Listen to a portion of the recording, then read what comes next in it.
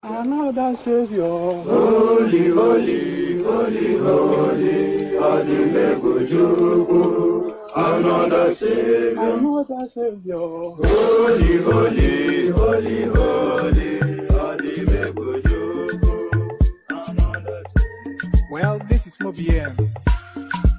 This is dedicated to the gallant heroes of the Nigerian Biafra War and IPO families all over the world. I remember the Nigerian Biafran War, in the thickness of the Biafra genocide. Hey, one man revived the vanishing hope to life. Let the great Biafran army to fight, and they were singing out, holy, holy, holy, holy, Ojukwu is another Savior. They were singing out, holy, holy, holy, holy, Ojukwu is another Savior. Holy, holy, holy, holy, Ojukwu is another Savior. Many years after the genocide, whoa, yet another great leader has risen up now. Oh, and he's leading the Biafrans to victory. Inyomadika yabika kwa namno. Hey, anamekele mazuche mefo. Manemo, it's an honor having you on board. When I'm singing along, holy, holy, holy, holy, Ndigbo is another Savior. Just sing along, holy, holy, holy, holy, Ndigbo is another Savior. When I sing along, holy, holy, holy, holy, holy, holy, holy, holy, is another Savior. Getting it right and getting it faster now. Holy, holy, holy, holy, is another Savior. Holy, holy, getting it right, faster, never freedom. Is another Savior. Yeah, for freedom. Holy, holy, holy, holy, Ndigbo is another Savior. Another Savior. Holy, holy, holy, holy, Ojukwu. Another Savior. Another Savior. Holy, holy, holy, holy, Ojukwu. Well, this is Mobien. This is dedicated to the gallant heroes of the Nigerian Biafra War and IPO families all over the world. I remember the Nigerian Biafran War, in the thickness of the Biafra genocide. Hey, one man revived the vanishing hope to life. Let the great Biafran army to fight, and they were singing out, holy, holy, holy, holy, Ojukwu is another Savior. They were singing out, holy, holy, holy, holy, Ojukwu is another Savior. Holy, holy, holy, holy, Ojukwu is another Savior. Many years after the genocide, whoa, yet another great leader has risen up now. Oh, and he's leading the Biafrans to victory. Inyomadika yabika kwa namno. Hey, anamekele mazuche mefo. And of the Lagos State Parks and Garages Management Committee, Musiliu Akinsoye, popularly known as MC Oluomo, is leading solidarity rally to show support for the presidential candidacy of Asiwaju Bola Tinubu. The rally is also meant to show support for the second-term ambition of Babajide Sanwo-Olu, Governor of Lagos.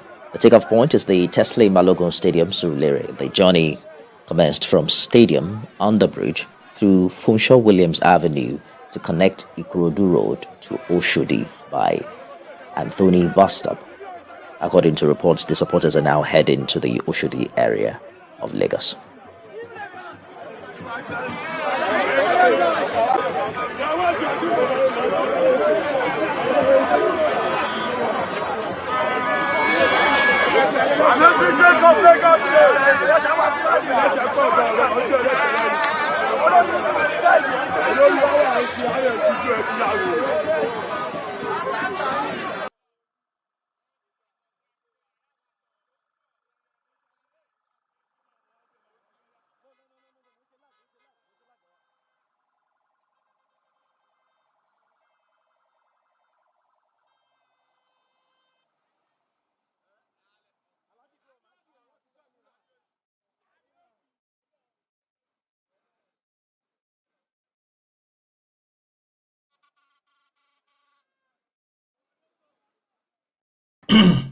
And there it is. If that wasn't a million people, then I am a banana. If that wasn't a million people that you saw in that turnout, then I am a banana. So thank you, ladies and gentlemen. Thank you for joining us.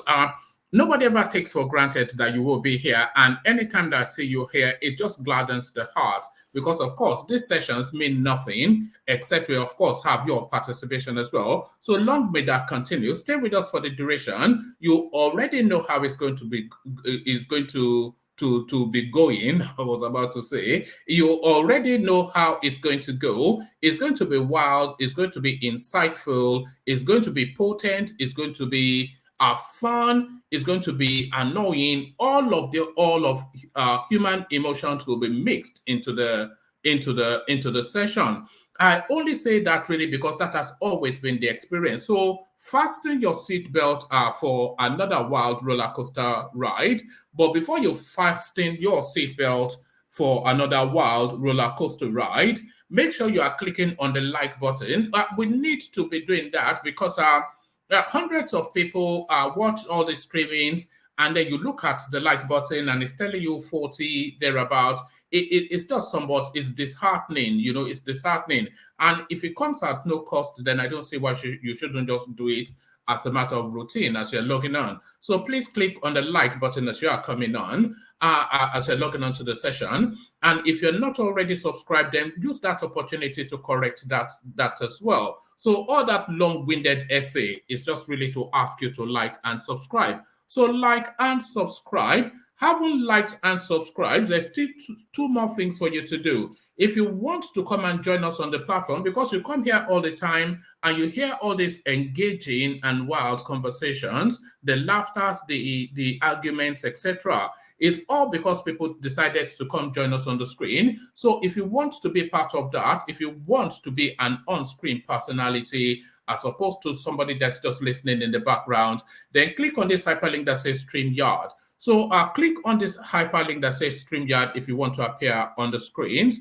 And we are especially, we are canvassing for a female northern voice. So we need that voice because that voice is still silent within the Nigerian political space. So if you're a female northern voice and you have the confidence to come on screen, we're all gentlemen here, so nobody is going to be untoward towards you, and you have the guarantee that I will assure that nobody is disrespectful towards you. So if you're a female if you're a female northern voice, we especially want that voice, and you go to the top. As soon as you come on and you tell me that you're a female northern voice, I'll stop whoever is talking and listen to what you have to say. We desperately need that voice in the Nigerian political conversation. So, but you don't have to be a female northern voice. Anybody can click on it because, of course, if I'm here by myself, then I just have to shut it down. You know how it goes. I can only really bounce off somebody to have that conversation. And if there's nobody to bounce off, then no conversation takes place. So if you feel inclined, click on the hyperlink that says StreamYard. Come join us on the screen and engage us in the conversation. So that's the third click. The fourth click is this buy the coffee thing that we're doing. So if you feel inclined to donating towards the platform, then you can click on that hyperlink that says buy your host coffee, and then go in there and go wild. You can buy as many numbers as you like. It's not restricted. There's a box there that you can type in however many you want to buy and just go wild. But go wild, don't be derisory. That's just the one thing. So it's either you go wild or don't go at all. Don't go there and be derisory. So all of that. So click on like, click on subscribe, click on the hyperlink that says StreamYard if you want to come join us on the screens, and click on that hyperlink that is highlighted on the screen that says buy your host cups of coffee if you want to donate to the platform. So settle in and surrender yourself to the space. CJN breaks silence after outrage over his political comments. So we were discussing this yesterday, of course. Kayode Ariwola, the new now Chief Justice of the country that has been fraternizing with politicians, other politicians not especially pleased. They came out with critical comments yesterday, and now he takes his right to reply. Chief Justice of Nigeria breaks silence after outrage over his political comments. So let's see how he justifies then what people will say is unjustifiable. Nigerian doubting APC candidate Tinubu's age should meet his late mother for confirmation. Elogbino, this is Gbadabi Amila speaking. So it's just that Agbero politics, isn't it? They should meet his late mother for confirmation. Who even talks like that? This is number four.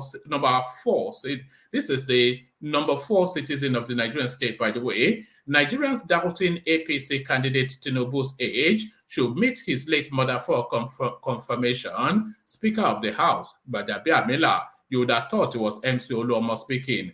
I won't lose Kano, Katsina, 4 northern states. Tinubu hopeful of block votes. So a lot of the politics that is to come is going to be decided in the north. A lot of the politics that is to come at the presidential space, of course, is going to be decided in the north. Whoever is able to move the north sufficiently is going to sit on that seat that Buhari has been keeping warm for 8 solid years. I won't lose Kano, Katsina, 4 northern states. Tinubu are hopeful of block votes. So quite what's led to that assertion, we find out shortly. We break away from politics for a moment just to really the impact that Nigeria has that we don't necessarily always appreciate. United Kingdom universities will go bankrupt by barring Nigerians, other foreign students. British professor warns Prime Minister Sunak. So the Indian Prime Minister of Nigeria, the Indian Prime Minister of the United Kingdom now immediately tried to show his spurs, because the Indians, of course, they have that propensity towards trying to rage against the blacks and especially Nigerians. And it looks as though he's no different. But warning from the academia, United Kingdom universities will go bankrupt by barring Nigerians, other foreign students. British professor warns Prime Minister Sunak. So there it is right there. You never thought the day would come when you'll be calling the Prime Minister of the United Kingdom by name called Sunak. I wonder what the Indian inflection of that name is. They probably have a more conk way of pronouncing it. Ndigbo lacking credible leaders. So this is Bianca Ojukwu this time around. Ndigbo lacking credible leaders. So what is she speaking to, especially in this climate? Of course, your thoughts always go to Peter Obi anytime that there are commentaries coming out of the southeast. But is she pointing in the direction of the Anambra man? We'll find out shortly. Ndigbo lacking credible leaders, a headline attributed to the wife of what remains their number 1 citizen, Odumegu Ojukwu. I will name shame all thieves, article tells business leaders. So his name goes to the top of that list. So a lot of you, I'm going to share the screen for this one. A lot of you would have seen the viral clip, the viral video of this man now that claims that he was happened upon by Fulani headsmen in somewhere in. Let me show you the picture. Then you know immediately what I'm talking about. A lot of you know. I will play you the clip, but it's too graphic, and YouTube will strike me if I do. But you've all seen the clip of this guy, the guy to the right, when he's been going around social media telling us how he boarded the public transport and it was then happened upon by kidnappers. But because he has fortified himself in the native manner, Ajesara and all that, he was able to effect his escape, even though they tried to take his life. Update, preliminary investigation shows claim of abduction at Lekki Ikoyi Bridge by Twitter user is false. Lagos PRO Ben Udeyin says. So even before Ben Udeyin said, a lot of people that know this guy, because he's a coach, he teaches people, I think he teaches them on skits and whatnot. And a lot of people that that know him personally, they've actually come out in the social media space to say this guy is somewhat of a scammer. So it looks as though that's somewhat verified by the Lagos State Police. Update, preliminary investigation shows claim of abduction at Lekki Ikoyi Bridge by Twitter user is false. Lagos Police PRO Ben Udeyin says. So we find out exactly what's going on there. So that we find out as well. So we finally land on this. This is a human interest story. And let me just show you I'll share the screen as well. Actually, I'll share the screen when I'm reading it. I'll just give you the headline now. But there are images to go with it. But this really is just all things are possible and people are creatures of destiny. This was what I thought when I saw the headline. I've not read it because I like to read it with you guys. But all things are possible and people are creatures of destiny. God wiped my tears. Former house help says as she shares photos of house she built. So former house girl, of course, and you know what the house girl is within the African setting, especially within the Nigerian space. You know what that means. But from that then to being a home owner is really a story of destiny. God wiped my tears. Former house help says as she shares photos of house she built. So well done to her. And really, your destiny will always come through. Is the thing. So lean back, kick back, take it easy, relax into it. The usual protocol, click on like as you're coming in, click on subscribe if you're not already, click on the hyperlink that says StreamYard to come join us on the studio, and please make sure you're buying the coffee because that really incentivizes the space. So make sure you're doing that. And Desmond kicks off the super chart this time around. I beg, how many hoodlums this Tinubu has? So I think he's already throwing remarks in the direction of the million-man march that was the Tinubu's rally. We've seen the clip of the largest gathering so far. So thank you for the super chat, Desmond. And really glad to report that we've maintained still our 100% on the buy the coffee thing. Very quickly, just as soon as I posted the link, the only person now that seems to sustain that place, Ayo. He has gone and done as he always has done, Ayin Infinity. So that is Ayo right there. It looks as though now he's been the only one really taking advantage of that space. So it's not exclusively for Ayo. Ayo feels lonely, so go join him then and buy the platform Endless Cups of Coffee. So all of that. So let's take another mini musical intermission. And then when we come back from that, we'll launch straight into the readout. But meanwhile, Osundi or Wendy, if I can find it. So we're staying in the East for the music, and we're asking, is it even a question? Somebody has to explain to me what it means. Is it what will be, or Sunday, or Wendy? Sunday,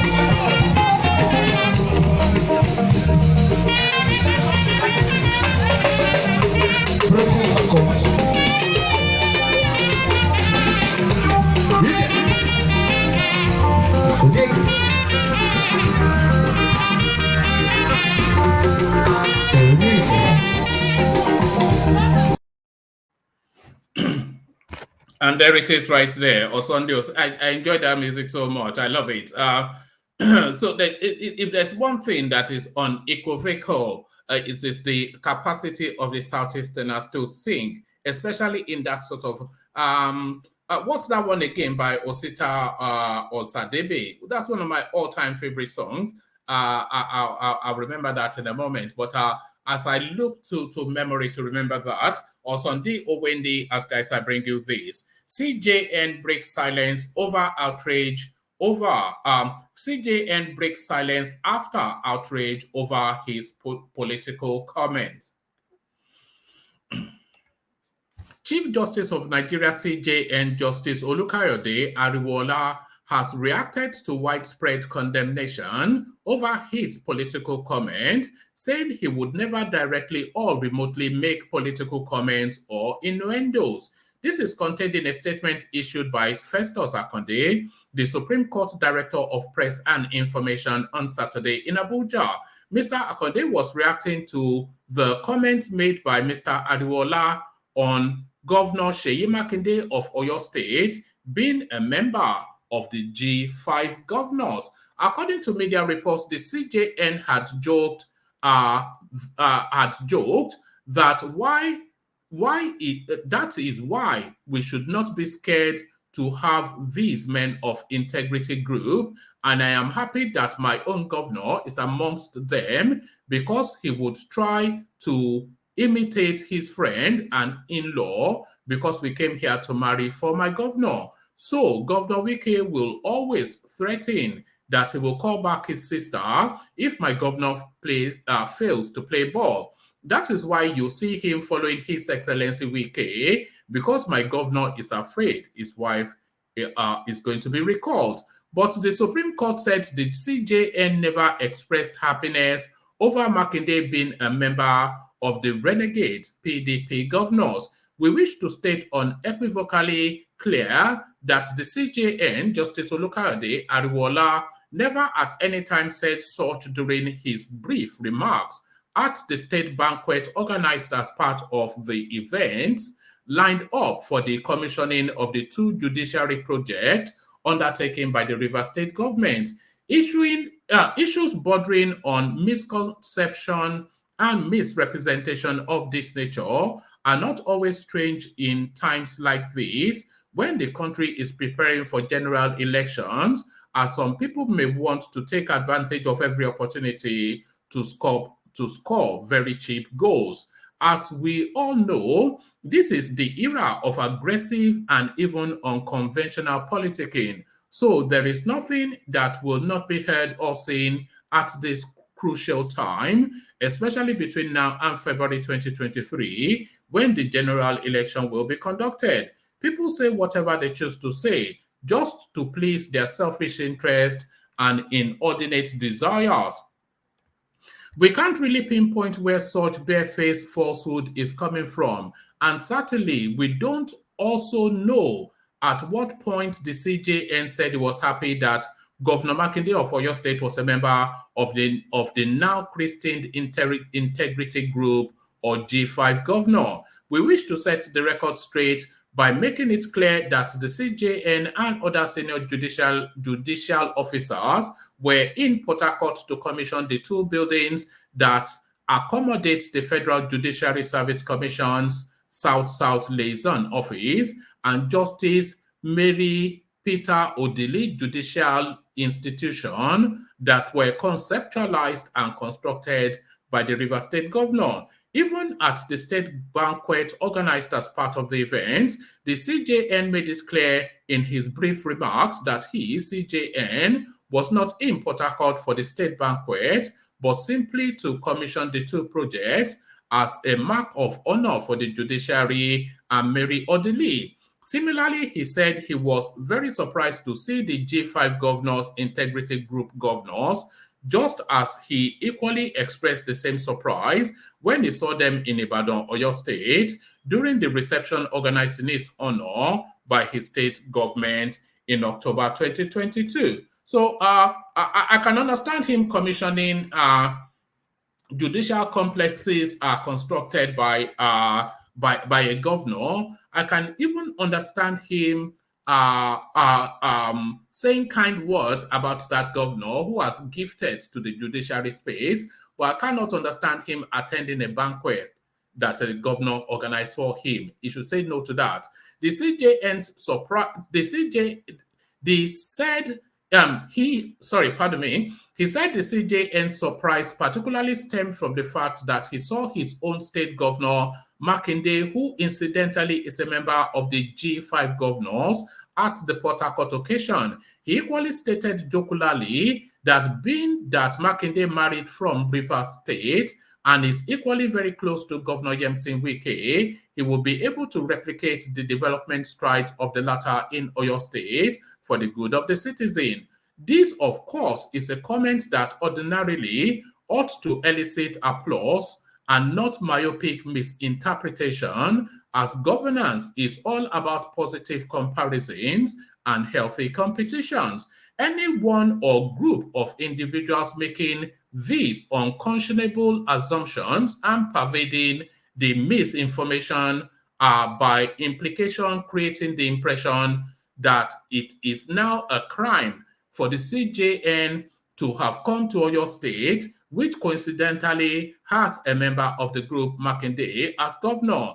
Let it be noted that anything said, assumed, presumed, reported, or placed in the public domain outside the above fact is simply a mere figment of the imagination of such authors and don't in any way represent what the CJN said in Port Harcourt, as we are not ready to join issues with such purveyors of misinformation, he said. So there it is right there, a denial, but not a full frontal or throaty one. It's not full frontal or throaty. It's meek and feeble, actually, that denial.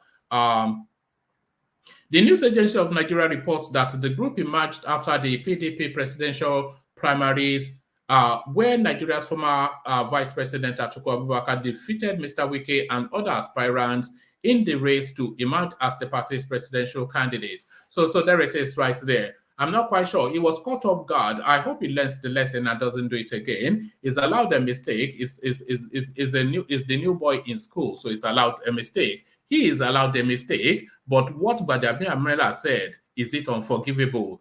Nigerians doubting APC candidate Bola Tinubu's age should meet his late mother for confirmation. This is the MC Oluomo of the House of Representatives Gbajabiamila. The Speaker of the House of Representatives, Femi Gbajabiamila, has attacked those asking questions about the age of the presidential candidate of the All Progressive Congress APC, Bola Tinubu. Although the information available to the public is that Tinubu is 70 years old, many Nigerians have claimed he is older. There is an article online attributed to Yinka Odumakin, the late spokesperson of Yoruba group known as Afenifere, which claims that the former Lagos State governor could not be as young as he claims. In 2018, Odumakin wrote a 3-part series titled Portrait of the Tiger Ambode Road, detailing his knowledge of Tinubu. The 3 parts were published by the Vanguard, but a 4th part with questionable origin was shared across other blogs attributing strong claims to Odumakin. Speaking at the rally for Tinubu and Kashim Shettima in Lagos State on Saturday, Gbajabiamila described Tinubu as the greatest politician in modern-day Nigeria. They will ask how old he is. Tell them he is the age his mother said he is. And if they have any doubt about his age, tell them to go and meet his mother to reconfirm. If they say he's not educated, tell them he's more educated than all the contestants put together. If they tell you he is wanted in America, America has repeatedly said they do not know what they are talking about. When they say he's corrupt, tell them he's the most investigated in Nigeria's history and nothing has been found against him. The speaker said, Tinubu's mother, Alhaja Abibatu Mogaji, who was the Iyaloja General of Nigeria, died in June 2013. So context is everything. Context is everything. Because he didn't actually, he inferred, but didn't actually literally say go to the grave and ask his mother.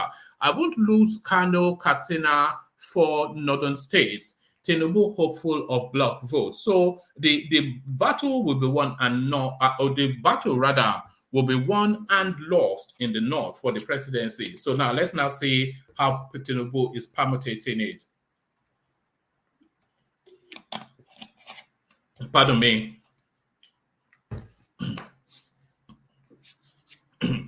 Amidst permutations ahead of the 2023 general elections, the presidential candidate of the All Progressive Congress APC, Bola Tinubu, is banking on his alliance with some outgoing northern governors to get votes in the region.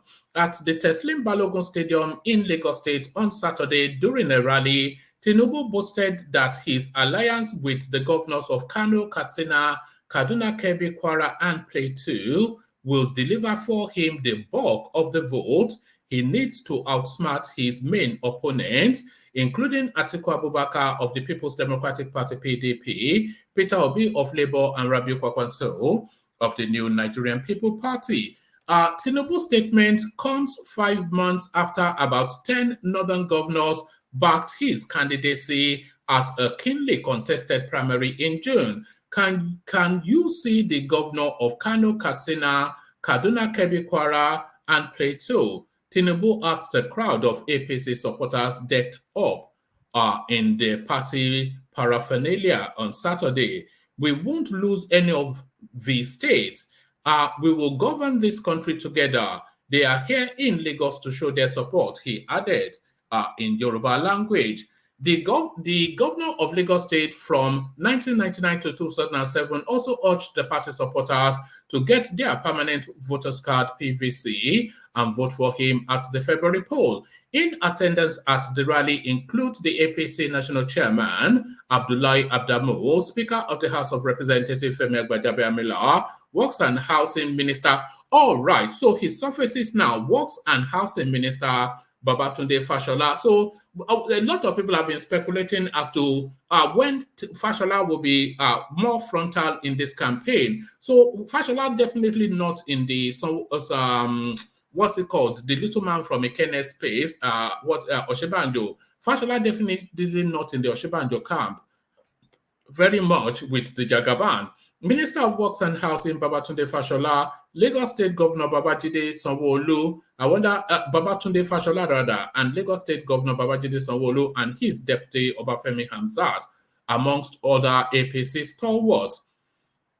Okay, so there it is. It goes on to give us historical context. So let's take that historical context actually.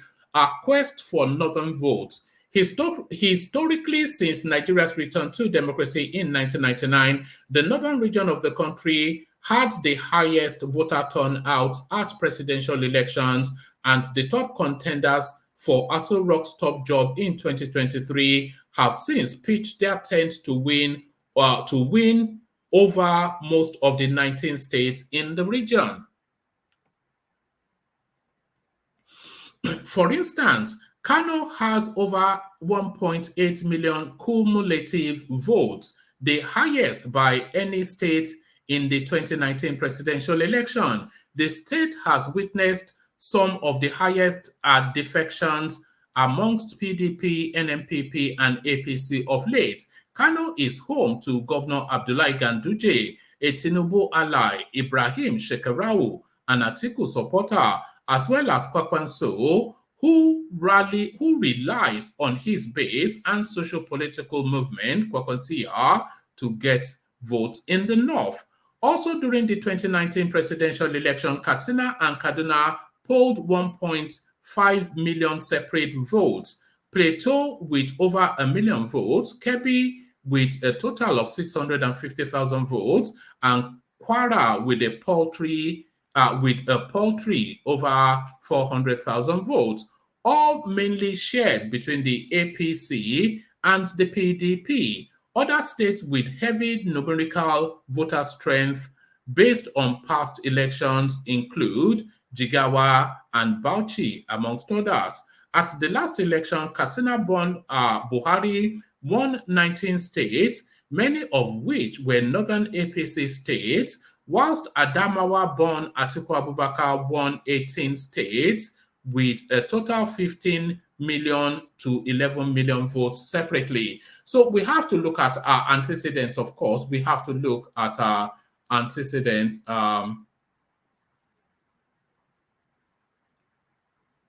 Pardon me.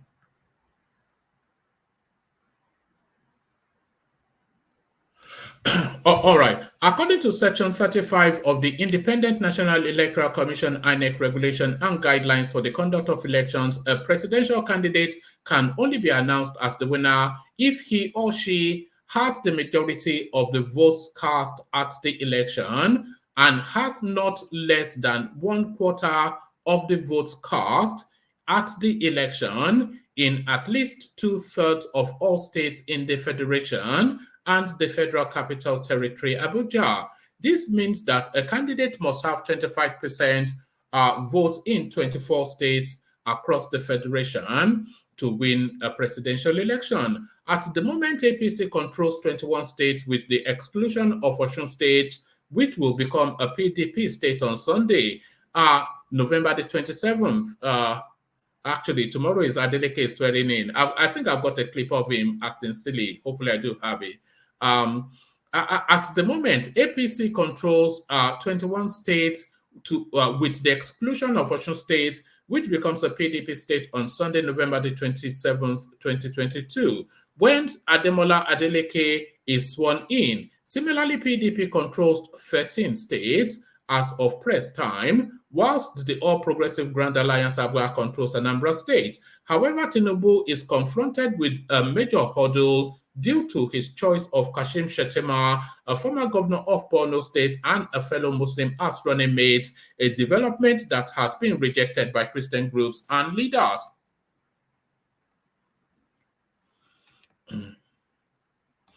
Also, there are fears that the intra-party squabbles between the G5 led by Governor Yemsin Wike of Rivers State and Atiku over the chairmanship of Iyochia Ayu would affect the chances of the PDP presidential candidate at the polls next February. A former national chairman of the APC, Adams Oshiomhole, recently said that the neutrality of the G5 group is good for Tinubu's chances. So what Oshiomhole is actually even saying is that they don't even need the G5 to come over.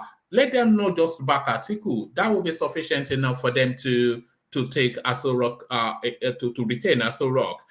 On the other hand, Tinubu faces a new challenger in the game, Obi, a new bride and darling of many Nigerian youths who are tired of the two dominant parties, the PDP and the APC. Obi and his running mate, Dati Ali Baba, have vowed to push out the APC from Aso Rock. Whoever thinks that Labour Party or Obedient Movement or Peter Obi as an individual is not being welcomed in the North, they are making a huge mistake, but Baba Ali Baba had said. Although at least 3 polls have put Obi ahead of other candidates, only time will unveil the winner of the February 25, 2023 presidential election. So Tinubu's permutation, that's essentially it. So he's targeting 4 states in the North. So is he able to hold on to those states? Or is it, yes, hold on to, because of course, those are states that were won by APC at the last round.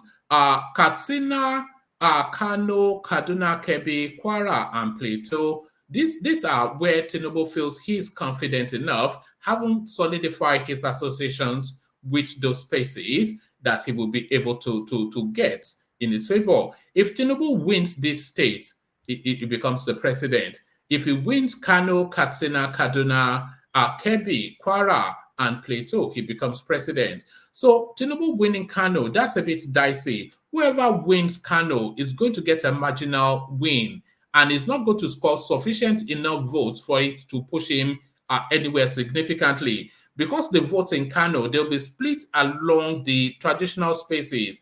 Kwakwanso will get quite a big takeaway. Shekarau will pull as many as he can towards Atiku, and Kwakwan and Abdullahi Ganduje, rather, being the sitting governor, we want to show his own potency to try and retain as much as he can for the APC. So Kano is 50-50. You know, there's no real saying that anybody will, you cannot permutate. Forget Kwakwansia movement, forget Talakawa. There is nothing to suggest that, I beg your pardon. Oh, just checking something here.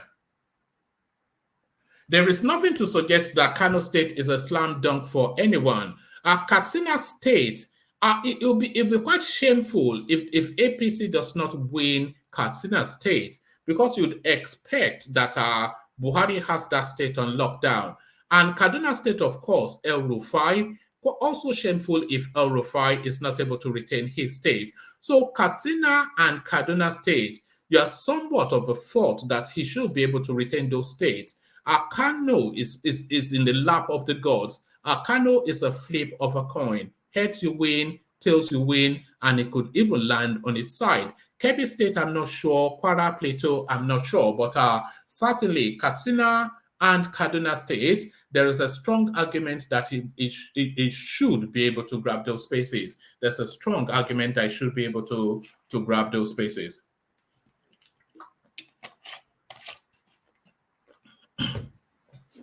Leaving politics for a moment, United Kingdom universities will go bankrupt by barring Nigerians, other foreign students. British professor warns British Indian Prime Minister Rishi Sunak. United Kingdom Prime Minister Rishi Sunak's potential plan to clamp down on Nigerians and other foreign nationals taking low-quality degrees could send many universities over the edge, particularly in poorer regions. The chairman of the government's Migration Advisory Committee said universities in the United Kingdom could go bankrupt if the government limits the number of foreign students in a bid to bring down net migration. A British professor and advisor on immigration policy has warned. United Kingdom Prime Minister Rishi Sunak's potential plan to clamp down on, I thought we'd read that already. Okay, let's take it from there again. United Kingdom Prime Minister Rishi Sunak's potential plan to clamp down on Nigerians and other foreign nationals taking low-quality degrees could send many universities over the edge, particularly in poorer regions. The chairman of the government's Migration Advisory Committee said. The Guardian reported Friday that Professor Brian Bell told BBC Radio 4's Today program, most universities for most courses lose money on teaching British students and offset that loss by charging more for international students. If you close down the international route, I am not sure how the universities will continue to survive. So it looks as though the United Kingdom universities, it goes on in a bit more detail, but it just speaks then to the British space. But really, from that, it just shows you then the influence of Nigeria. Essentially, the Nigerian students coming in from the Nigerian African space, they are essentially upholding the British educational system. You can read it in that manner, and yet you get no respect around here. Ndigbo lacking credible leaders. So this is Bianca Ojukwu saying, but why is she saying this, and which direction is she pointing it? Bianca, wife of the late Igbo warlord Dame Odumegwu Ojukwu, has said that there are no more credible leaders in Igbo land. Bianca, who spoke at the 11th edition of Dim Ojukwu Memorial Day on Saturday in Owerri, the Imo State capital, noted since the death of Dim Ojukwu, Ndigbo has been lacking credible leaders who would speak for them. Until 2023, we will remember that power has fallen when Until 2023, we will remember that power has fallen when Dame Ojukwu died. We miss him particularly in Igbo land. Why do we miss him? It is because in Igbo land today, we have deficit of credible leaders. What we have today in Igbo land are men who are not men. What we have today is one man down, one less competitor. I think that might well be an acerbic throwaway to that little spat between Soludo and Peter B. What we have today is one man down, one less competitor. That is why what is happening today in the country, we don't have men who can stand up to speak for Ndigbo, she said. She also decried the killings in Igbo land.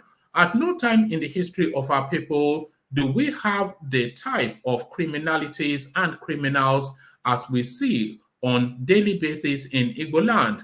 Even during the war, we never heard or seen that people came out with knives to slice the throat and neck of another human being with pride. So just to that, I have a theory around that. I think this is some of the influences of the Northerners, because that culture of just casually, without compunction or any sense of humanity, taking a human life is something that has more preponderance in the North. And because throughout the Buhari administration, it's just been the most brutal killing, it seems to have affected the psyche of the North. And they have now turned into, it seems to rather have affected the psyche of the South, and they are now turning into somewhat like Northern type of people. Where in the South have you ever heard of anybody slicing anybody's throat? You hear it all the time in the North, but that now has become a culture in the South. At no time of history of our people do we have the type of criminalities and criminals as we have seen on a daily basis in Igbo land. Even during the war, we never heard or seen that people came out with knives to slice the throat and neck of another human being with pride. This is what we are seeing. And why are we seeing it? We are seeing it because the general perception of not only the Igbo youth, but entirety of Nigerian youth is that Nigeria has become a crematorium of dreams, that Nigeria has become a premature restive place of hopes and aspiration, and the youth look around and see nothing but wasteland. Come to the Southeast, there is today lack of federal presence, no industry. So how can you earn a legitimate living when the system has completely collapsed? We are suffering a total system failure in economic security when a government can no longer guarantee lives and safety on property and investment of the people. Mrs. Ojukwu also called on the federal government to immediately release IPOB leader Nnamdi Kanu, adding that no nation stifles the dreams of its citizens and expects peace. I call for the immediate and unconditional release of Mazi Nnamdi Kanu, and I do so firmly convinced that no nation can hold its people hostage and have peace. It is impossible because peace is freedom, and also no nation can hold the dreams of its citizens to ransom and prosper, she stressed. So there it is right there. She goes on, she commended the efforts of the leader of the Mossad / BIM Chief Ralph Uwazurike for keeping the Ojukwu Memorial Day alive. Thousands of Mossad supporters stormed Owerri on Saturday to celebrate the 11th edition of Dim Odimegwu Ojukwu Memorial Day. So there it is right there. No leaders in the East, according to the First Lady of the space. I'll just give you 2 paragraphs from this one. I will name shame all thieves, article tells business leaders. The 2023 presidential candidate of the People's Democratic Party, PDP, Atiku Abubakar, has threatened to name and shame all oil thieves in the country if elected Nigeria's president in 2023. He made this known on Saturday when he interacted with Business Dialogue Stakeholders Forum at the Eco Hotel in Lagos. Atiku also said he will confiscate all blocks allocated to some Nigerians who have failed to make them operational. If you are not going to develop all blocks given to you, we will take it away and give it to those who will develop it. We will also assemble the names of those involved in all theft, publish same, and prosecute them, said Atiku to stakeholders. He reiterated his commitment to privatizing the refineries in Kaduna, Port Harcourt, and Warri. Atiku was at the event with his running mate and Delta State Governor Ifeanyi Okowa. Both governors, Udom Emmanuel and Tambuwal, who are chairman, and so on and on. So that's really all they had to say. The rest just split us out into something or the other. So that's the politics. So let's just very briefly on the human interest readout, and then we'll come into the room to see who is available to take it on. Updates. Preliminary investigation shows claim of abduction at Lekki Ikoyi Bridge by Twitter user is false. Lagos Police PRO Ben Hudenyi says. Actually, let me share the screen so you can, because the picture very much part of this narrative. So the picture very much part of this narrative. So let me share the screen just so you can all see the pictures. So there it is. So yes, preliminary investigation shows claims of abduction at Lekki Ikoyi Bridge by Twitter user is false. Lagos PRO Ben Hudenyi. So there it is. So that's the guy. So you can see the guy. So you've all seen that clip. I'm not sure there's anyone that has not seen that clip.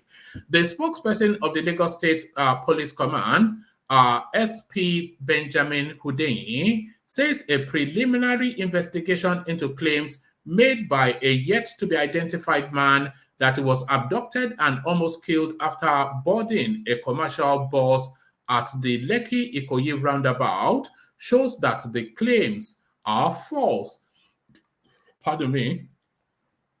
In an update shared on his Twitter handle today, November the 25th, Hudenyi said the man has been advised to show up to help the police in its investigation. In a viral video, the man claimed that some suspected kidnappers dressed in military uniform picked him and other passengers on the popular Lekki Ikoyi Bridge and tried to kill him. So see the update shared by Hudenyi. It says a preliminary investigation so far revealed that every claim in the video is false. Whilst investigation is ongoing, we encourage the man to come up to assist the police with investigation. The Lagos State Police Command is not unaware of the video making the round about the presence of some criminals. in the Lekki area of Lagos. Meanwhile, Lagosians are enjoined to go about their lawful business without succumbing to the antics of scaremongers. If you see something, say something. So if that story proves to be true, it not proves to be true, but if that story rather proves to be false, then that guy should be prosecuted to the fullest extent of. It should be prosecuted to the fullest extent of, because it's just not on. Let me repost the hyperlink for the StreamYard. So hopefully the room is filled by the time. Is one more readout. So let me do the last readout, but hopefully then there'll be somebody, at least enough people to build a conversation around. Where's my link? I usually just put the link in a sticky note so I can just copy and paste it. So let's copy it and paste it. So if you want to come and have conversations about anything you've heard so far, click on that hyperlink and come join me on the screen. So click on that hyperlink and come join me on the screen. I'll share the hyperlink.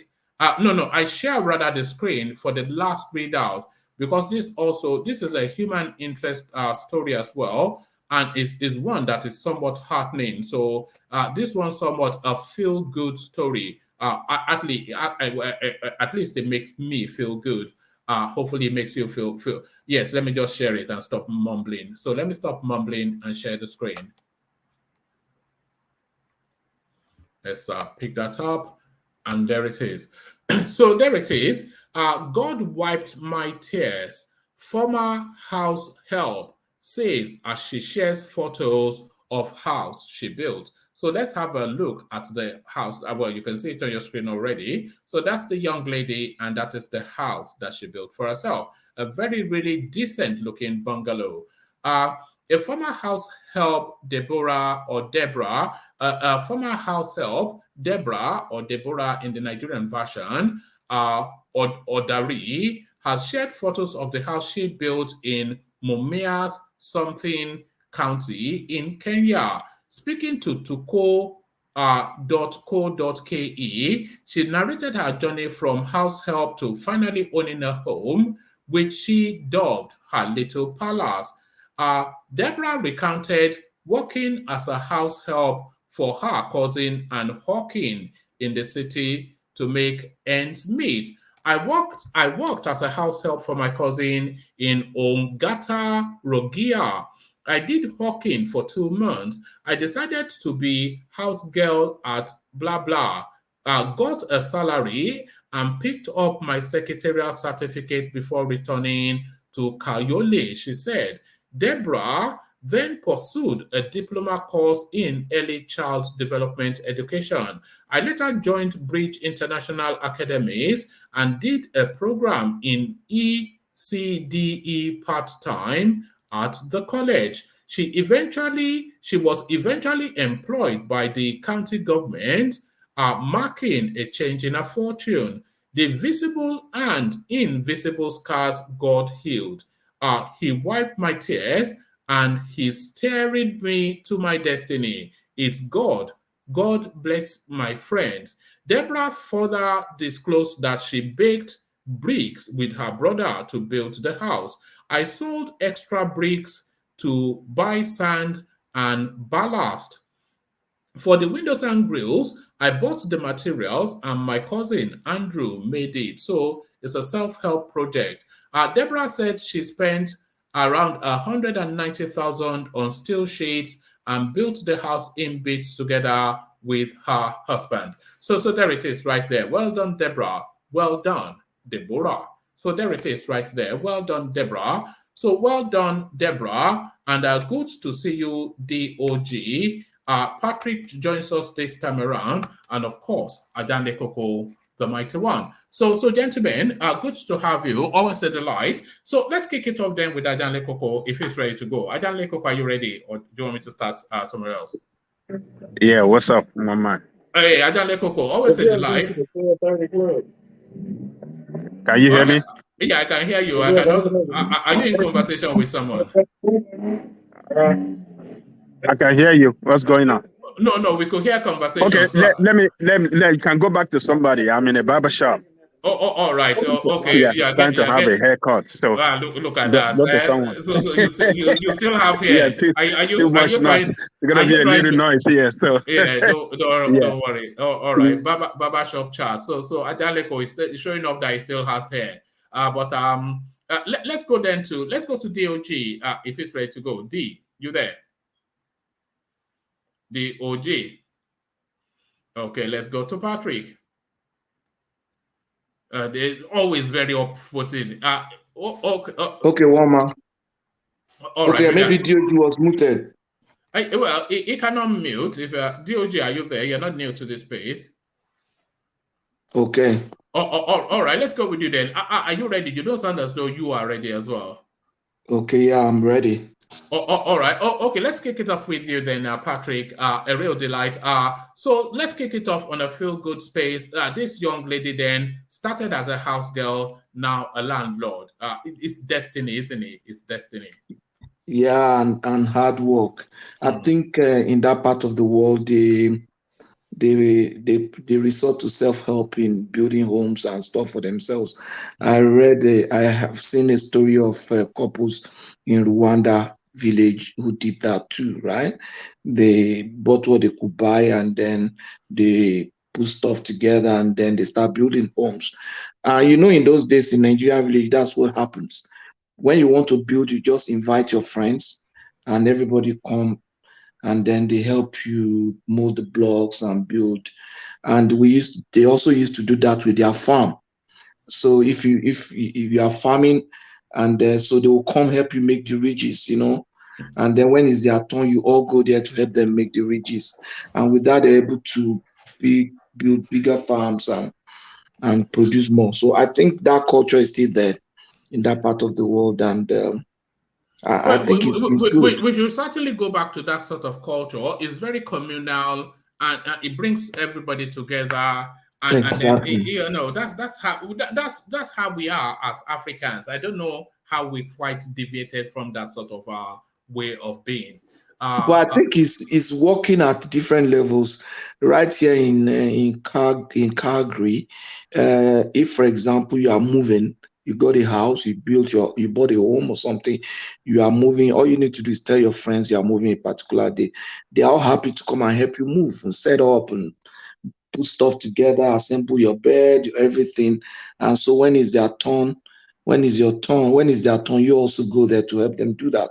It's kind of, but at different levels now, I think we're doing that, but maybe because we are not in Nigeria, we're in a strange land, so there appears to be some level of bond between us with all Nigerians who try to help ourselves and gravitate things we don't even do when we're back home in Nigeria. Here you are in Nigeria, nobody cares whether you are Igbo or Yoruba. We're just friends and we're trying to help ourselves, I think we can still get back to that kind of relationship if all this animosity and distrust among tribes and people, if all those things disappear. All right, brilliant. So well done to Deborah. So Sure. well done to Deborah. But this next guy, he should get everything that is coming to him.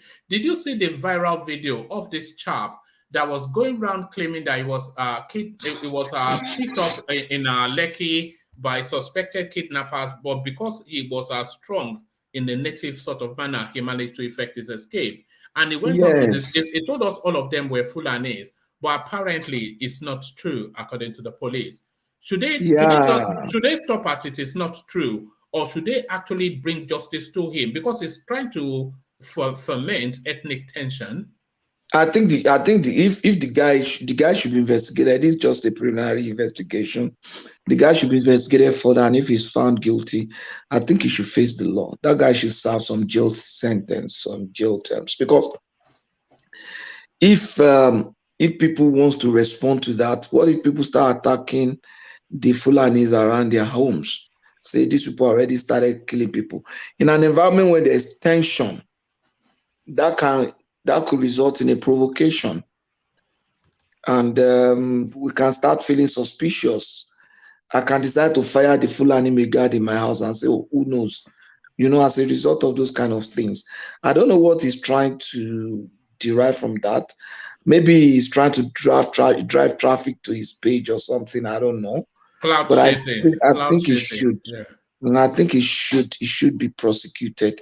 He should be investigated further and then prosecuted if found guilty. He should serve. You face the wrath of the law. It's very sad, And some people now would have carried that story and then they've not heard this. They might not even hear this one, and then that story goes on with them.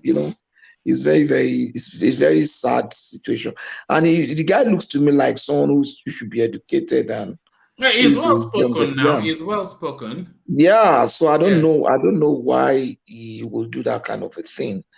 And that tells you a lot of this thing that people are talking about. I know there's definitely kidnapping and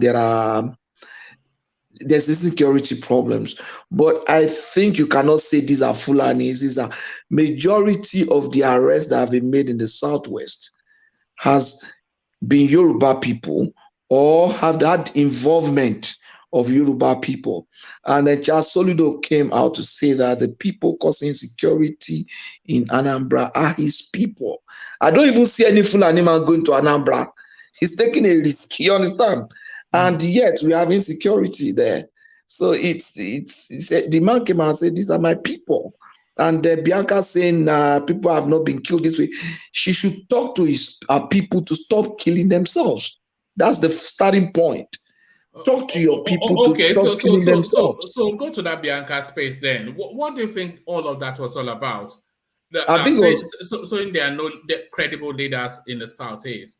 no. You see, the problem I think she has is you can't. Your husband cannot shine by denying the fact that there are people who are coming up. You understand? You don't. Maybe I think they are celebrating. Biafra or celebrating Ojukwu or something.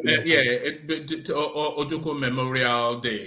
Yeah, and one of the ways to really say that there is no leader in the Igbo in the South is a proof that our husband has failed. You raise leaders. Look at somebody like Awolowo. He's dead.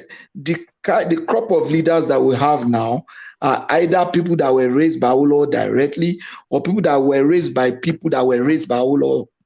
You understand? People like Ayo Adebanjo that we are talking about, Fasoranti, all of them, they were Ayo Padok, all of them, they were Awolowo's boy. And then people like Tinubu, they were the people that agree under people like Ayo Padok, people like Fasoranti, people like, you understand? People like Ayo Adebanjo, those were leaders that grew from under them. And then look at Amadou Bello. You see people like Tanko Yakasai, people like Professor Ango Abdullahi, those were leaders that were proteges of those people. And if today, I know Ezekiel have probably raised some people, you understand? But I don't know, they are gone now. People are Chebe, they are gone now. People, you understand? But that there are no leaders in the South. It's a failure. Hold on. What you are saying, it lends to what Bianca is saying, does it not? No. What I'm saying is that Bianca, if what Bianca say is true, then Bianca is simply saying my husband is a failure. That's just the truth. Bianca is simply saying that my husband is a failure. In those days, there were Awoist, when my brother was in the university, there were Awoist movements in the university, students who claim to say that, who claim to be Awoist. And my eldest brother is 74-year-old today. He's a doctor, he was a retired military officer, and he still attests to the fact that he's Awoist, and he's still politically conscious. Talking to people to have interest in politics, speak of PVC, vote. He still has that kind of thinking. That's leadership. So if what she's saying is true, she's simply saying my husband is a failure. But I don't agree with him because we have people coming up, people like Peter Obi. He might not be your own kind of person, but he's a leader in his own realm, and he's providing leadership for some people, even people outside the Southeast. There are people of interest, people like Senator Abaribe, people like Paul Nweke Jr., people like I will continue to say people like Osita Chidoka, people like they are respected people. They might not command so much of crowd. People like Nnamdi Kanu. Kanu is commanding a lot of young Igbo people. So leadership is the ability to inspire people to action. You understand? So people are acting. Some people have been inspiring them. You can say bad inspiration, but that they are not good leaders. That there are no leaders in the Southeast. I think she's just talking. You know, a lot of people talk without thinking. Actually, what she's just simply saying, she has just finally nailed the coffin of her husband and bury and say, "Oh, my husband is a complete failure." Look at this man, Chief, is he Ulaba or something? This man that used to grant interview on AIT, telling people that if you vote for Obi, you are indirectly voting for Tinubu. That man is a leader. That man was an officer in the Biafran army. He has a kind of followership. He's inspiring people. The man was, I listened to one of the interviews, the man said he travels to anywhere in the Southeast, even without a police escort. That means he has moral authority with the people. He said he's been doing that. He said all he does is just pray and say, God, protect me. He said he goes campaigning everywhere. And they respect him. They respect him. That means he has moral authority with the people. He goes around. Can Bianca go around? Okay, they are no leaders.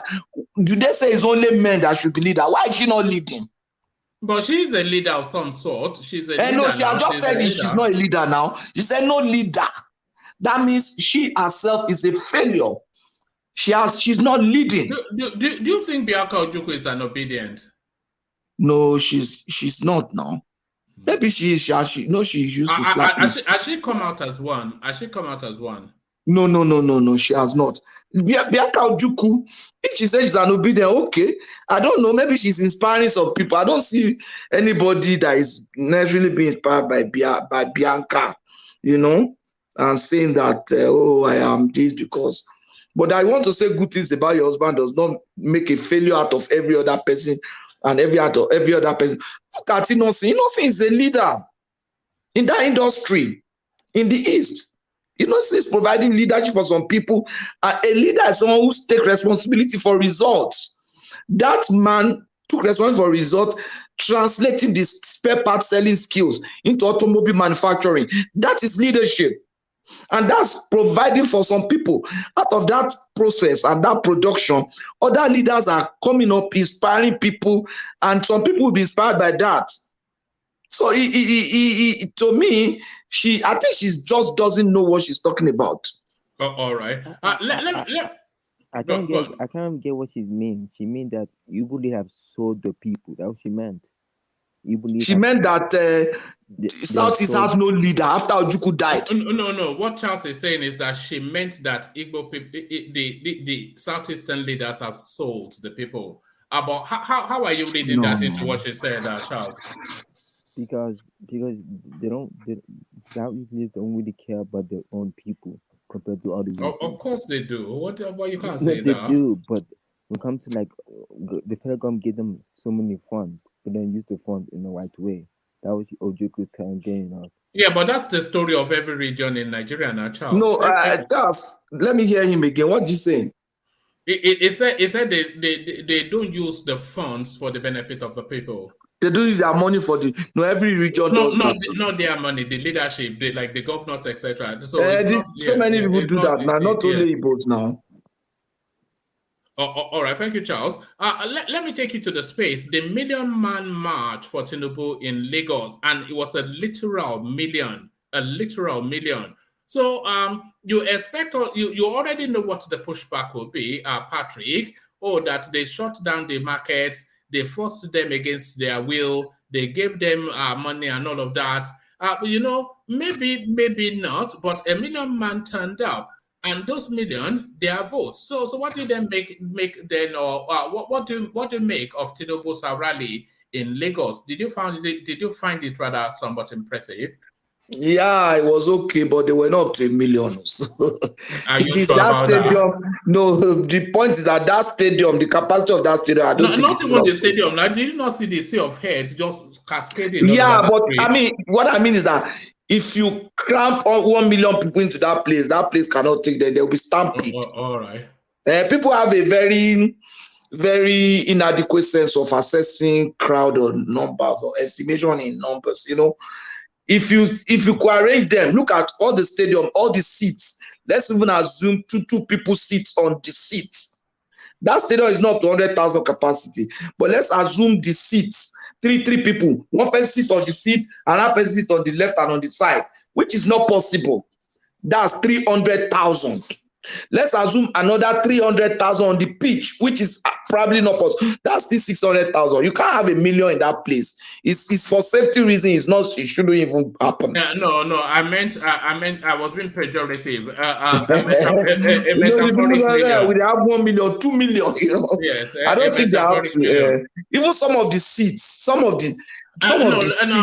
Patrick, abandon the million. It was a sizable and a respectable but let me say crowd. something. Yes. Some of the seats were empty, even the sitting areas. So the way politicians do now is that they have a way of crowding their people in one place so that it looks big. But relative to others, that was impressive. Relative to the nature of not much now, rally in Lagos. Reason is because people Lagos, there's a way place looks like they are far when you are in Lagos. When you are in Maitu, for example, it looks like VI is very far because of traffic and all that. So normally Lagos, they don't have that kind of crowd that Tinubu had today. Normally, I remember Buhari 2015 rally, even when the thing was hot, the number that Buhari pulled in Lagos was not as much as they did today. Why? Because Lagos people are not essentially the kind of rally people that will crowd themselves, and you have people in Badagry, they just feel like, going to Surulere, they would rather watch it and stuff. Like if I was in Lagos, I probably would have been one of those that is expected to be in that crowd, but I wouldn't go. I would rather just watch it. But so relative to what is expected of Lagos, that is very impressive because of the kind of people that live in Lagos. But that will definitely translate to vote. That's what I discovered. If you come there, it's going to fall. For Lagos, actually, I know they are not struggling about that. Even for the entire Southwest, for Tinubu, it looks like there's a done deal. And that man is putting his efforts at his weakest point where he can really try to get results. He's done with the Northwest, the North now.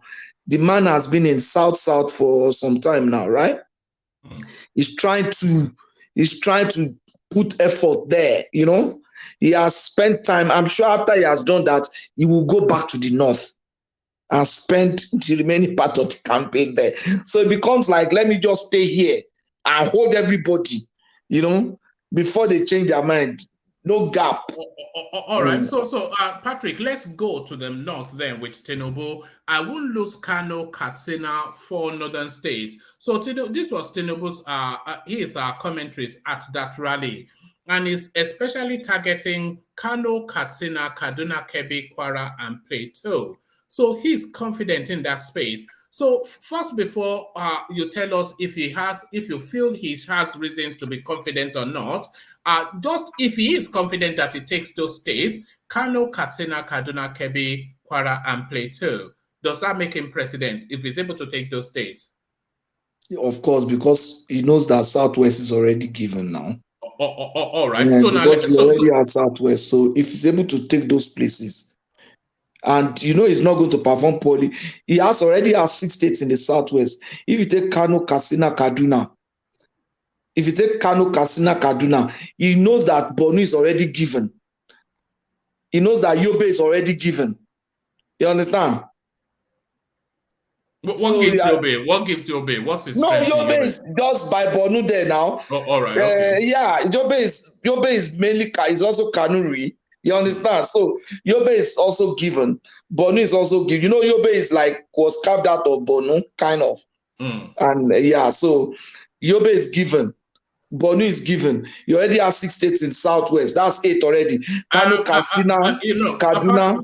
Hold on, Patrick. Let's walk through what Tinubu has listed. So let's start from Kano State. So there are several power blocks in Kano State. There's Ibrahim Shekarau, there's Rabiu Kwakwanso, and there is the sitting governor Abdullahi Ganduje. So now, a lot of people are of the thought that Kano State will be a slam dunk for Kwakwansia, but there's nothing to suggest that, because all of those other power spaces, they have voting blocks as well. So what do you see playing out in Kano State first? So let's start from Kano State. How do you see Kano playing out? Yeah. Look at Kano there.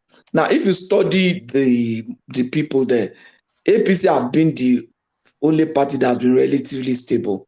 Now, Rabi Kwakwanso was in PDP. He moved to form NMPP. Some of his followers have been settled in APC, in PDP.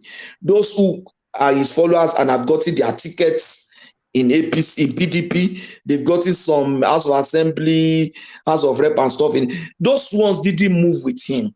So that's the disadvantage of moving. Just like in Akpabio's case, not all of his followers moved with him to APC. If they had all moved to APC, by now, Akwa Ibom would have been APC. So he moved from APC, from PDP to NMPP. He lost some followers. Now he's forming his party. Shekarau moved from, I think he moved from APC. He lost some followers.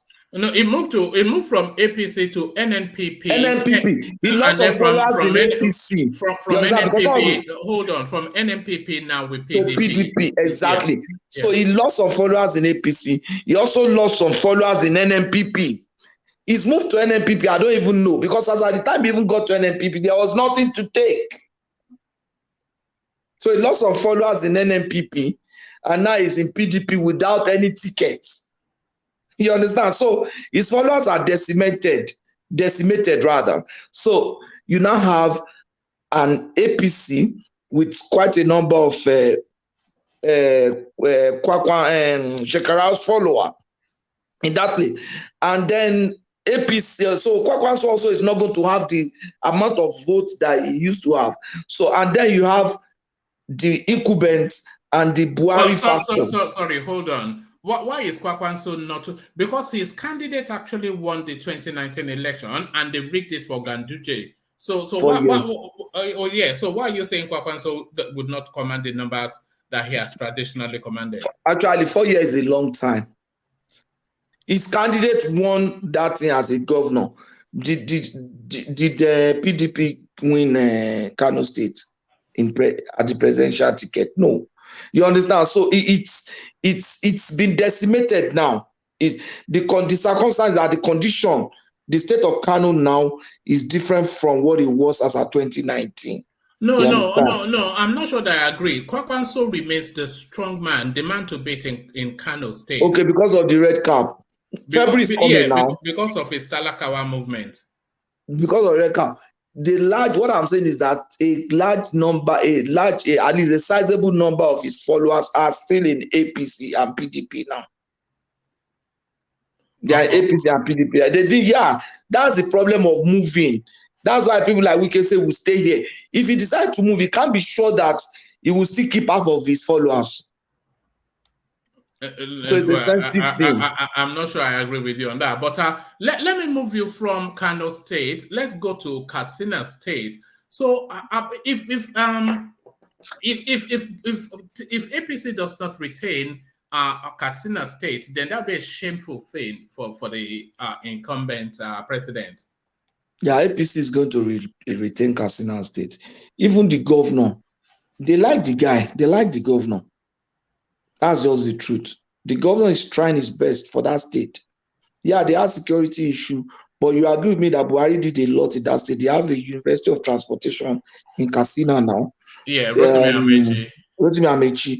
They have a lot of things in that place, and Buhari is there, and the governor is there. You will not hear so much of any opposition noise in that state. Right. Let's go to Kaduna. If APC does not retain Kaduna, then that would indicate to us that El Rufai does not favor the Tinubu candidacy. And he came out just a couple of days ago to reaffirm his loyalty. So do they have reasons to be confident in Kaduna? You know me, anyway, maybe I don't. People just say these are Hausas. For example, they say these are Hausas, we can't trust them. If they say that this Yoruba, who are the Yorubas? Me and you. Why can't they trust me and you? You understand? When I say these Hausas, as if there are some group that are the Hausas. When you didn't force them to give you the secrets. If they didn't want to give him, they won't give him. But because of the experience you have in Nigeria, so those days, which Hausa, this Hausa, we don't trust them. What have they done in the past about politics that we say we don't trust them? The people that did the issue that we had with MKO, they are not just Hausas. There are Yorubas in NRC. This Nduka Obiagbena was the spokesperson of NRC, and he was the spin doctor that was used to start that conversation of MKO campaigning on the day of the election. That was where the problem started. This MKO was campaigning on the day of the election. It was contrary to the electoral rule that he was wearing a cap that had MKO, and his shirt had an embroidery of a horse. And so they say MKO is a slogan, and that horse is a logo of SDP. And so it was an argument, and that was how it started. And then the one that went to court to get a judgment was an Igbo man. Yeah, what's his name again? Is it Aton Zeribe? Aton Zeribe in Zeribe. And there was another Yoruba man. Did he die recently? Yes. Yeah. And there was another Yoruba man. Kinikon, what's this guy's name? Very unpopular. I just came from somewhere. Something Davis. Abimbola Davis. That was the guy's name. I'm talking of things that happened around 1993. Yeah, I remember very well. Abimbola Davis just came, also got a judgment, and that was where the problem started. So which one is Hausa there? You understand what I'm saying? Even though they had their own reason, and that's the military. People like Abacha wanted to say, people like David Mark. Some of the information we had, people like David Mark. So is that an Hausa man? So when I say we don't trust this Hausa, how can you say that about other human beings? If I look right at you, I've done it, I say I don't trust you. I feel slighted to say that to me. To be honest, Patrick, if we're looking at the Nigerian landscape, we'll probably say the Hausa Fulani are the most honest. When they give you their word, and if they utter this word wallahi, then know that you can take that word to the bank. If they give you their word and they end it up, in most instances, so there'll be some renegades out there, but in most instances, if they give you their word and they end it up with wallahi, then that means you can pretty much know that they'll do their best to. Woman, let me even ask you one question. If you are going to a shop to buy something, and Hausa man is in the shop, wanted to sell to you, do you have fear that he will sell you fake? No, he has no reason. If you have an Igbo man in that store wanting to sell to you, will you have fear that he will sell you fake? Well, no, I won't say yes. I will have. In those days, we used to have that fear. I bought fake a lot from Igbo store. Let me be. You are the anchor. You might not want to come out. No. Yes, wait. But because of that, I will not say I don't trust Igbo. It could be that guy. You understand? It could be that guy who I bought fake shoe, fake watch, fake calculator. You buy something and you just take it home, it doesn't work, you take it back, they say, no, we know the collector. Have you not had that experience? To say, no, I don't want it now. You're not ashamed of yourself. You can't even see the fake and real something. Don't you do your research? It's only the price now. When they're selling you something, I trust you enough to buy it from you because you say it's good. Blaming someone that scammed you. When I now return it to you, when I now return it to you, and you know that this was actually what I bought, it's not as if I've changed it. You say, no, we know they collect them. I don't spend the money, I don't carry the money, go, you understand? So, but will I say because of that man that the Igbos are not trustworthy? No, he's just decided to do his business like that. I have friends and classmates who are Igbos and are trustworthy. We look out for ourselves when we're in school. If anybody wants to harm me, my Igbo friend will step up for me and defend me. I will do that for him. So I think it's just, we need to just clear our mind of this thing. Look at this my brother that I used to analyze very well now. Okay, I think he just spoke, Seth. Why would I not trust him? He's very intelligent, he's good. In short, I'm looking forward to meeting everybody. One day, if I come to London, I will see everybody. I'm looking forward to meeting World Peace. Why? You know, I'm planning, maybe in the summer, I'll do like a meet and greet. Yes, let's all be sure. I will take my leave. We'll fly down. I'll fly down, enjoy ourselves. Yes. I'm really looking forward to seeing Kulata, to seeing World Peace, to seeing this my brother that had flu the other time. Very analytical. That the obedient man. Zaki Fada. Daniel Kogo. Why? Even though I've not seen them face to face, I have no basis to distrust them. I'm excited. All right, let's carry on. So you can see the possibilities in Kano, Katsina, and Kaduna. But how is he able to have any inroad in Kebbi? No, Adamu Ailero is his friend, actually. You know, Kebbi and Lagos used to do this rice business. Adamu Ailero is a major rice farmer in Lagos, in Kebbi. In short, he has a very big farm in Kebbi that's extend to Benin Republic. And he's enjoying a lot of, though he's a PDP guy, he's enjoying a lot of support now.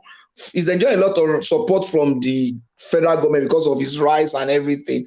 And he was a governor the same time with Tinubu, and they were friends since then. I think they were very close friends. That was how Lagos was involved in that Lake Rice project.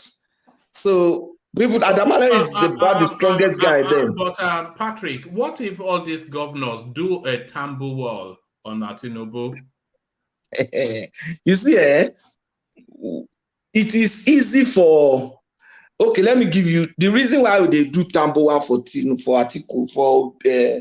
for Wike was because they got to the convention and they saw that things were not what they were expecting. They had to quickly call themselves. It's going to be a bit difficult in this case to do that. You have to mobilize a lot of effort, and there's no way you can secretly mobilize that kind of effort. You know, in the Wike's case, I think I saw the meeting on video. They just called them into one room and talked to them. You understand? In this case, you are going to be difficult to secretly mobilize such effort. The moment you secretly mobilize that, information will move around, then APC will move. So it's tight. It's going to be tight. And you could see Atiku is not as enthusiastic as I expect him to be, because it's supposed to be his time, you know, his chance. But he's not. I think the man is losing the zest to really push further. So it's in already. So Patrick, 130 to 140 people watching the stream, only about 28 likes. Is that right? No. One of the things you do is the moment you join, just click like. Very easy, you know. Can you guys click on the like button, please? Look at your screens and then look. Sorry. So can the audience? Can you look at your screens and look at the amount of people watching, and then look at the number of likes? So see if that permutates. That doesn't seem right. So if you want to help us correct that, then certainly that'll be good. So that will be good. But Kwara and Plateau, I can see Kwara somewhat, predominantly Yoruba, but I cannot see Plateau because a lot of the speculation gives Plateau to the obedience. Yeah, for Kwara, it's also taken. Why? Because the Yorubas and the Muslim ticket. If you remember when Tinubu was contesting for primaries, there was a viral video of an old woman that was awake all through the night, praying and waiting to hear the results. That woman was from Kwara State. The Kwara people are that politically conscious. Even especially they are old women, old people, young people, and they are so strong with their Islamic. It's just that they are not violent. You understand? They are so strong and committed, and so Tinubu is taking Kwara. And with people like the governor, people like Lai Mohammed, people like who else is in that Kwara? But The then governor Lai Mohammed. Kwara belongs to the Saraki now, and the Saraki is a No, PDP. they lost it. Do you know that when that man died, I knew that was the end. When Shola Saraki died, I knew that Bukola would not be able to, because the man had a hold on them, and even though they were not very comfortable with it, but they couldn't say anything. Maybe they feel that they owe him, and so they were with him. Initially, Bukola was trying to do that thing the man was trying to do, and Bukola tried it for his 8 years. He succeeded. But the moment Bukola went to Abuja, in short, the moment Yar'Adua started falling sick, because I was in Ilorin there, I was working in Ilorin there, Bukola started frequenting Abuja. It was no longer most of the time. He doesn't spend time at home in Ilorin, even though he was the governor. You understand? He was spending a lot of time. He was part of that kitchen cabinet with Aduaka and Ipori and all of them when Yar'Adua was sick. So when eventually he left being governor and he brought in this guy, it was not as frequently at home. And it is when the man is at home, like Baba Saraki comes home at least, I think, once in a month. And for the whole of the period that Baba will be at home, he will be meeting every day. Those women will be coming to his house. His house has a very big compound. They have bought an entire street. And so they have an open space, almost like a rally space.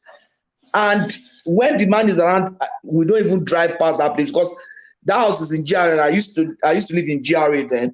So I'll just take another route, because you can't go through. The whole of the street is on lockdown for as long as, if the man is spending 2 weeks every day, the man is with them, playing with them, talking with large number of people. Bukola cannot do that. He couldn't match up with that. So, and people say, Gonshomogidi, they start calling him kind of names, Gonshomogidi, you know. No, I think the Saraki name remains strong in Kwara, and Bukola very much at the heart of the Atiku campaign. So he doesn't have the grip. He doesn't have the grip anymore. No, I think there's going to be a fight there. I'll tell you why. You see, the Kwara North are close to Niger. They are the kind of close to the Hausa, the Taba. I'm talking of Baruti, Patigi, and those Kwara Norths. So they will do APC. Originally, they are supposed to be people like Bio Ibrahim. I will even try to call him to find out what's going on there. The former Minister for Transport, Bio Ibrahim. You know him? Yeah, personally. So bring him on, then let's interrogate him. Now, anybody that knows a politician of note, bring him onto the platform. Okay, so I can bring him on. I can bring him on. So we can. His daughter is in the His daughter is in the cabinet of this governor. The daughter is a medical doctor, a very young girl. She was in medical school then when I was working in Ilorin. She's in the cabinet of this governor, and a lot of other people. So whereas the problem I have with the Saraki stuff is that I think what Baba did, which I know then, because a number of my friends were involved, was that when Baba was leaving, when he brought Bukola, he now used the children of his friends, those his allies that time. He used them to replace them. For example, we are all in this group now. We are like a political group. Now you are exiting, so you are bringing your son. So all of us will exit with you, and we now bring our children to start working with your son. So what he brought people like Banu as Commissioner for Finance, people like Konike as SCR Greek. He brought some people to replace people like Bolaji Abdullahi. You remember Bolaji Abdullahi, that Minister of Information under Jonathan. Bolaji was Commissioner for Education in Ilorin. I used to know him very well then too. And he used those guys, hoping that Bukola will also be able to now rally them and then provide the kind of leadership he gave to the father of those people, and they will retain the states. But it didn't happen like that, because some of them were Lagos boys. They were not into politics before. That's all. He just came and saw opportunity to just get an appointment. So they were not really playing the ground politics. Somebody like Fatai was a manager in Guarantee Trust Bank in, I think, Kano or something. They brought him in as commissioner. Eventually, he became governor. So he didn't really rally those people strongly the way Baba did, because the boys, Baba just brought those, say, okay, bring one of your sons. Maybe that one was in London, they brought him. So they don't really know the politics. So after, with Bukola on ground, because the man didn't die. Bukola was one of the best. I think it's actually even better than his father, governors they've had yet in Kwara State. You know, the father was never a governor in that state. Okay, then that makes him the best governor they've ever had in Kwara State, Bukola Saraki. No, I think Lawal was the best. But Lawal time... Do you remember when Saraki was bringing in all these Zimbabwean farmers and setting up a new agricultural structure? I was involved. At it? That was inspired. Yeah, that's okay. I was involved in this Baba Farmer project. It was a consortium lending with a number of commercial banks in town. I think it was led by GT then. Well, was that not a piece of genius? He brought Western off, the Kwara Academy, the Kwara Football Academy, the Western. Yeah, he did well. Yeah, and you know why? The man was around. So Bukola was doing the performance side of it. His father was doing his political side of things. So, but towards at the end of, even after his tenure, the father was still around. I think the father died during Fatai's tenure. The father wanted to bring Bemi, so they set up a party. Then I forgot which this party. They had you know they are at daggers drawn, Bemi, and they hate each other. That's what they used to say all the time, Jerry. But I mean, they are from the same mother now. There's no, yeah, they could have problem, but I don't think they will have a problem they cannot resolve. You know? Yeah, but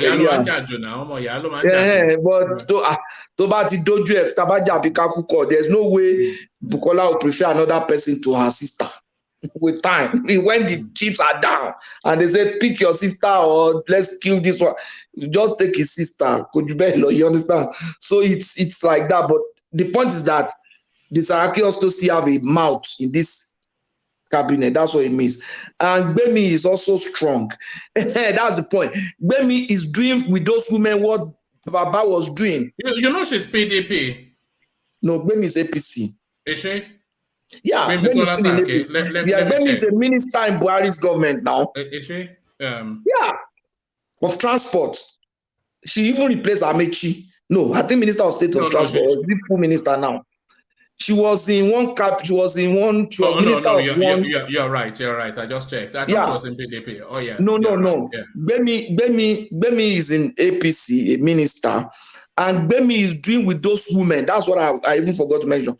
Bemi is doing with those women what Baba was doing. The people say, Bemi, you know, those kind of stuff.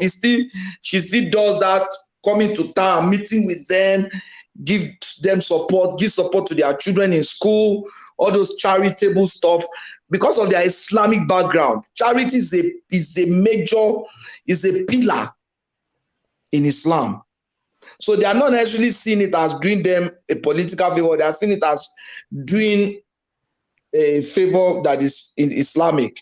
And even when those women are not in need, they can take it, because giving is a good thing at all levels. I don't know the way you want to see it, but that's the way those women perceive it. So Bemi is doing that. So the perception is that Bemi is a good one. But the challenge I have is that because they are mainly Islamic, they are mostly, is a major Islamic, the population there is Islamic, it's going to be a bit difficult to produce a female governor. But Patrick, I thought they know to put their own kind. I thought they know to support. No. That's not the case. I have tried to. You see, it's a fallacy to say that the North supports their own. It's a fallacious statement, and it's not even. It's not. There was a time. Remember, I was telling you about a guy called MKO Abiola who was up against a man called Tofa, who was not only from the North, but from the highest voting space in the North, which was Kano. This guy, Abiola from Abeokuta, which is Yoruba land, not only did he beat that Tofa from the North, he actually even beat him in his own local government. So, and Goodluck Jonathan defeated Buhari who is one of the biggest names that the North has ever produced. So there's sophistication to the way the North votes, Charles. Yeah. So don't let anybody lead you to believe that. Why don't we do that in the South? Is that? Why don't we because the Southerners are treacherous as a people. No. No, so why don't we do that in South? Yeah. Now let me tell you another thing. I think it's directions. For example, when you came to the West, you know, some Western people, they used to see us as Africa as a country. Yes, they still do. Some of them still my do. friend, one of when I told somebody I'm from Nigeria, when I told somebody I'm Nigerian, they said, "Oh, I thought you were African." I just abandoned that conversation because when do I even begin? I just abandoned the conversation. Exactly. Yeah. Alade Somi wrote a book and said, Africa, you are not a country. You understand? So the point is that you say the North. No, the North is made up of states, tribes, and groups too. All those people, they still speak different. Why are they fighting and killing themselves? If there's one tribe and you understand? Why as Hausas, Fulanis been killing Hausas? The Hausa and Fulani, they fight a lot. They kill themselves. Because the Hausas are the farmers. The Fulanis are the cattle people. The farmers, the cattle will eat from the farm and they will start fighting themselves and killing themselves. So people say, the North, they will agree and vote one. Not necessarily like that.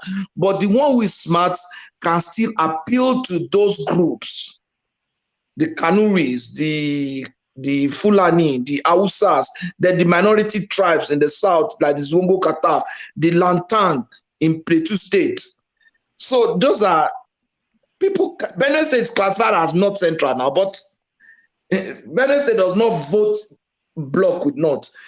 Obi is likely to win Plateau and Benue. Yeah, no, I think so too. So yeah, because traditionally, Azikwe used to win those states. If in 1979, so they don't object to the idea of an Igbo president in Plateau. No. I think Plateau is like to that place is like a place like Lagos, where you have a lot of Igbo and a lot of Delta and a lot because of the climate, just for example. So that's the point. All right, thank you, Patrick. Stay there, but let me bring other voices in so that people are not kept waiting for too long. So thank you for that. You've really kicked it off excellently. So as you always do. So thank you. Whole station. There's still other things I want to discuss with you. I wanted to discuss the comments of the CJN Ariwola, and then these comments by Jabir Miller and the UK are saying that they want Nigerians there. So all of that still to discuss. But let me bring in other voices, and let me bring in the voice of Charlie Boy, who had been itching to come in. So Charlie Boy, you're up next. So to that space then, Bianca Ojukwu, and he's saying then that there's a dearth of leadership in the Southeast. Why would she say this? Their number one citizen, they are the queen of the South, says there is no king. Yeah, because Igbo people don't really have a king, like Yobo have a king of a state. No, I didn't mean a literal king, but okay, carry on. Yeah. Yes, I think she's saying it too, because Igbo leaders don't really care for the people. They don't use the funds the federal government is giving them to develop their state. Like the guy in Abba State, they only care about the money. So I think she's trying to say that Igbo leaders are the cause of their own problem, because if they use the funds, they can make Igbo land better, but they're not doing that. So modernization is not real. It's Igbo leaders causing the problem because they don't really care about their own people. So you do agree with that then, that there is no but why would she say that though, with Peter Obi in with the real chance at the Nigerian presidency? And do you think she's an obedient Bianca Ojukwu? No, I think she probably saying that because she probably saw the attack the governor Anambra State is getting, and she didn't like that, so she's speaking out, probably. All right. All right. And to Tinubu listing all this northern space that he will win, do you agree with him, or do you think he's not giving enough credit to the obedient movement? No, I think Tinubu will win those north. And by the way, Charles, people can't hear you. You can see Yeah, that in the comment yeah. section. They're asking you to speak. I think Tinubu will win the north. He will win because Atiku is losing power. Of PWB. Atiku is losing power. Atiku is not gaining strength at all. Tinubu already know he's gonna win. That's why Tinubu is not doing any hard work. He already knows he's gonna win the election. He's the next president of Nigeria. I'm surprised you would say that. But are you not the number one Southeast champion? So when did you suddenly turn to? No, because I know that PWB cannot win this election. It's too late. Because evil people was not they wasn't doing the political thing right, like you always say. So All right, all right. Thank you, Charles. So thank you, Charles. So Charles, let me go from you and go to Des, who almost certainly will be in a stroke. So Des, are you still in? Here? Of course, you are in the truck. Do you have those sleeping things at the back? Yeah, I do. Why not? I have a lot of shit here. I have a TV. I have my PS5. I have my microwave, fridge. I mean, it's almost like a home. Yes. How long is that truck? How long is it? How long? Yeah, in terms of length of. Just the truck. Say it's like maybe. I say it's like about maybe 12 feet. But if you're adding the trailer, we're talking about 30 something feet. So. Wow. Is it 18 wheelers? Yeah. Do you own it or do you hire it when you get a commission? No, I own it. I told you I own 4 of them. Wow. Look at this guy. No wonder you're able to be throwing down £1 million in anger. Look at this guy. But somebody that is actually that's really throwing down in anger, Bianca Ojukwu. What are you making of our commentary? Do you agree with it, or more to it? Why is she saying it in this climate? I think she actually said it because of maybe the comment that Soludo made. Do you get? Because Bianca is, she's like basically an Anambra woman. So because of that comment, she feels like Anambra or Igbo as a whole, Southeasterners, are not really trying to crown someone, just one guy, you know, the governors or whatever, crown this man and say, okay, this is the man you should go for. You see what Soludo is doing. We see what all the governors in Easterners are doing. No one is actually, bringing his full chest to support P2B. So I think maybe her point is based on the fact that there's no no unity between this leaders that say, okay, let's support P2B, these governors, let's support P2B and carry him along. So I think he's trying to. Has she come out as an obedient? Oh, she's been obedient. Like, I mean, right from the time. I mean, she was the one that started, that basically ignited a little bit of disobedient stuff, bringing out that comment with, when P2B attended the wedding and all that stuff. That stuff went viral. So she's been an obedient, woman. That's for sure, no doubt about it. Um, it's just what she was saying anyway. All right, let me take you to Tinubu's rally in Lagos State. So of course, the every pushback, MC Oluomo, Isagbero, the people were bought and all of that. 1 million people turned out. So there it is, right there. There's mass support for the guy. There's no equivocation about that. Oh man, you see my comment now. How many Aboros does Tinubu have? Yes, It's crazy. A million. A million It's crazy Agbero. how many Aboros that man An Agbero is a human being too now. It's a human being, unfortunately. Unfortunately, they are all human beings. But with the crowd, I'm not surprised. I mean, anybody can pull crowd in Lagos. I mean, we see what Kwankwaso pulled. So anybody can basically pull crowd in Lagos. There's no doubt about it. If P2B comes out now, you'll be like, oh my God. Well, I mean, I'll be in Lagos then, don't worry. You'll be like, oh my God, what is this? You get? So it's not really about the crowd. I think it's about, those Do people you think actually. when Obido's rally in Lagos, do you think they were trying out to do Tinubu's crowd? And One man out. do you think he was going to get? I'll recommend you don't go, by the way, because there's a very good chance it might get violent. And it's not gonna be violent because the crowd is gonna be bigger than whatever is gonna come out.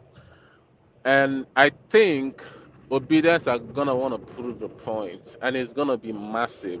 I mean, we've seen more obedient rallies than I mean, we've seen more crowd than Tinubu can bring out, even with Obi not being there. Do you get? Even with Obi not being there, all the obedient rally in Lagos is more than what we saw. Do you get? So I'm it's not the sure about fact. that. No, no, No, it's one man, not. It's not. one man, one man. You make me go and dig it out, but I'm not One going to. man, But one man. There were almost seven randomly simultaneous rally in Lagos, and they were all crowd, thousands of people simultaneously in different places. So imagine when all these five people come together, then you can imagine what they're gonna be. That's what I'm trying to let you know. So if you're talking about crowd, I don't think Tinubu has more That's crowd. sorry, Jerry. That's the problem. They might not be able to come together. Lagos is not the kind of one place rally environment. I'm sure that Yeah. crowd you see in the stadium, I mentioned that crowd you saw in the stadium today is not the amount of crowd that Tinubu can pull. The crowd is just about maybe three times bigger than what MC Olomo pulled in his rally. You understand? Because people Yeah. don't really can't come together and stay in one place like that. That's the issue. I mean, I know. He still pulled a lot of crowd. I'm not gonna, deny that fact. But yesterday in whatever city, there wasn't one man was saying Momo crowd. I'm like, where is the Momo crowd coming out from? I was just laughing in my mind. I you don't don't want me to understand. show you? Do you want me to show you the clip? Don't There show were. me. It was from Ikeja to the lagoon. That's how far it went. From No, no. Ikeja to the Today, lagoon. I mean, Today, like I said, yes. today was a mammoth crowd. But yesterday, that when you were saying about, I'm like, where is it from? You get? But today, I'll be 2 days ago. Today there was a lot of crowd, no doubt about it. But I think if P2B does rally in Lagos, You know where there's not a lot of crowd. There's where? in the on the like button. There 140 to 100. Sorry, I'm going to go on about it because at least let us hit 100 likes one of these days. Even 140 to 150 people concurrently and only 50 likes. But guys, do the right thing. But no, Tinubu's popularity, whether it's bought and paid for. And by the way, the one thing that might surprise you, Tinubu is the most known politician in the field, not the most popular. So make that distinction. But in terms of name recognition, is the most known politician in the field. So you would expect that he will pull a crowd. First of all, let's give let's say 5 minutes silence for people to. If you want to still hear my voice, click that like button right now, Yes. and let's move on. Yes, Okay, please. 5 minutes silence, or 5 seconds. Sorry. I'm not sure that will encourage them. If they don't want to hear your voice anymore, then they should click the like button. Maybe that will work instead because the things you say, they're a bit yum yum. I'm a carry I know, away. I know that a lot of people that are not Eh? clicking this like button are obedient. Yes. So I know obedience are just a lot in your platform. So don't. 55% of my followership, they are Southeasterners. Yeah, that's to tell you, 55%. one man. That's to tell you, if you come to your platform that is Tinubu's platform, obedience are the one even pushing you through. That's to tell you that I don't even know how this election shows you that even in your platform that we are dominating. Do you get? There you are. Dominate the like button. Dominate We're the like dominating. button. So Dominate the like button. You That's don't the want word. DOG. You don't want DOG to come and call you bingos now. You don't want DOGs to come after you. Obedience, eh? obedience. Only DOG will come up with the name. Obedience. Eh? Obedience. Let's help one man. Please click that like Yeah, button obedience, you know. and let's go. Okay. All right, Obi will be president if you click the like button. Let's see if that works. So talking about will be the president, Tinubu permutates his route to the Aso Rock seat, and he like everybody else. So there's no magic to what he said that the victory will be had in the north. And what he's giving to himself are Kano State, Katsina, Kaduna, Kebbi, Kwara, and Plateau. So I can say Katsina for reasons of it being Buhari's home state. If it is El Rufai's will, I can say Kaduna. But Kano State, I can't see an outright taker. It's going to be marginal and votes will be shared. I don't know about Kebbi or Kwara. I think Kwara he may well get for reasons that there's an abundance of Yoruba people there, but everybody says Plateau State goes to Peter Obi. So what are you then making then Tinubu's permutation that his victory is going to be in Kano, Katsina, Kaduna, Kebbi, Kwara, and Plateau State? This 3 or 4, 5 state he called, is it where he wants to win and win the election, or he already had the other parts in his pocket? I don't get it. Well, no. There are traditional spaces that are predictable in the pattern that they will vote. A lot of the permutations, the southwest to Tinubu, the southeast to P to B, and Atiku takes Adamawa State, but then the the victory will be won in the north. Yeah, I mean, of course. But even if you still do the math where he was, I mean, 5 states or 5, 6 states that he said that it's gonna be a battle for him to win, that he's gonna win it. So if he wins that 5 or 6 states and wins southwest, where else is it gonna? How is it gonna be the president if he wins this? 9 or 10. I don't see how it's gonna be a president if that is his permutation. But anyway, I think that in Kano, to be precise, I don't think that he's gonna win it, and he's not gonna be. I don't even think he's gonna be second, to be honest with you. I think he's gonna come third. You know, Ganduje is one of his strongest backers. One thing you have to understand. I think when they say Northerners vote for Northerners, no, forget all that now. Is a true word, because now, if the reason why Ganduje and Kwankwaso was battling it then, if you knew, is because it's a gubernatorial election. Ganduje is not in the ticket. Do you get? If Ganduje was in the ticket, then we'll be having this Ganduje is a supporter or whatever. We'll be having it. But because Ganduje is not there, I think the Ganduje won't have any effect. All those people that voted for Ganduje is gonna gravitate to Kwankwaso. That is what I know for sure. Do you get? So I don't see Tinubu getting. And by the way, there's a bitter rivalry between Ganduje and Kwankwaso for the heart and soul of Kano State.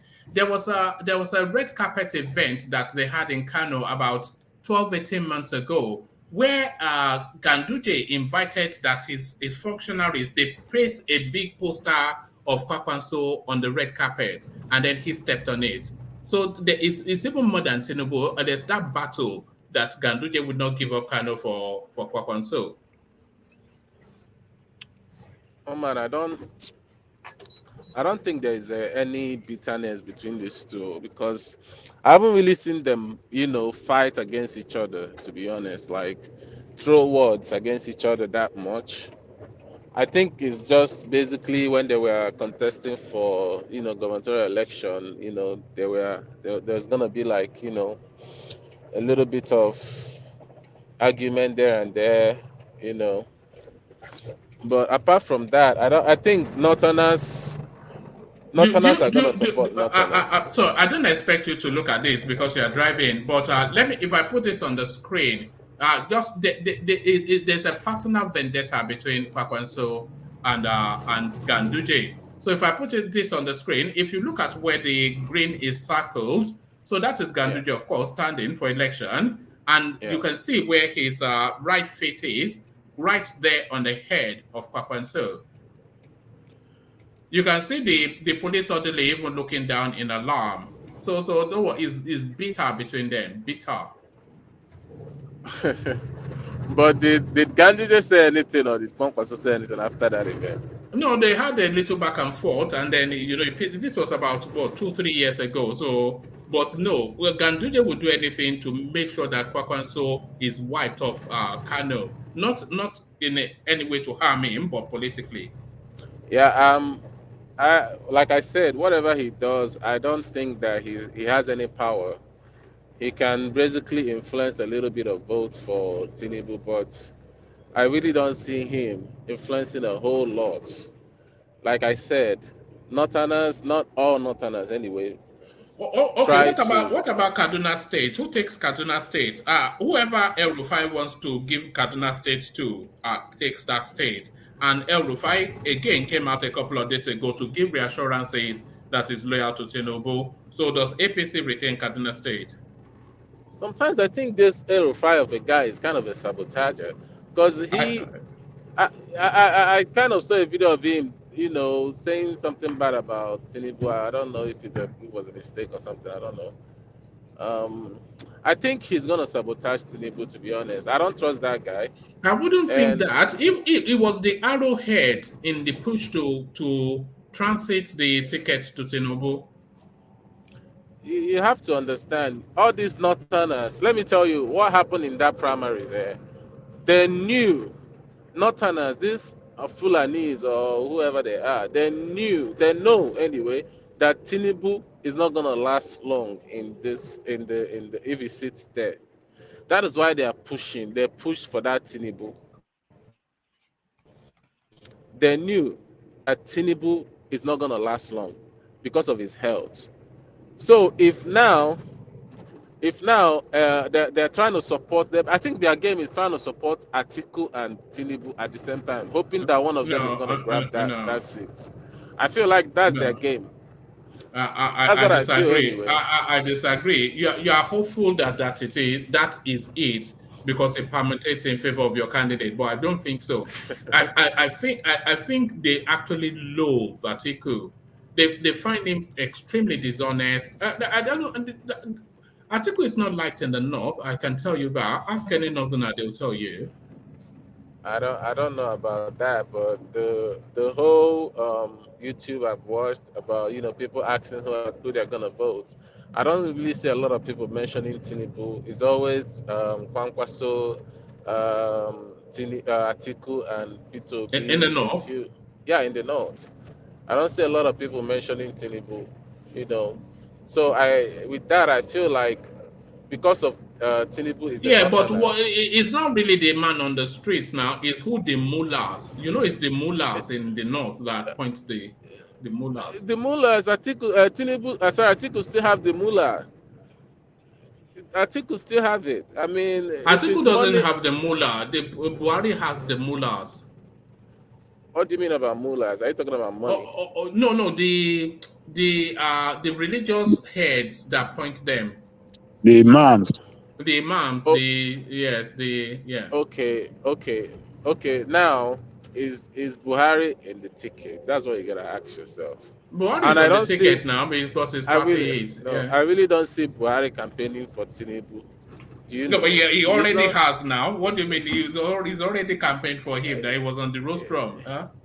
He was there. Do you know what is like campaigning, like gingering, like telling everybody to vote?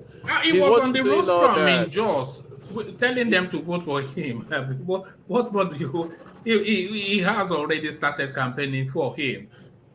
No, he hasn't. One man, he hasn't even. Uh-uh.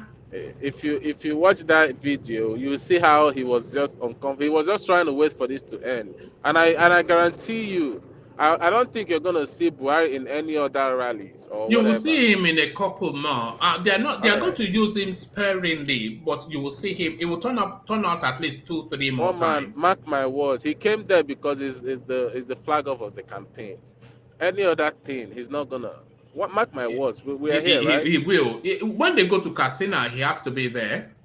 If he's gonna be, how many rallies have they done now? Have they been any in any of Yeah, them? he's not going to be at No. every rally now. He's the president of the country, and he's an I old thought you man. said he's campaigning, but you're gonna see what's it called? The Hope You expect him Uzodinma to be mounting everyone, rostrums all over the and place, Buhari? you will see what's it called? This Akwa Ibom guy. They don't have to use There. Buhari more than 3 times. They cannot use him more than 3 times, and they will use him. They've used him onto, but he's campaigning anyway because we've seen him on the rostrum. So I'm not quite sure what you're saying. I don't know, Did you but I not see him feel on the rostrum in Jos? that's just Joe. That's what I'm saying. The flag off. I don't. I'm not talking about Was the that not flag a off. rally? Was that not a campaign? It's just kind of paying. It's just like a courtesy, pay respect Courtesy. or whatever. Like do the needful. I'll call it do the needful, Do the and needful. rest. He didn't And do the needful when Nigeria was flooding. He went to South Korea. So it well, does. It's not. You don't worry about that. It's campaigning anyway. So that's a factual inexactitude. What you just said, because we've seen him campaigning. we've seen him once. Let's hope to see him again anyway. All But right. I doubt it. Yes, Um, yes. Why are you hesitant to I don't you know hesitant to flag, why man? one man. No, you when when when they did their primary, Buhari, when Tinubu won the primary, he handed over the flag of the party to him. When they flag up the campaign, he handed over the flag to him. What else? What kind of support do you want No, Buhari to fully give him Ajali that will Koko, prove to you that Buhari is supporting him? do you think What kind of support? Ajali You want him Koko, to be campaigning every time, going all out every Ajali day with Koko, him? Hmm? if Ajali Koko, do you think that Buhari has forgotten that Tinubu embarrassed him in the national television? Do you think Buhari has forgotten that all of a sudden? No, I think Buhari remembers that Tinubu gave him the Thank you. presidency. He remembers Tinubu gave No, him the presidency. he didn't give him any presidency. He did not. Buhari, My Buhari God. has been having how many votes? Millions of votes before Tinubu even entered the space. Right, and where has those So votes? Where has those votes led him? So if you say Buhari has gave him the presidency, No, yeah. that is Where has those votes led him? The votes he So, has been like having. that's my what you are friend. saying now is that Buhari is not going to support him. Buhari will not I, support him. So, who will Buhari support now in this race? Buhari is just gonna be on his own. I'm telling you He's not this. going to support He's anybody. not gonna. He's not gonna. He's just gonna be on his own and allow what Buhari is gonna do. I feel he's gonna do, because who he wanted Mm-hmm. to be the candidate didn't come out. He's just gonna make sure the electoral whatever process is went the way it should be. That's what I feel he's gonna do. For him, Oh, trying to use his power to cheat or whatever, I don't think he's gonna do this. all right. You're breaking Do you off. get? You're breaking I off. don't think he will. All right. Thank you. There. So there's Okay. let's take down the testosterone a little bit and have a different voice. Just to change the pitch of the voice a bit. I was going to go to HO, but I think she may well be in conversation. HO, should I come to you or are you on the phone? I'm ready. All right, brilliant. Good to have you, HO. So HO then to the space, Bianca Ojukwu, there is no credible leader in the Southeast. Is this something, do you sympathize with those comments? And can you think of the reasons why she would have said such a thing? I think she's right.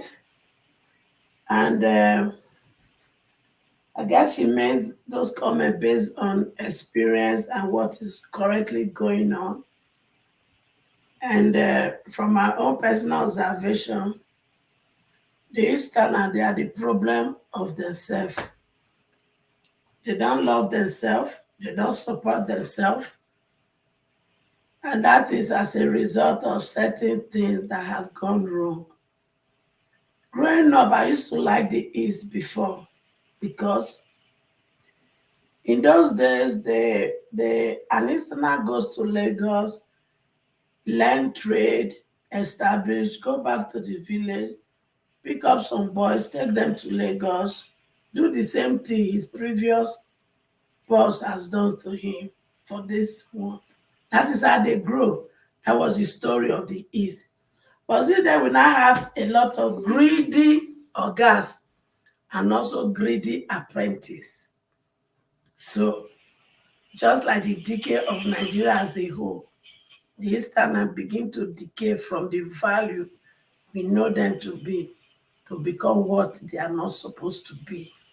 And I guess based on experience, Bianca is 100% right with that statement. But do you think she should be making that statement at this space in time when when there seems to be a coming together in the southeast for a common purpose, which is the Peter Obi journey? So if she's inviting the thought that there is no leadership in the southeast, is that not somewhat anti obedient movement? That sort of statement.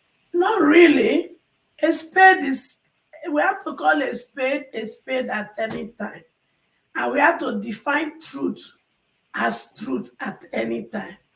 When we call a spade, or when we call truth to be truth, it doesn't have time space. It is high time we tell the air that the same thing that is happening in the East is also happening in Delta State where I come from. So, as children, we were little when the real things of good leadership, what they are supposed to be, was told to us. And now we've grown up to become adults. We just see what their greediness and selfishness has caused our people. Our young one has become what they are not supposed to do, become, because of this greedy leader. So it is high time people like us and Bianca should speak the truth to their face and let them know we have grown to understand. And because we have understand, we want to put them where they belong so that we can take our destiny in our hand and let them go. They were supposed to be leaders that were supposed to teach us the way forward. But no, they are leaders who have destroyed us, destroyed the destiny of our children. And even our unborn children has been destroyed. But you know what? People like us and Bianca, we are coming back as women who want to protect and deliver their chicks from the hawk. And they are hawks. We will take our children's destiny from there, whether they like it or not. But Echo, what about Patrick's argument that Bianca coming out to tell us that there are no real leaders in the Southeast is somewhat a condemnation of our own husband, who for a very long time was the primary person, the alpha male in the Southeast. So for her saying that is her essentially admitting that the husband did not groom a succession plan. So is this somewhat an indictment on our own husband, her comment? Well, whether husband or no husband, truth is truth at any time. So whether her husband did not do his role to groom the people, she has observed, she has been with it, she has seen all this. I don't think she's saying it because it's not her life. She's saying it because this is what she has experienced and observed. So if it affects her husband, that does not mean she won't speak the truth at any time. But why is she not stepping up too as a leader? Did they say it's only man that can be leader? Why is she not being a leader instead of going to slap?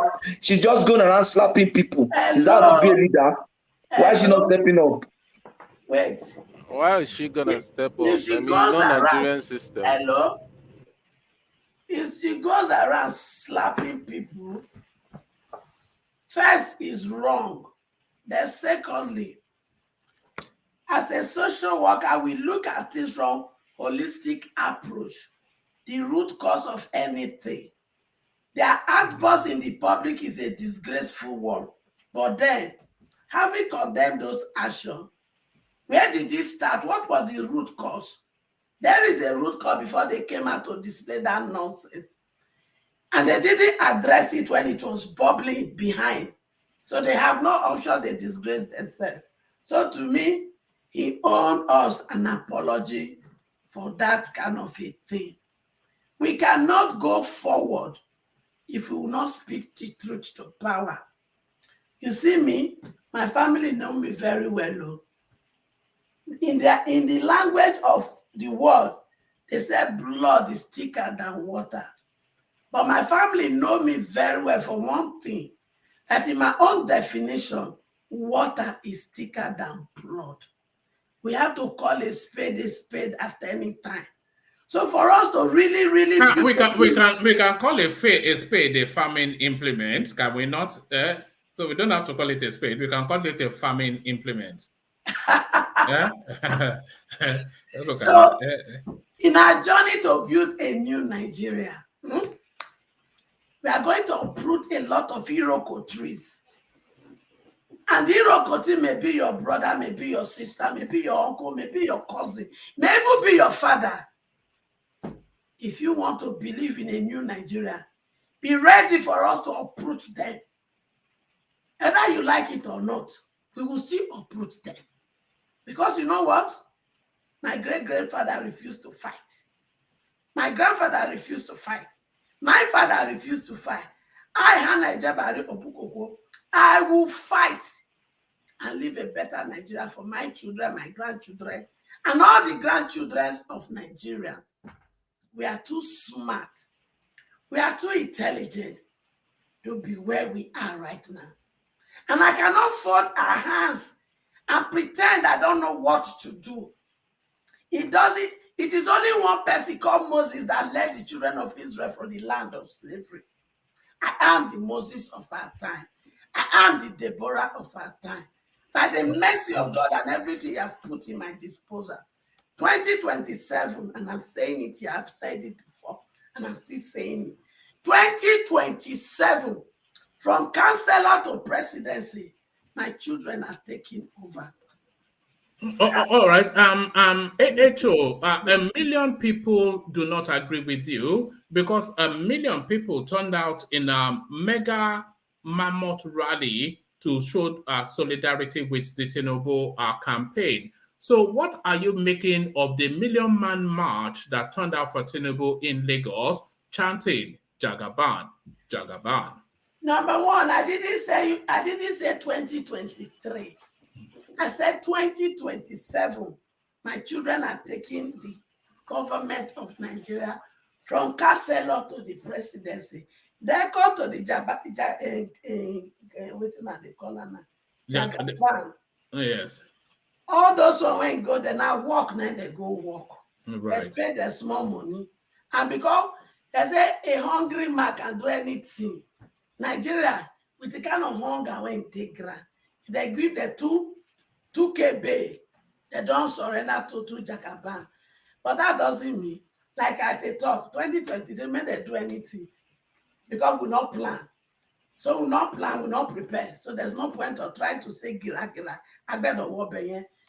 If we do and we enter, fine. But if we not do and no problem. When you plan and strategize and prepare and groom your children well and mentor them and educate them and train them, they go no say, area mama na two edges sword. If we let you enter, you go mess up. We go don't teach our children when they grant their constitutional right. They go vote you come back home. So no two story. These are all the things we are going to train and prepare our children ahead of time. But you see those mama crowd, and 2,000, 5,000, I bring them go there. They go chop daily bread. And there's no harm in eating daily bread. Because hunger, it don't become weapon. And if they give the 2,000 to chop daily bread, if na me I go gather, now hunger, they beat me for 3 days. You can't give me 2 bed. They can take it, mama, tortilla food under the bridge. Why would I go do it? So now what happened with that, bros? All right, brilliant. So talking about planning and strategizing, HO, Tinubu has planned and strategized and is plotted a path to Aso Rock via Kano, Katsina, Kaduna, Kebbi, Kwara, and Plateau. So Tinubu is telling us that with this state, he will seize the Nigerian presidency and the Nigerian state. So can you see then any of these states, if only even some of them, that will go Tinubu's way? So do you think if we are saying he might likely get Katsina for reasons of Buhari being there, Kaduna with the influence of El Rufai, but do you think Kwara, Kebbi, and Plateau are too much up for grabs for Tinubu to be as confident as it sounds? HL. The truth is, if you never write exam, they give result and rubbish be that. But you see, because they don't weaponize hunger, and they know say they go buy vote, just as he buy vote to clean the primary election. Now, what thing they depend on be that now. But if we remove, say, not give any person shishi, make the typical Nigeria just waka inside poll, go press the ink, Tinubu not they win nothing. But because he don't capitalize, say these people, want that, about if you want 2,000 buy, one man share that fanny. So don't me a bit in power, one better share. So based on rigging, now she go in go tell me. Does it necessarily have to be based on rigging? The whole of Nigeria have been chanting Yoruba Lokon, and have you not been? Yeah. A bit of power, bogo one you want jìyà. Therefore, all of them they suffer. No normal person when he had correct. If they not give him anything, go come waka go there saying they press APC. It not go happen. But when they don't have they don't have a credible alternative now. What's the credible alternative? Wait, it's the offshore when they take win election. You know, say that they fling the money when they bribe them. So that one is not a free and fair election now. If I want to talk of free and fair election, let people walk into the polling booth and don't give them any incentive called bribe and let them vote and see whether Tinubu will win. I've been article won't win. Yeah, but it's not going to be a free and fair election. It will be free or foul, fair or foul election. That's what that's the tradition, fair or foul. That in is not free or fair. 2027, na free and fair election will go to enter meet because we don't do our work well. So you see, Nigerians. So is that where the obedient movement is headed? 2027. Obedient movement? No, yeah. I'm not happy that one. No. Now my son was already enter power for 20. Oh, so okay. All right. So, well. So my children in Nigeria, Mama, make I tell you the truth. If I collect 2 pie and sugar and rice, and I can go vote the wrong person, me I not go suffer. I not go suffer. Now when I begin, they not let get work. I be not when I children, I also they do nonsense with. So make una collect, make una vote rubbish.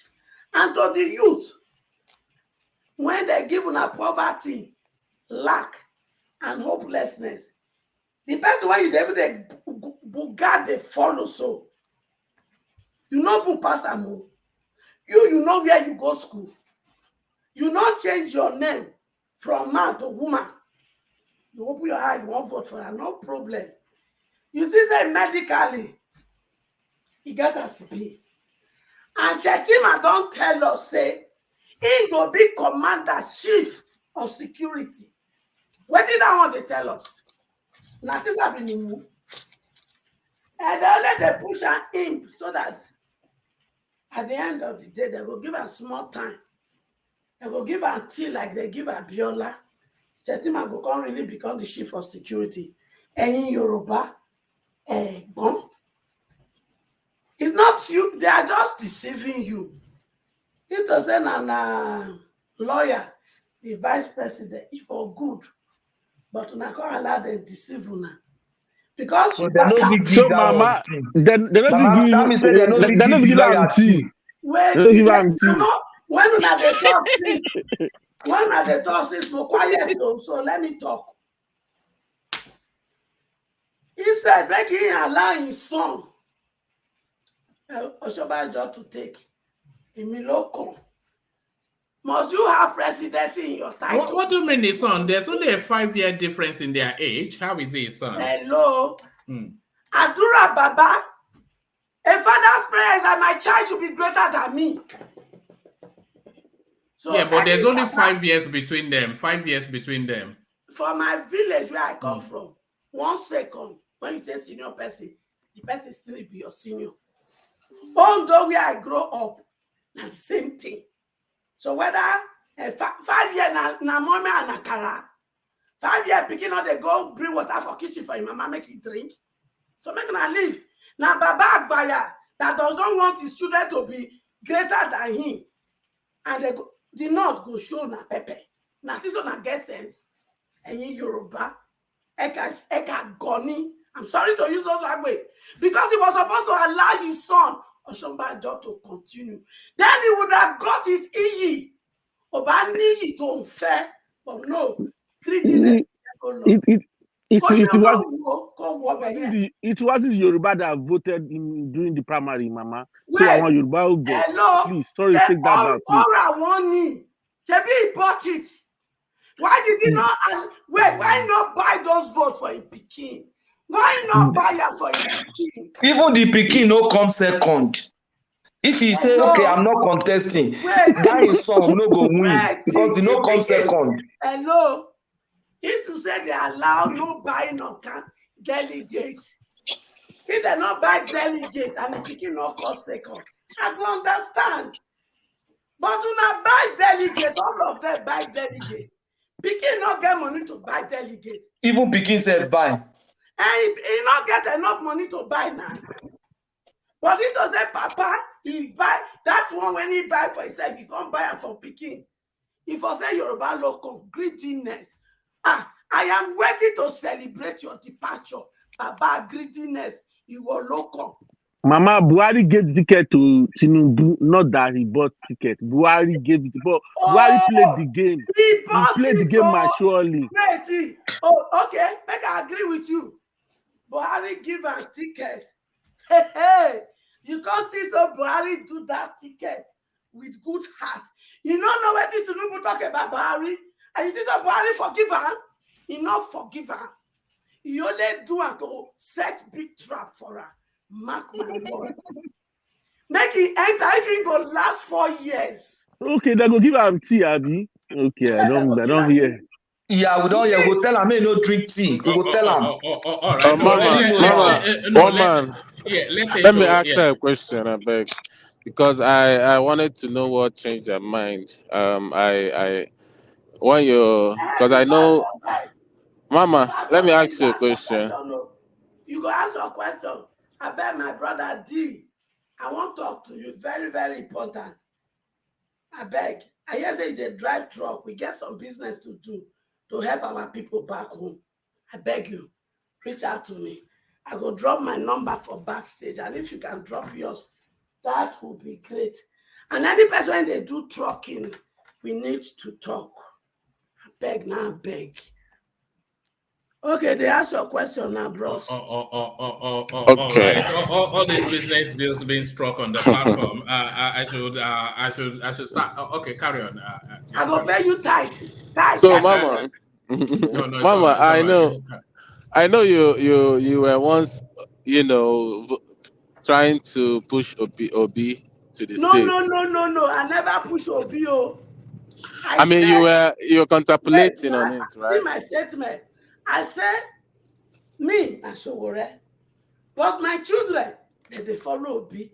And as a good mother, I have to follow my children. So now say be. Okay. So I basically, because you are like, Showore is you want Showore to be there. So what happened? What is it that you have against Obi that you don't want to support him? I just wanted to know that. Okay. I not say I don't want support. Just hear me. Waiting I get against Obi when I not say yes, as I dey talk to Ore with all boldness is this. Obi tell me say Atiku na him mentor. Hey, how can person when he collect 16 billion can't give us darkness go be your mentor? How can person when he sell 90 when they not going to pay the staff of 90 their necessary money, it go be your mentor? How can all the thing when they say of what advantage has he brought to Nigeria? Did he elevate our suffering or added to our suffering? How can that person be your mentor?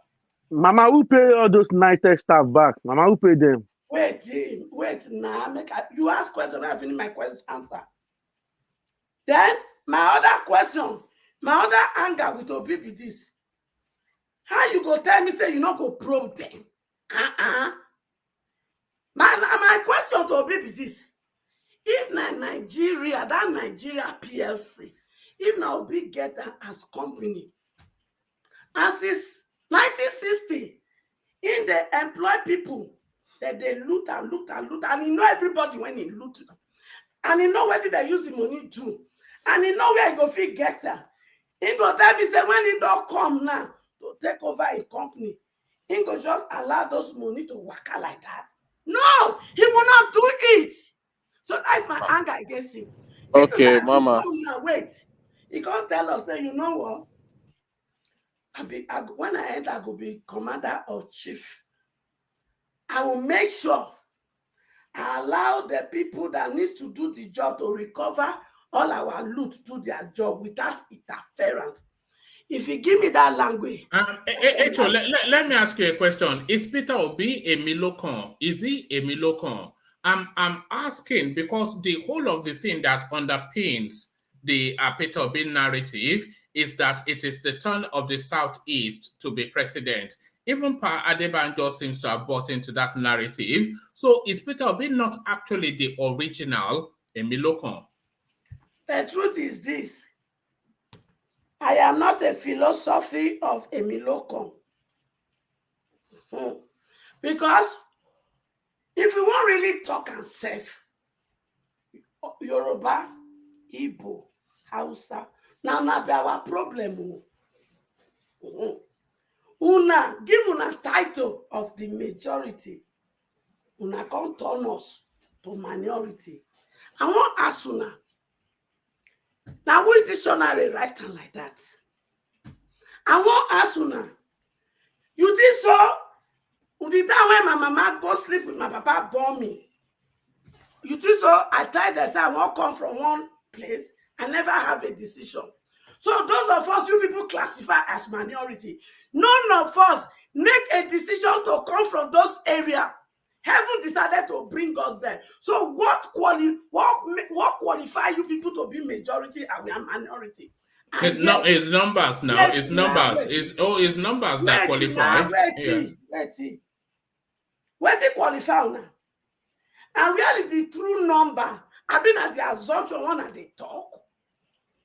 Where is the true number? When go fit us okay, we counter with accuracy. Igbo get this number. Yoruba get this number. Hausa get this number. Then when it come from all the different minority want to classify up. Until you people bring us statistic number, everything you people use to define not is. We've had about 4 census in Nigeria, have we not? Good. Now make Hausa, they go count their goat, they go count their sheep, they go count their that's cow. just an urban myth. That's an urban myth. They go take and give us the population. That is why my children has to come into power so that we go do real census and know the truth. Okay, Mama, I wanted to say something here. Okay, now, you said that Obi said Atiku is his mentor, right? Mm-hmm. The truth is that Obi have never said anything about Atiku being his mentor. What he said, Mama, let me tell you what he said. He said different from my own. He said he's his boss. He's his boss. Before. So now even worse. Boss even worse. Listen. Now it's his boss. Obi has used mentor before. So if you use his boss or was his boss? Are you saying was his boss? Was his boss anyway? No, if he's still his boss, it's even worse. No. Hold on. Yeah, said he is boss. Not in the past tense, but in the present continuous. But there's nothing to be. Hold on. There's nothing to be read into that because within our Nigerian space is a way that people acknowledge respect for Yeah, seniority. So I don't think he's fighting him in politics now. So clearly, yeah. yeah. Clearly, Mama. One thing you must know: there's a saying that says, "Keep your friends close, right, and keep your enemies what closer." That is a Wait, saying, and Bros, yeah, make you match small break there. I come here openly. I said Nasho will be my candidate, right? yeah. But because my children they do Obi, I not get choice. As I was clear, is Obi clear?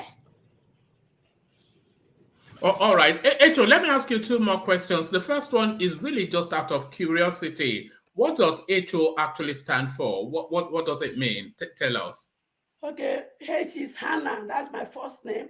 O is Obuko, my last name. All right, so that's just your name. No, I mean not just, but that is your name. All right, thank you. And one man, what you're So, saying that Obi is Omi Loco or whatever. Obi yeah. has never come out. I don't know why Obi has never come out and said he's Omi Loco. So please, when you want to say something that the man actually No, said. no, hold on. What is propelling the obese narrative? Is it not a Milocon?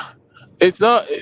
Some people believe. Some people That is the turn believe of the southeast. is the turn of the south, and they have That's a all Milocon rights. now. That's a They have, Milocon. they have all rights to think that Tinubu No. has no Yes, rights. yes. I'm not Tinubu has talking, no rights to but say. I'm not. But I wasn't talking about right. But I'm saying that the original Of, Emilocon is Peter Obi. of course, if you have the right to say Miloko, then you say it. People will You can say understand it it. now. There's no such thing as But a Milocon in politics. but It's when you Nigeria Locon. Nigeria Locon. true, which is what Obi says, is Oh, Nigerian stone. look at Thank you that. very much for making that statement. It's Uh-huh. Nigerian local, which is what my principal says every time. It is Nigerian stone to take their country back, which we're gonna do. So Take it one back. man, thank you Take it back for from what? Is thank you for Nigeria under helping me out. British rule? Thank you for What are helping they? me out, one Is it man. under British rule? Who are they taking it back from? I But beg you, I Nigeria. sing one small song for now. Showore, Showore. Make we take it back, oh Showore. My song go take over Nigeria. you know, it's only Ajale Koko that is allowed to sing here. You will get fined. It's two goats, In my bros. a bottle of gin, and a keg of palm wine for singing without Ajale Koko's permission. Two Oh, goats. that not be problem. The man when won't marry me, he go first pay those dowry to all of them. So Yes, uncle, my yes. husband to be go pay you before he marry me. You hear? Now let's Amen. now sample what you want. I've been now. You know that's apparently what I pass my strength. But let me take you to this space. Let me take you away from politics, HO, to the heartwarming narrative of this young lady from Kenya. God wiped my tears. Former house help says as she shares photos of a house she built. So this girl started her life as a house help, and then she ended up on the street hawking stuff.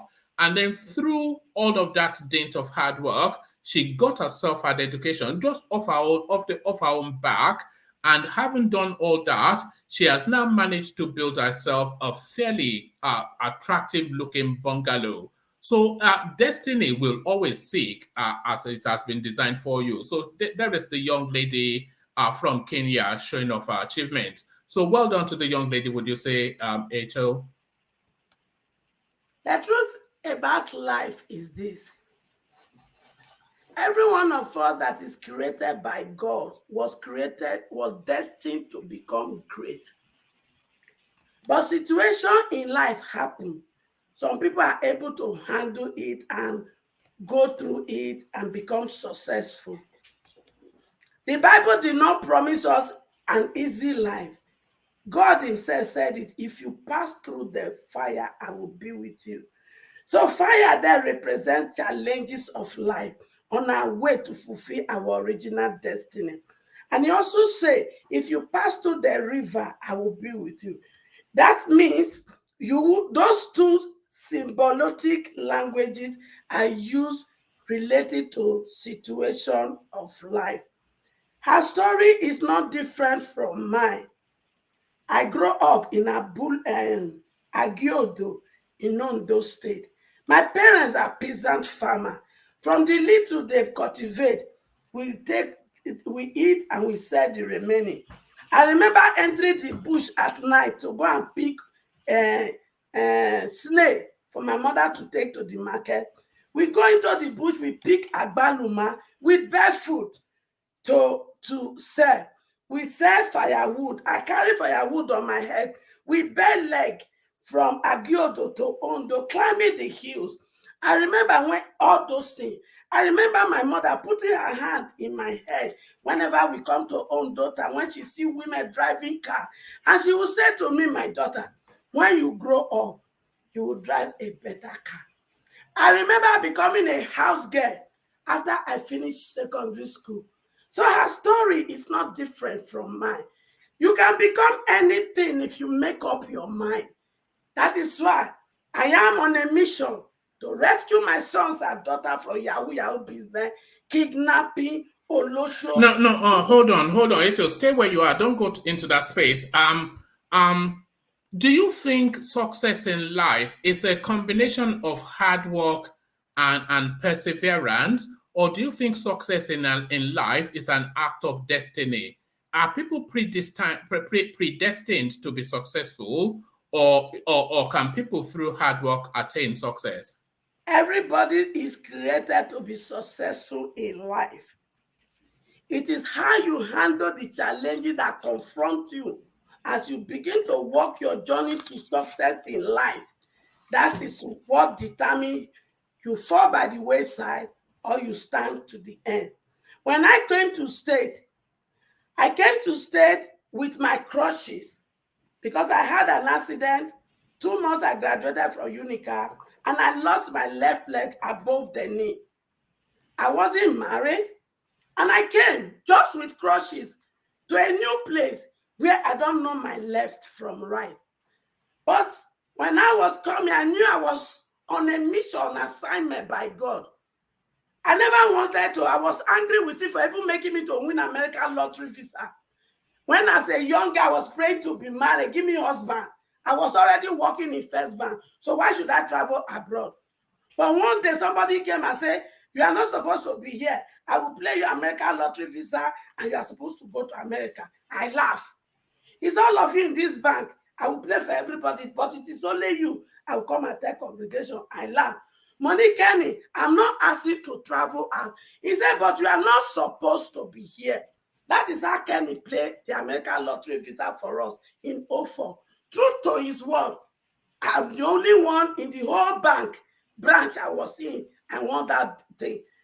Even with that, I still did not want to come because I don't know how I'm going to survive in a place I don't know. Even though I know the brother Bode that I was coming to start with, but how can I start in a country I don't know nothing, with the cultural difference and all, and with a crushes as a lady? How am I going to do? I fought it. I don't want to come. But then I met my father in the Lord. Then I asked him, should I buy one-way ticket or two-way? He said, Lord, God said you should buy one way. So I bought one way. Even with that, I saved money when I wanted to buy ticket to go back to Nigeria. I did not resign my work. I took my leave. I ended up for a year. I was angry with heaven. When I come here, just a month before my leave finished, I got my Social Security. I got my green card. I was angry. But I know Baba was doing something. I said, Father, you are just bribing me to stay. I don't want to stay. But then I asked myself, if I go back to Nigeria, knowing fully well that some people have been here 20 years, 15 years, they never get that pie. And they got back given to me for less than a month, just bribe me. So when I want to tell people, he bring me to Nigeria. Now I force myself to. When I can't force myself stay, now because I want to go school, because what I like to do. I can't say from my heart that they like to help people. Now I can't go do social work. Little did I know all this were preparation for what I'm about to do or what I am doing, starting. We started Andamo Go Journey 3 years ago. COVID-19 not let us do much.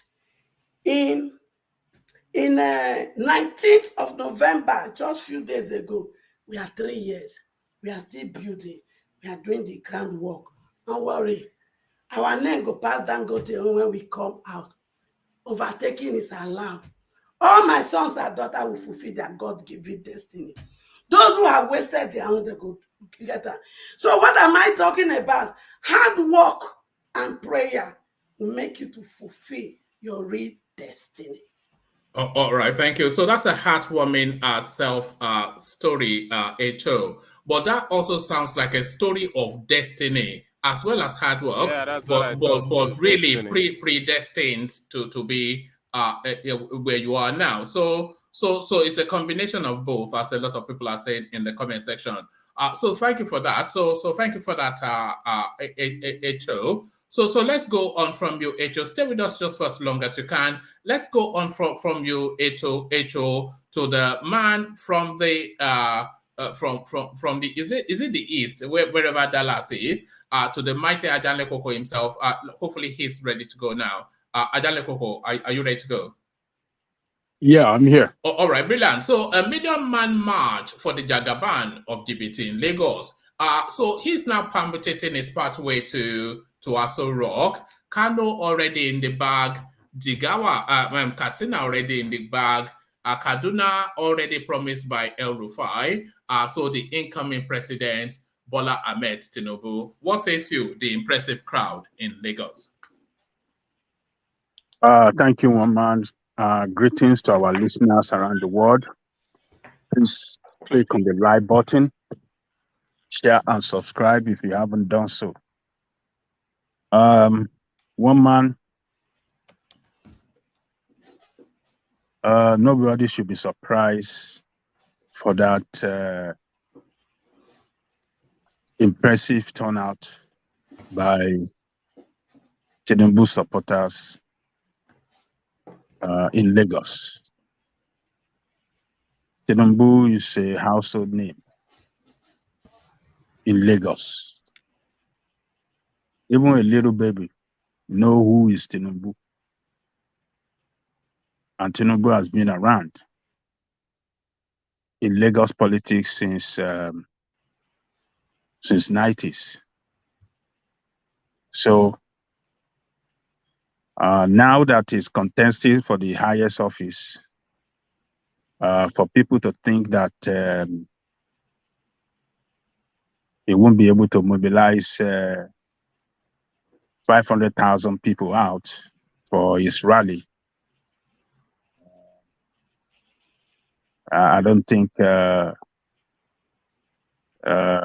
whoever that think he won't be able to mobilize 500,000, I don't think those people really know who Tinubu is in Lagos politics. So I am not surprised. I know if that rally is scheduled to be held for another 1 week, every day for another 1 week or 2 weeks, you will see such large crowd every day. Tinubu have the capacity to do that in Lagos.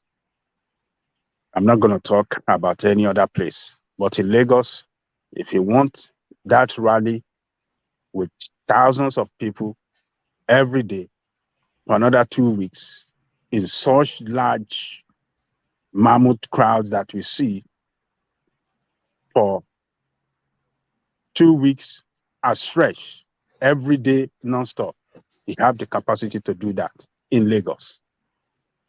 He have all the resources to make it happen. Nobody can compete that with him in Lagos. So I'm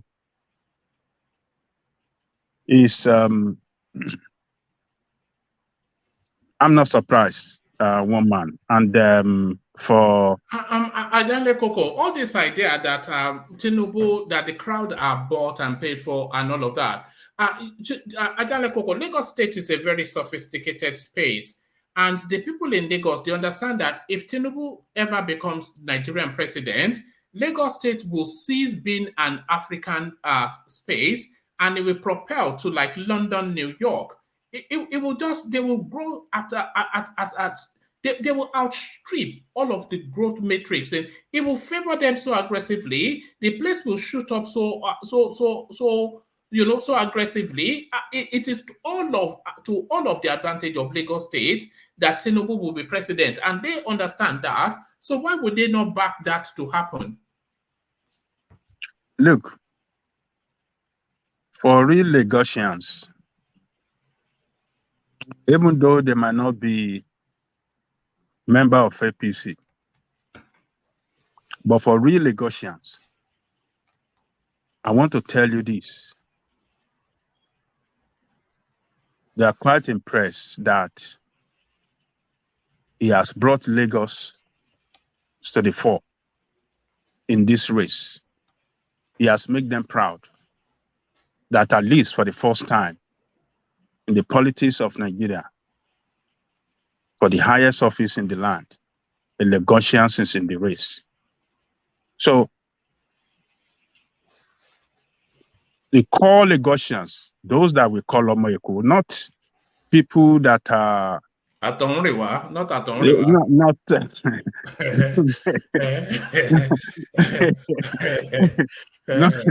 not people that describe themselves as Lagosian because they were born in Lagos. Even people like us cannot claim Omoyeko because we know those that are Omoyeko. We are Yorubas, but we are not. Alexander Gomez is the only Omoyeko. Yes, Alexander Gomez, the Galloway and the Fernandez, the Salvadors, the Finis, and all of them. So all of them, I'm telling you, politics apart, they could build in different camps, but I mean, for the first time, they're having this opportunity. Look, majority of them are behind him. Absolute majority of them are behind him. They could be in different camps, but at least they see one of their son, that look very bright, that it could be the president of Lagos. So, for some people that said, people were bribed or they were paid to come and this. Look, let me tell you this. In politics, money play important role. Money play important role to organize people. Money play important role to mobilize people. Money play important role for logistics. Money play important role to make things happen in politics. So even in marriage, everything, money play important role. What are we talking about? Ajalikoko, why don't you say Nigerian politics? Because when you say in politics, it's like you're basically generalizing even in United States where you are in right now. Well, okay, let me limit it to in Nigerian politics. Yeah. Money play role even in US, but they play different role. But let me go buy vote, but money play role, organizing those rallies and everything. Do they spend organizing rallies? There's nothing like money. Organizing rallies or buying people to come to organizing the rallies doesn't cost money. They fly there. They don't buy fuel to put there. They don't. What are we talking about? It's just that money does not buy votes. That's what you will say. But money plays another role. Patrick, when Ajalikoko says money plays role, we know exactly what it means. It's not about this flying plane. We know what it means. Do you get? So, people can call it bribery. They bribe people to come, but all we know is that able to get people to bribe to come to rally, you must have group of people which are known or which is known as structure. You must have well-organized people at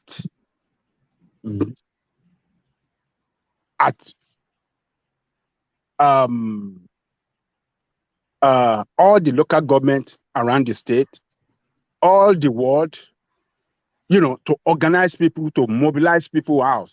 So when you don't have a well-structured political party, how would he be able to even get people to bribe and then organize and mobilize them to the venue? So it's all about structure and mobilization effort, but money is the key factor that will make everything happen. They will get band, they will get musician, they will get all sort of things, to make it fun fair. So, but the most important thing is for the rally to be successful, and which is what we saw today. It was a very successful rally. All the visitors that came across the country, the national chairman, all the leaders across the country, I mean, everybody, I believe, will be very happy with the turnout, and they will go back to their different states to tell their supporters that we went to Lagos, look at what our leader, the presidential, what do you call it? The presidential candidate of the party, look at what he did in Lagos, in Lagos campaign, and every other state as well would like to perform like that at any time that such a campaign is coming to their own state. So it's just the way to do it, and they did it well. So all these people saying they bribe people, that one is just it's a secondary. It's something that is not known to anybody. Yes, we know they do it, but did you see when people are paid that physical cash to tell them to come to rally? Yeah, it's but the success of it is what really matters. That is what really matters. So it's a successful rally, and yeah. Do you think that basically all these political parties, all these big PDP and APC are afraid because this wasn't how they used to do it before? No, forget that. This is the way they've been doing it. This is the way they've been doing holding rallies and doing million matches and all that No, stuff. they've been doing it for years. It's for those of you that are obedient that just started politics for the first time. One man is not about. That I've been in political system a long time, so this is the first time I'm hearing all this. People marching and all that stuff. It's usually like just gather in one place, talk, and no, that's the end. Let me tell you. Except you have not been following the politics well. This is the way they've been doing it. It is not a new thing. If you can go back to the video, 2015, 2019, you will see it. Atiku versus, what do you call it? Buhari. Buhari. Jonathan versus Buhari. One man, is that right? No, 2015. Sorry, you're talking about 2015. 1993, MK Abiola. I've put a picture here before. MKO. The Just Rally. My dad was the picture I put here was my dad, Abiola, and all those people since 1993. Even during the time of Awolowo. So they've been doing rally from way even during the time of Awolowo. It's not new. You are even right saying all these people are new to politics, because I don't see how you want to argue.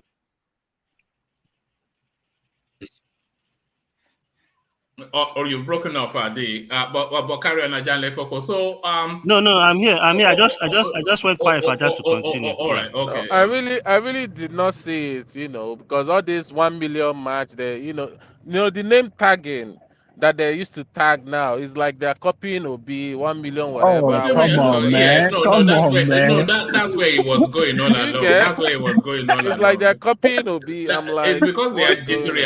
Don't forget the word jittery. You always use they say they are jittery. He doesn't have the copyright for it now. Unbelievable. He does not have the copyright for it. So please, just a second. Yes, let's say from you, enigmatic. Yes, my challenge is still open for the obedient. Yes, no. Where is man of prestige? Is man of prestige here? Obedient is not. We can do it. Now let's add extra 5K. Let's make it 10K. So it's still very open. Are we So still in the matic? No, that one is already My secure. brother, you go chase these people come out the platform. You go chase them come out the platform. Look at this guy. Because enigmatic, I think if Enigmatic is it today, oh. enigmatic, I think if you're still in Edo, I think you don't like yourself because I go finish you. that one don't forget that I'm talking about the real one. Say Obi no go win. So that one I don't you don't agree, say you don't lose that one now. So the challenge is out there. Enigmatic on D, he's putting out the challenge to the obedient. So you come here to make noise, or not make noise, but to be confident about your candidate all the time. So Enigmatic on D it doesn't really have time for empty talks. So he's putting $10,000 American dollars on the table to tell you that if Obi ever turns up in Aso Rock in 2023, is only to serve tea to the president sitting on the table. Sorry, hold on. So it's only to serve tea to the president sitting at the desk. So $10,000, that's the bet. That Peter Obi is not. So that's the bet. So enigmatic. You hold on. Let's be clear on what's being said. So don't add any caveats to it. Don't add to it. Don't remove from it. Take it on or concede that Obi is not going to be president. So Enigmatic is confident that he's not going to that Obi is not going to be president, and is betting 10,000 of his own hard-earned American dollars to say that. So if any obedient feels brave enough, there it is on the table for you. Enigmatic. I would like to take that bet, but what if it's a runoff? Do we divide our money, or you don't think there's gonna? No, a president will still emerge now. Obi is not going to be president. Is the thing. Okay, Enigmatic. Do you believe he's gonna win in one hand or something? Let me know. What's one hand? We said no caveats. Don't add caveats. Obi is not going to be president. So anybody that is confident that Obi will be president, then please come and believe. I'm ready. Let me come in and challenge Enigmatic. That's what's up, bro. Come on. So it's not going to be just one way. Tell me who's going to be president, and I tell you who's going to be president. No, that's the bet now. You can't just say Obi can't be president. No, that's the bet. It doesn't work that way. I take you. Tell me, go. I know you're a Tinubu. Just go with Tinubu, and then we go from there. We are not doing that now, bro. No, Enigmatic. That's how you have to say it. To be honest, if you say Obi, that can't be one man. Now. If he says so. Obi, what brought about the bet was because he said Obi can be president. The way the obedients were shouting, Obi is the next president. Obi is the next president. Well, so he is betting that Obi is not the next president. No, hold on. The man. That should be your game. Hold on, Enigmatic. The man is putting 10,000 of his own hard-earned dollars on the table, and it's only to back an opinion that he holds. So if anybody holds opinion to the contrary, you take it on as he stated it, or you leave it. My own opinion is that it's saying that he's going to be president, and tell me who's going to be president, then we can go. No, he's saying that he's betting $10,000 that Obi is not going to be president. He's not saying that somebody else will be president or not, but he's saying Obi is not going to be president. So if anybody is confident that Obi is going to be president, come and relieve him of $10,000. Make him poorer by $10,000. I'm not gonna go with that bet like that. Oh, there it is. So there it Let's is. go. Take it or leave it. I'm saying Obi is gonna be president. Tell me who is gonna be president. Then we'll bet. Right. Is that simple though? But is that simple though? Until the day of the election, it's still very open.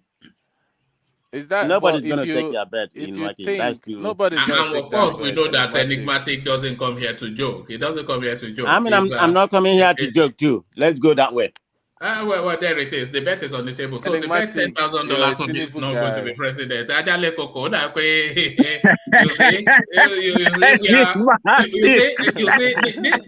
are the men. And these are you looking at the screen? These are the men. And these are the boys, so we separate the men from the boys. We separate the men from the boys, you know. No man, let me tell you one secret. During the primaries, mo fẹ́ sọ́nsìn ìjẹba mo tí mo wọ́ during the primaries, MRK. So, and then now it's still very open until the 25th, that election day. until that 25th, is still very open. And there's a possibility that we can even raise this higher if that is what they want. But that is the well, let's go high on my belt in the way I narrate it. I made my call. No, you put your bet on the space. What's your bet, man of prestige? I pick mine and you pick yours. Huh? I pick mine and you pick yours. Oh, one got on so. It says he'll pick a president, he'll pick a winner, and the other bet has to pick a winner too. Well, so that's enigmatic bet right there. Anybody that wants it. But really, enigmatic. I feel like this is making you a coward, to be honest. Because now,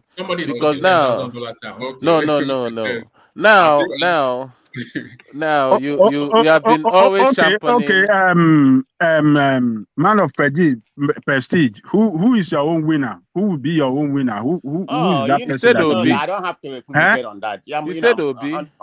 110% obedience. Yeah. Okay. And then enigmatic. Who is enigmatic yours? Doesn't want to say anything. He doesn't want to see anybody. It's simple now. It's simple. It's very simple. Hold on, everybody. Hold on, everybody. Enigmatic has always said Tinubu is going to be the president, but that's not the bet that he's making. The bet that he's making. No, you can tell him now. You make your own bet with your own $10,000. He's making his own bet with his own $10,000. And I think he's fed up with people coming here all the time to tell us that Obi will win by a landslide and all of that. So if people are confident in that, then take him on. Otherwise, then we just leave it. So there it is. You can't. So I think enigmatic is on the right track. So what's your? Man of prestige. Since you said your Obi is going to win, so why don't you want to bet with him? Come on, man. Don't be like that. You're better than that. Colata, stop it now. Even though you are not on the screen. It's very simple. Man of prestige. You said Obi will win. I'm sorry. If you are 100% sure, you said 110% sure, and if it's telling you Obi won't win, sure. why you want to twist? So you pick your winner. That's the only way I'm gonna go. Oh, I'm sorry. That was Ajali Koko. Then you are not 100% sure. If you're then you're not 100% sure about your Obi. If you're 100% sure that Obi is going to win, just come here and he is saying that Obi cannot win, and you are saying that you don't want to take it like that. Then you're not 100% sure. You're not 100% sure. But enigmatic has to say you're not being fair. I expect more from you than that. One man, I still stake the bet that Obi is gonna win Edo $20,000. If anybody can push it, that's fine. Obi is going to win Edo $20,000. Yeah. Enigmatic, are you on? All right. All right. But if you could have raised the stake that day when you went. I did, but he didn't. That bet is already in 5,000. It's already on. So just it's already in situation. So anyway, let's leave this. Already in situation. Tinubu's winning Lagos 100,000. What man? You see my my offer enigmatic. It's not going on it. Enigmatic. Let's hear from Tiger. So sorry, repeat what you just said. I think it was lost in the noise. On the private chat, I gave offer. Okay. That Tinubu Tiger, you do £100 back. Yeah. Yeah, it's £100. That's real money. Forget American dollars. It's talking about British pounds. Real money, not all those. You go spoil my hand. Green color something. Enigmatic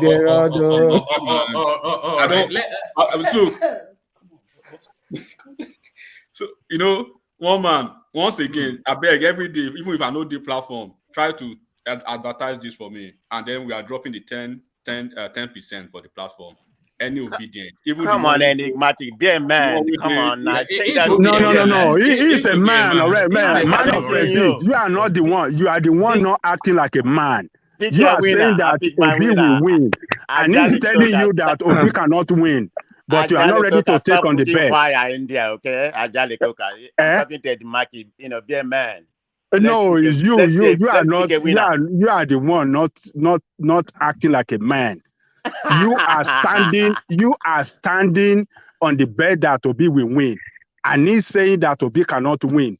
But you are saying that you are not ready to take on the bet with him. So what's Wait a your... minute. He can't make the rule. I'm gonna take that bet. I mean, he can't just come here and make the rule like that.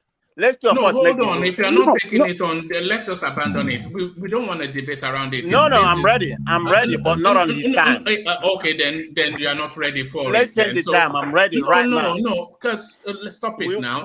We wire our credit card to you or debit card. Hold on. One man. He has made his. He has stated his position. I want to know. Enigmatic. One man. He know nobody's going to take that offer like that. He knows. Des is saying you want to take it. Des is saying you want to take it. Hold on. Man. Enigmatic has been a punk on that. No, you can't say that now. Please don't say that. No, Enigmatic is my man. Don't worry. California man. Where did you talk now? That's why I said we should move on from the bet. Let's move on from this bet. I'm challenging him. That's why I call him that name. Hold on. Can you hold on, please? Hold on. So, man of prestige, don't say Enigmatic already has a bet in place with Des for $1,000 that Peter Obi is not going to win Edo State. He already has that bet. And not only does he have that bet, both of them have already put the $1,000 down each, which is being held by the platform. So don't say he can't back it up, because he has already backed it up. No. Yeah. When I mean by punk, I don't know. I'm not talking about financially. He may be a millionaire. I'm not committing anything close to his financially, but I know what I can afford. So when I mean by punk, that he's not being serious. That's what I mean by punk. Don't take my narrative. All right. So no take us for that. So let's get back to your Janle Koko. I'm dead serious. If you're ready, fall out. Okay, Enigmatic, I wanted to be sure. So this bet holds till the election, right? So if I come on maybe January and say, okay, I'm taking the bet, you're still gonna take it, right? No, that bet holds till it won't go longer than the first week of January, because by the first week of January it won't be a bet anymore, because things will be clearer one way or the other. So Enigmatic, take my bet, because I'm not going to be here. Allow Enigmatic to answer, one man. So take my bet. Enigmatic. It's me and Enigmatic. Why are you answering for Enigmatic? The last. No. Now you can't say. You say on the 26th of December. One man. Calm down first. I'm begging Enigmatic to take my bet. I'm talking to Des, because Des, we don't. I can confirm he's a serious guy. Yes. What do you mean a serious guy? I'm talking to you right now. Hold on now. We'll just bring the voices down. Des has actually put up $1,000 or ₦1 million even to counter Enigmatic's $1,000. So that's why he's saying he knows he's a serious man, because what is the bet with Des? What is the bet? That Obi will not win in those states. Oh, that's too narrow. We're talking about winning all. No, that was a bet. That was about 2-3 days ago. So now it's a new space now. But I don't think there's anybody taking it on Enigmatic. So let's go back to Janle Koko with matters more political. Even when I'm not on the platform, advertise on a daily basis. 30th. What's the time limit? 30th of what? December. So by then, so we should know who is. And then I bet Jewel will be back. Even on Dr. Damages, you guys who can advertise anybody on Dr. Look at that. I hope you are going on Dr. Damages to advertise. That's the case. This guy is not playing, man. Enigmatic is angry because he's already lost $1,000. Do you get? So he's trying to. You guys can, the obedience can come together as well. It doesn't mind. We can all come together and raise the fund.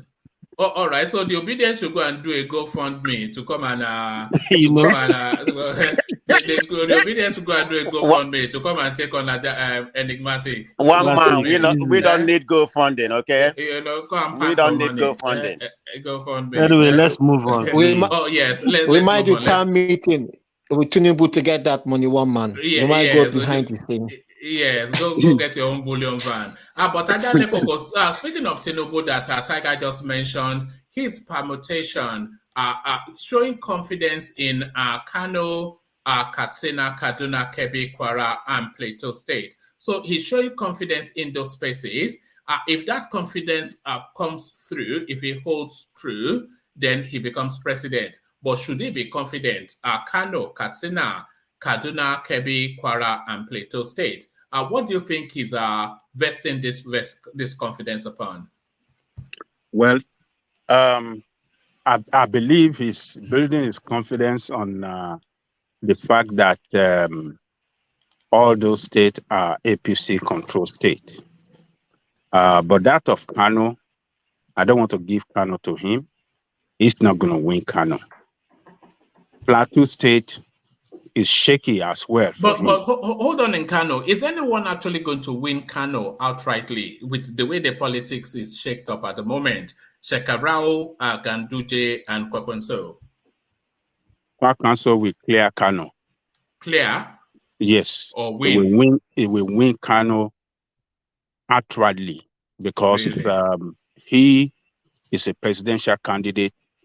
As we will expect Tinubu to win Lagos clearly, and we expect Atiku to win Adamawa clearly, and we expect Obi to win Anambra as well. So I don't want to say that that guy will not win Kano. He's very popular than any other person in Kano. He's very popular than he's stronger than others. He will defeat all of them in Kano, and he have that guy for what he did during his time of office in Kano, particularly in the area of education. He is a person to beat anytime, any day in that state. So I will give Kano to Kwankwaso. So Tinubu cannot win Kano. I will not give that to him. I will not even say 50-50 or no. Kwankwaso homeland, people of Kano will not leave their own son and give the vote to outsider. So Plateau State, I'm not going to give Plateau State to him as well, even though the governor of that state is APC, is having some problem there in that state right now. A lot of people are not happy with him. And I know religious factor is going to play a role too in who's going to win that place. So I don't see Tinubu winning that place clearly as well. So, but other places like Kwara, some, other places he mentioned that are controlled by by APC. Yeah, I hope that I believe he could win those states. But Kano and Plateau, those two states are going to be. I would not say confidently. If Tinubu wins Kaduna, Katsina, and then he does as we expect, as the permutations of politics says he will in other spaces, without giving him the presidency, and Kwakwanso takes Kano. If he wins, because of course we're expecting him to get Borno and Yobe, those being Shetima spaces. If he wins Kaduna, if El Rufai gives him Kaduna and Malam Buhari gives him Katsina, and then everything else holds true, is that the presidency right there? Yeah, if Tinubu could win Kaduna, Katsina, Kebbi, and some other northwest state, in a very large margin, just as the way that Buhari won it last time, and he won some states in the northeast and some in North Central, he'll be the next president. He just need that block vote from the Southwest, leaving Kano out. If he can clear other states over there, those block votes from that side, and he could win some 3 states in Northeast, 3 states convincingly in Northeast, and 3 states convincingly in North Central. And with Southwest, which I'm giving to him in totality, he will be the next president. He will be the next president. If he pulls it off, Ajanle Koko, I'm not saying in terms of impact on the people, so not on impact on the people, but if he pulls it off, would that make him, Tinubu, the greatest ever Nigerian politician, if he's able to pull together all of these things that is juggling to put together to cohere? Will it make him the greatest ever Nigerian politician? Just in terms of pure politicking. Yes, that could. He will be described by some people as the greatest politician because the contest this time around is tougher than what we had in the past. These contests now look very unpredictable to a lot of people. A lot of people could not even beat their chest and said, this is who will win the election. It's, many people, if you carry out a poll now, a lot of people will, whether there's going to be a straight winner, on election day, or will it go into the run? I'm going to tell you, majority of people will say that it will go into the run because it's not clear to everybody.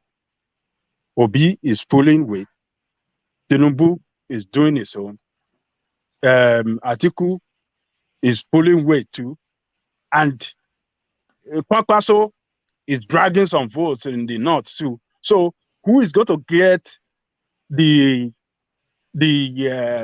overwhelming lead that is required? It looked very unpredictable. So, but if he could win on election day, winning the majority vote and 25% in 24 or 26 states, that will make him,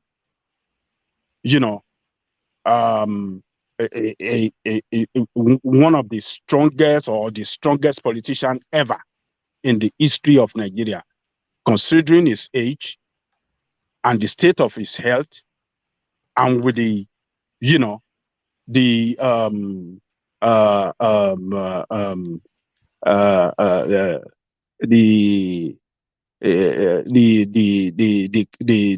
he carrying out the campaign is so strenuous. This is a very strenuous campaign. You can see, even though that we are seeing him as healthy, but this man is out every day, almost like 24 hours, running his campaign, doing his things. So all of these have to be put into consideration to describe him. This is the greatest politician ever in the history of Nigeria, particularly in this current dispensation that we are running now, because this is a very tough contest in this dispensation, this Fourth Republic that this race is very, very tough than ever before. Ever before it's just going to be between two parties, and we can easily predict that PDP will win. Until when Tinubu and Buhari merged in 2014, when they were able to take out PDP. But the dimension have changed now with Obi phenomenon and Kwankwaso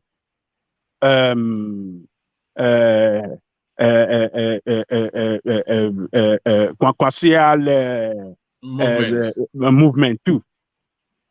So this is a very tough case. So whoever that wins these contests will be described as a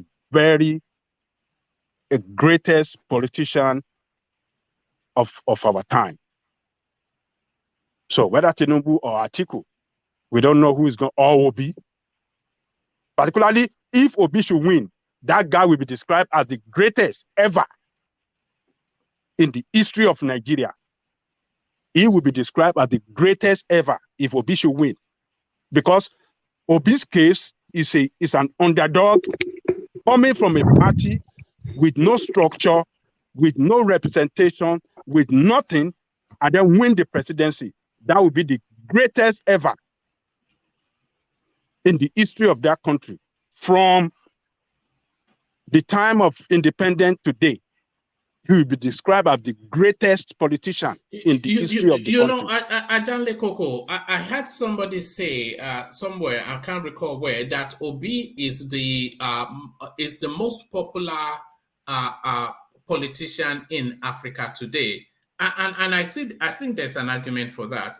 That's the most popular in terms of being the most widely known. Or I don't. Is there an argument for that? That it's the most popular politician in Africa? I don't know the parameter that being used to describe him as the most popular in Africa. I don't know. We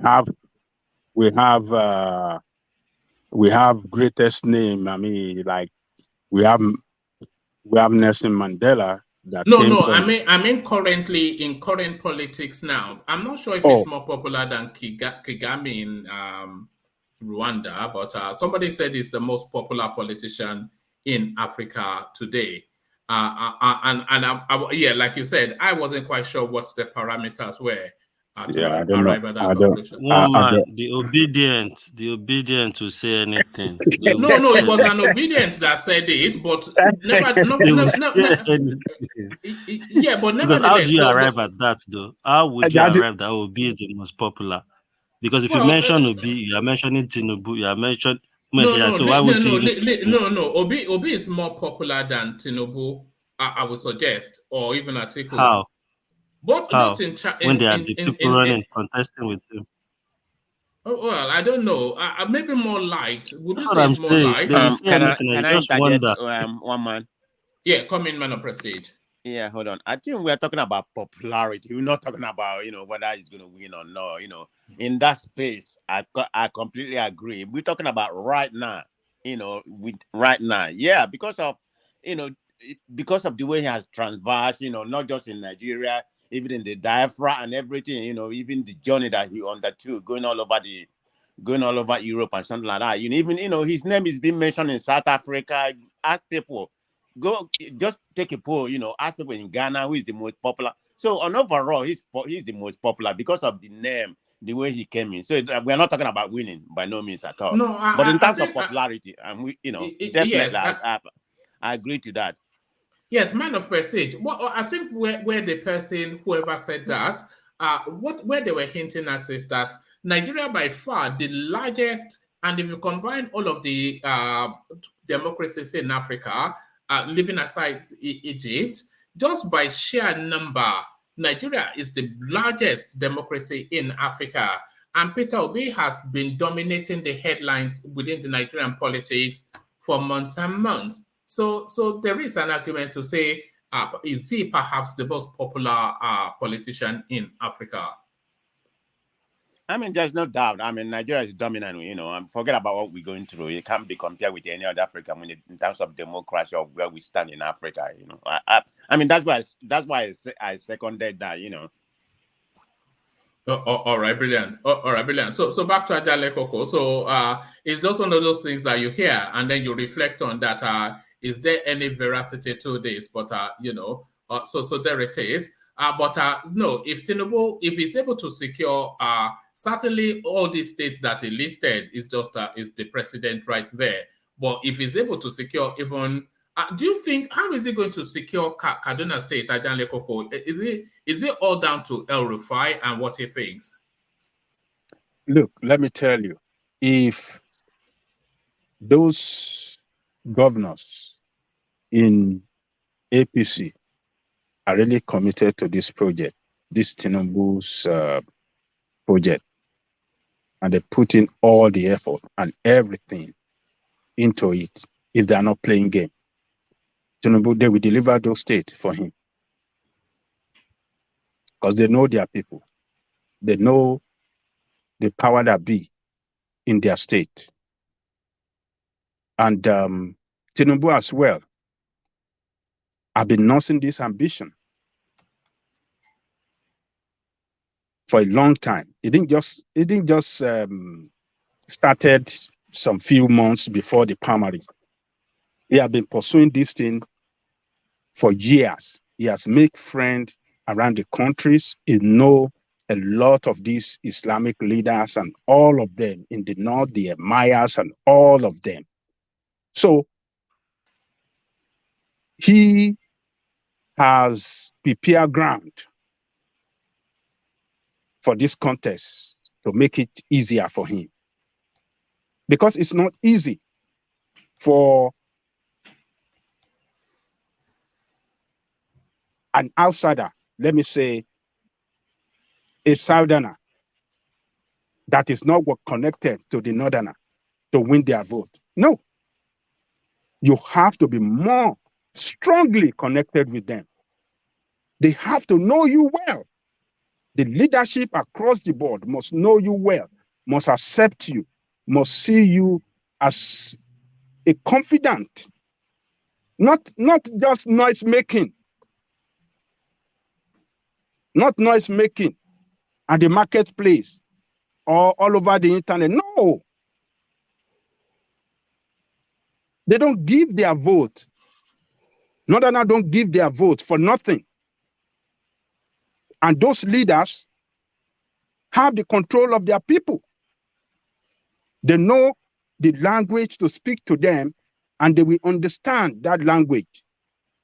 So all this one that some people that don't know anything about politics talking about, they can say whatever they want to say, but the history and what we have known, what we grew up to know, is that you must be well connected to them before they give you their vote. They must have that confidence in you that yes, you are one of them, even though you're an outsider, but they believe that yes, you can partnership with them. You will not isolate them. And that is what we saw during the time of, that is what played out during the time of when Abiola contested the election. If not for the military, all the leaders are all friends to Abiola. All of them, religious leaders, professors. Who do you want to talk about? In business leaders across the north, all of them are Abiola friends. So they saw him as one of their own, even though he's a Yoruba man. Even though he was a Yoruba man, rather. The same thing happened during the time of when Obasanjo contested. They saw him as, yes, a close confidant. They saw him as a man that they cannot be afraid of, that a man that will never rock the boat, a man that will never disappoint them, a man that will listen to them. You can't just carry banner one day and think that, yes, it is easy to get the northern vote like that. No. They understood the game of politics. They know what politics means. They know that is the power that drives the nation existence. And they don't play with it. So Abiola, this guy, Tinubu, understood that. He saw that during the time, it was part of it during the time of Abiola. He was following Abiola around during this campaign. He saw everything. And even though that he played a different party against Abiola, he saw Obasanjo, he saw what played out during the Obasanjo time. He learned a lesson from there. So he have, over the time, built this relationship. So, and I believe that everything is at play. And that is why he was able to convince the northern governors, majority of them, to back him during the primary. Look, if the northern governors are not, if they don't have that confidence in him that this man is a partner, is a team player, they will not give him that vote. Everything is not money. Money play a role, but sometimes your money must go to the right direction to yield you a positive result. So the northerners, if those governors are really committed to this project, and with those that Abiola, Tinubu have relationship with, religious leader and all the rest of them, if they really give him that support, he will pull a very strong vote from the north, and everybody will be surprised the kind of vote that he will pull from there, and which will take him to victory. So that is the way I see it. He has been planning. He has been pursuing this. He has been making friends. He built that, a relationship for years around the country, particularly with the northerners. And look at the business, this thing that he organized. What do you call this? Town hall. No, the business, the meeting with the business community that he organized in Lagos or where. Yes, Dangote was there. Yes, summit. All the power that be billionaires in the country, they were there. What does that tell you? What does that tell you? They're with him. Look, politics is their strategic approach to the way we play politics. Some people know how to play it than others, and those that know how to play that, and when they show you that classic politicking, just accept it that no, look, this man is playing it the way he's supposed to play it. We might not like it. Yeah. We must see it as corrupt. Ajale Koko, I think John wants to put a question to you. John, did you want to put a position to Ajale Koko? No, not really a question. I just want to back him up. During the primary, all the aspirants, they went through the northern states and they went to see the governors. They tried to induce all the voters. They tried to give them money, but the voters still have to go to the governors to talk to the governors. Who should we vote for? It's not even about money. All of them spend money, but the governors, they gave them Tinubu, go for Tinubu, and it's not a day job, and it's not even about money. Everybody spent money, but they want somebody they can trust and have that leadership skills. And one thing about APC in that state, most of the time when they have problems, they still have to come to Tinubu. Tinubu has been settling many differences between the party, and he sponsors most of them during the election. So they trust him. He has been with them for long. And many people say, during the general election, they might betray Tinubu. They won't, because they don't want to leave the center. Because most of them, they want to be in APC and control the center. And when they betray Tinubu, maybe another party forms the government. They're out of the system. When those governors that did that during PDP's era, they are regretting it today because they are no more in the center. They're no more in power. They want to continue to be with the power. So I don't see them betraying Tinubu. And lastly, this election will be seriously monetized. And that's the one reason the Naira redesign was brought towards the end of the year, towards the electoral period. You will see, then you start seeing you start seeing all sorts of what's it called, billion van from the APC governors. They know what they are doing. All these opposition parties, they won't access to money like that. You see the governor, APC governor bringing out money. All right, thank you, John. All right, thank you, John. So thank you, John. So we get back One to man, let me Adenigo. give you maybe a second to support that.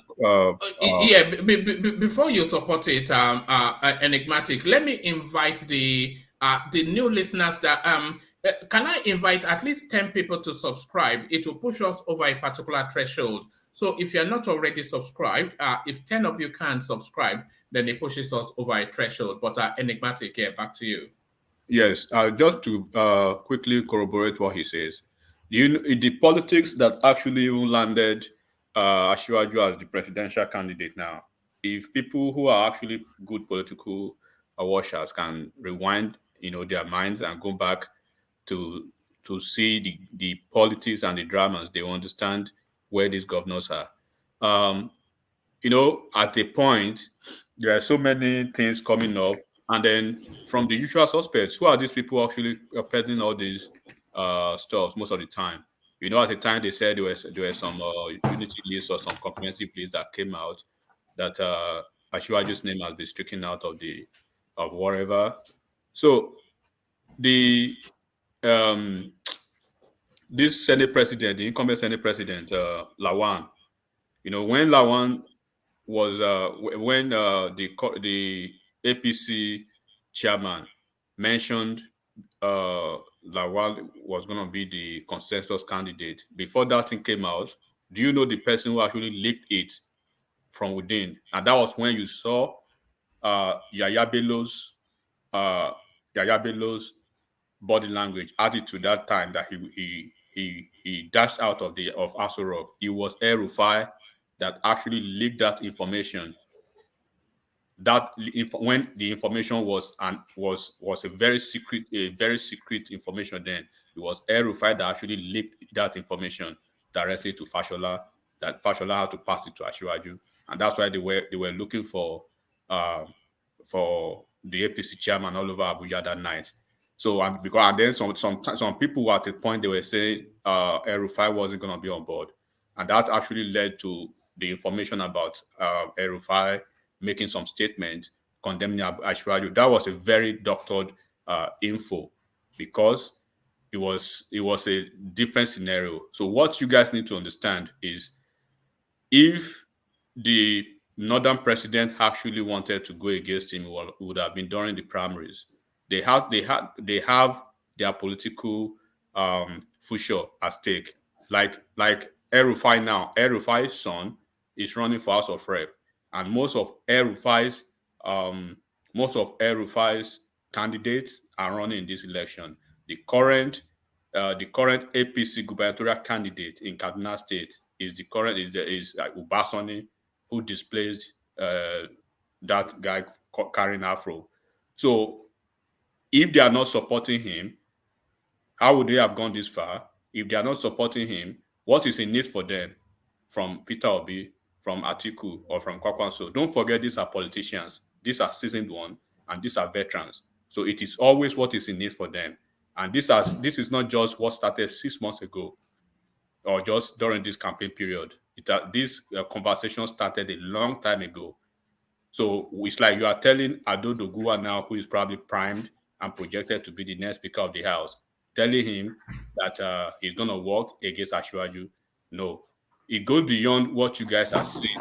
There are so many. One man, this is a big one. There is a northern person now. When Asiwaju won his primaries, do you know the first place he went to in the north? If you could remember, when I said on this platform that where money stops, influence starts. He went to this elder statesman in the north. I think is the Dangote's family leader. I forgot his name now. So there's a northern person that is just like he holds a revered position like Ashwaju in the south, right? I won't say the name. That's already signed a check of over 100 billion naira for this campaign, and they have I think it's Dan Data. no talk. I'm now about banner. Wow. So look, when you see what is happening, it's not just a project of 6 months ago or a year ago. It's a project that has been, in the oven for a long time. And these are politicians that actually have their political stake, right? Their political future at stake. They have their children. They have their political loyalists. If you look at what happened in Lagos today, who were those people on the track, on the podium? You saw everybody on the podium. You will see Ashiwaju himself. You will see all the Lagos past and present Lagos state governors. You will see almost all the people who is who in Lagos politics, right? So where do you think they belong, and what do you think they are working for? So Ashiwaju's nemesis was supposed to have been during the primaries. So for him to have won that primaries, forget everything. But I won't say more than that. But those people who can read politics very well, they can say everything. I mean, those people who cannot read politics very well, they can say everything that they want to say. But they should always remember that there are so many people, and I always say it on this platform, that they have, families, friends who are even running this current election and who are very, very, conversant with what is happening behind the scene.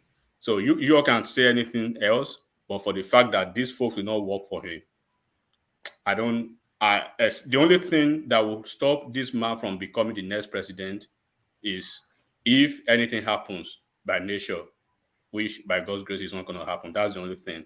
But of course, that's just so enigmatic. Take the bet. Take my bet, then. No, leave the bet now. He's already offered the bet, and you are not take. Oh, you mean okay? All right. Okay, give him an answer, and then we move on from there. Enigmatic. So. One man. Yeah.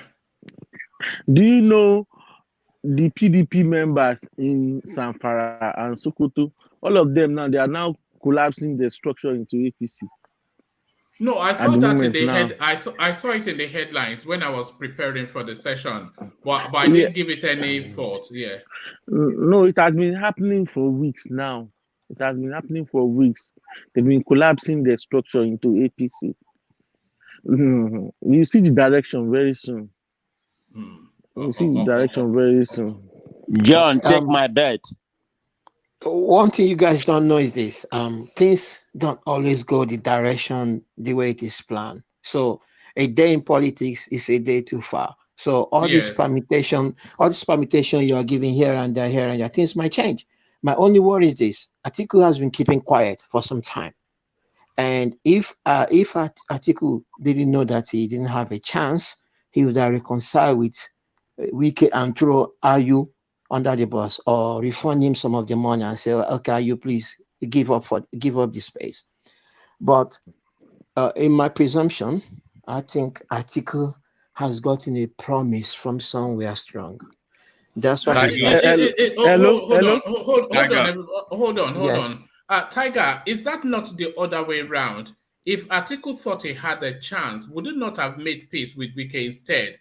Because not making peace with Wike is indicating that he doesn't really care. No, they promised him to let go of Wike's side. I think there's plan B. That's my thought. There's plan B. Otherwise, he would have begged Wike and throw Ayu under the box. No, hold on. You know that if they are going to rig him in, which is what we are suggesting, perhaps, they still have to make it look plausible. They have to make it look plausible. So where the votes, one of the heaviest votes, the regions that some of the heaviest votes from for PDP traditionally come from, all those regions are like the Southeast is gone, Rivers now gone, or your state now gone. They cannot present a plausible argument that Atiku won an election when all of the traditional spaces for PDP, they are against him. Okay, I'll answer that. And in addition to that, he cannot win Lagos.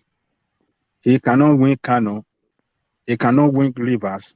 These are the three states that are very strategic for. You know when they read elections, how will he be president? You know when they read elections. Hold on. You know when they read elections, they still have to make it look believable. Yes. This is not gonna be rigging. Right.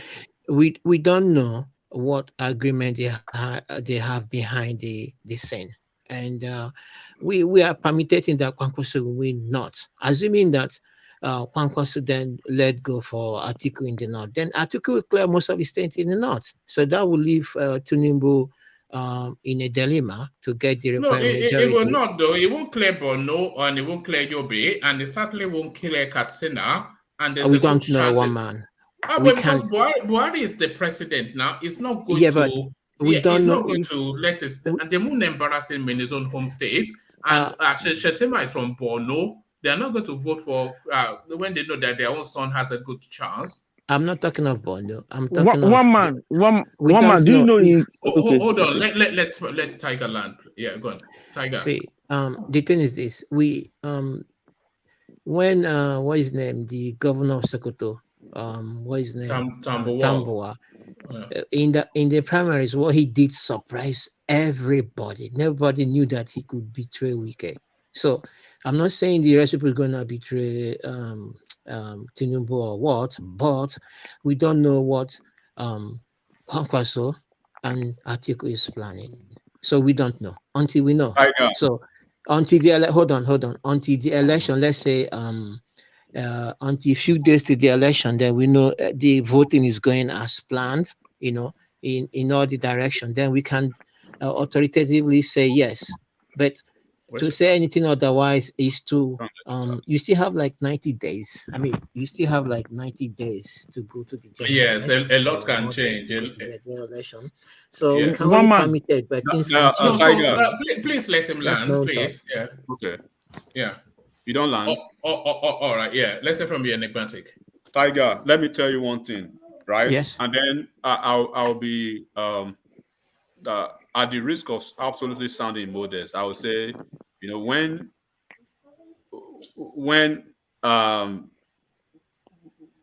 some people, I don't want to refer to, when some people analyze politics, and I will say it again, you have to scratch your head and ask yourself some salient questions. Are you not seeing what Wike? Do you know you are basically focusing on only Wike? That's what you are doing. Wike is going. Do you know Wike has a G5 group already under the same PDP? I'm not doubting that. I'm not doubting that. I'm not. I know. Go on. Do you know there is? I don't know how true is that. There is a rumor somewhere now, a speculation that APC Lagos, I don't want to use back now, APC Lagos, they've been able to penetrate Bode George, and Bode George is working against PDP in the whole of Southwest. Have you heard that? So when you are talking of Atiku, I just want you to realize that Peter Obi is part of Atiku's undoing now, and then Kwankwaso is still there, and then you are dealing with G5. So Wike and those G5 governors. Wike and those G5 governors. If you are a serious presidential contender, right, you will be having headache. Nobody of a strong political stamina or political eke will be playing a long shot of investing his hard-earned cash on Atiku now, because Atiku is suffering a lot of political deficit at the moment, and it's not doing anything to solve it. If you don't know, let me take your word for Bode George. Okay. Let me take your word for Bode George. So who would have thought that Bode George will work for Tinubu? So you can't discount that Kwankwaso and Atiku will not work together. I see that's politics. It depends what Atiku is going to offer Kwankwaso. If he knows that Kwankwaso is going to get more votes than him, but he will become president. So if you offer Kwankwaso something, he might let go. So that's what we don't. That's what we don't So know. do you And where think? would Let me ask you Tinubu a get the question. majority? Yeah, Let go me on. ask you a question. Do you think Kwakwanso, right? Because Kwakwanso, take it or leave it, is a calculated politician, the one you should respect. Anybody should respect. With what is going on under PDP, under Atiku's PDP, right? You think Kwakwanso will take his political future with such an inconsistent political campaign where you have Peter Obi already taking the whole. Do you know what Southeast means to PDP? Do you know Yeah, what it but means to it's PDP? same you people that are saying that Southeast votes that No, hold on. Let cannot me land vote. this Hold point, on, then hold on, you can hold. go ahead Yeah, with yeah, yeah. that. So, Okay, go like on. now, hold on. Kwakwanso, I'm just telling you the optics. I don't even want to go into the details of Kwakwanso and Atiku's politics, right? I don't even want to go into that because if I want to go into that, I will tell you why Kwakwanso is even not trying to work with Atiku because Atiku equally betrayed him in 2015. I don't want to tell you the story But of that. Let's leave it but he there. worked for Atiku 2019. He worked for Atiku 2019. Hold on. I mean, in 2019, sorry. But let's Yeah, leave he it at worked for that. Atiku 2019. He did work for Atiku Tiger, 2019. look, I know you want to have this kind of a kind of an explanation in your head that will just make things work against, but it doesn't work like that. No, we are. Kwakwaso is an investor. It's like a political investor. You will not expect a political investor to invest his political future with somebody whose political capital in the southeast and south is almost diminishing or is almost completely diminished. And then you have a G5. If Kwakwaso works with Atiku, how is Atiku going to deal with G5? How is he going to deal with Peter Obi? And then what is the fate of Kwakwaso at the end of the day if Okay, Atiku their calculation. Hold on, Nibatik here. Their calculation might be if they can get the North very well, then see what people are discounting is this. If you check what is it, the election 90 no what is it, the Second Republic, right? Second Republic, during that time before Buhari came and took over power. There was an arrangement between, I think, UPN going on and NMPP arrangement before. So what they were about to do is just calculated voting.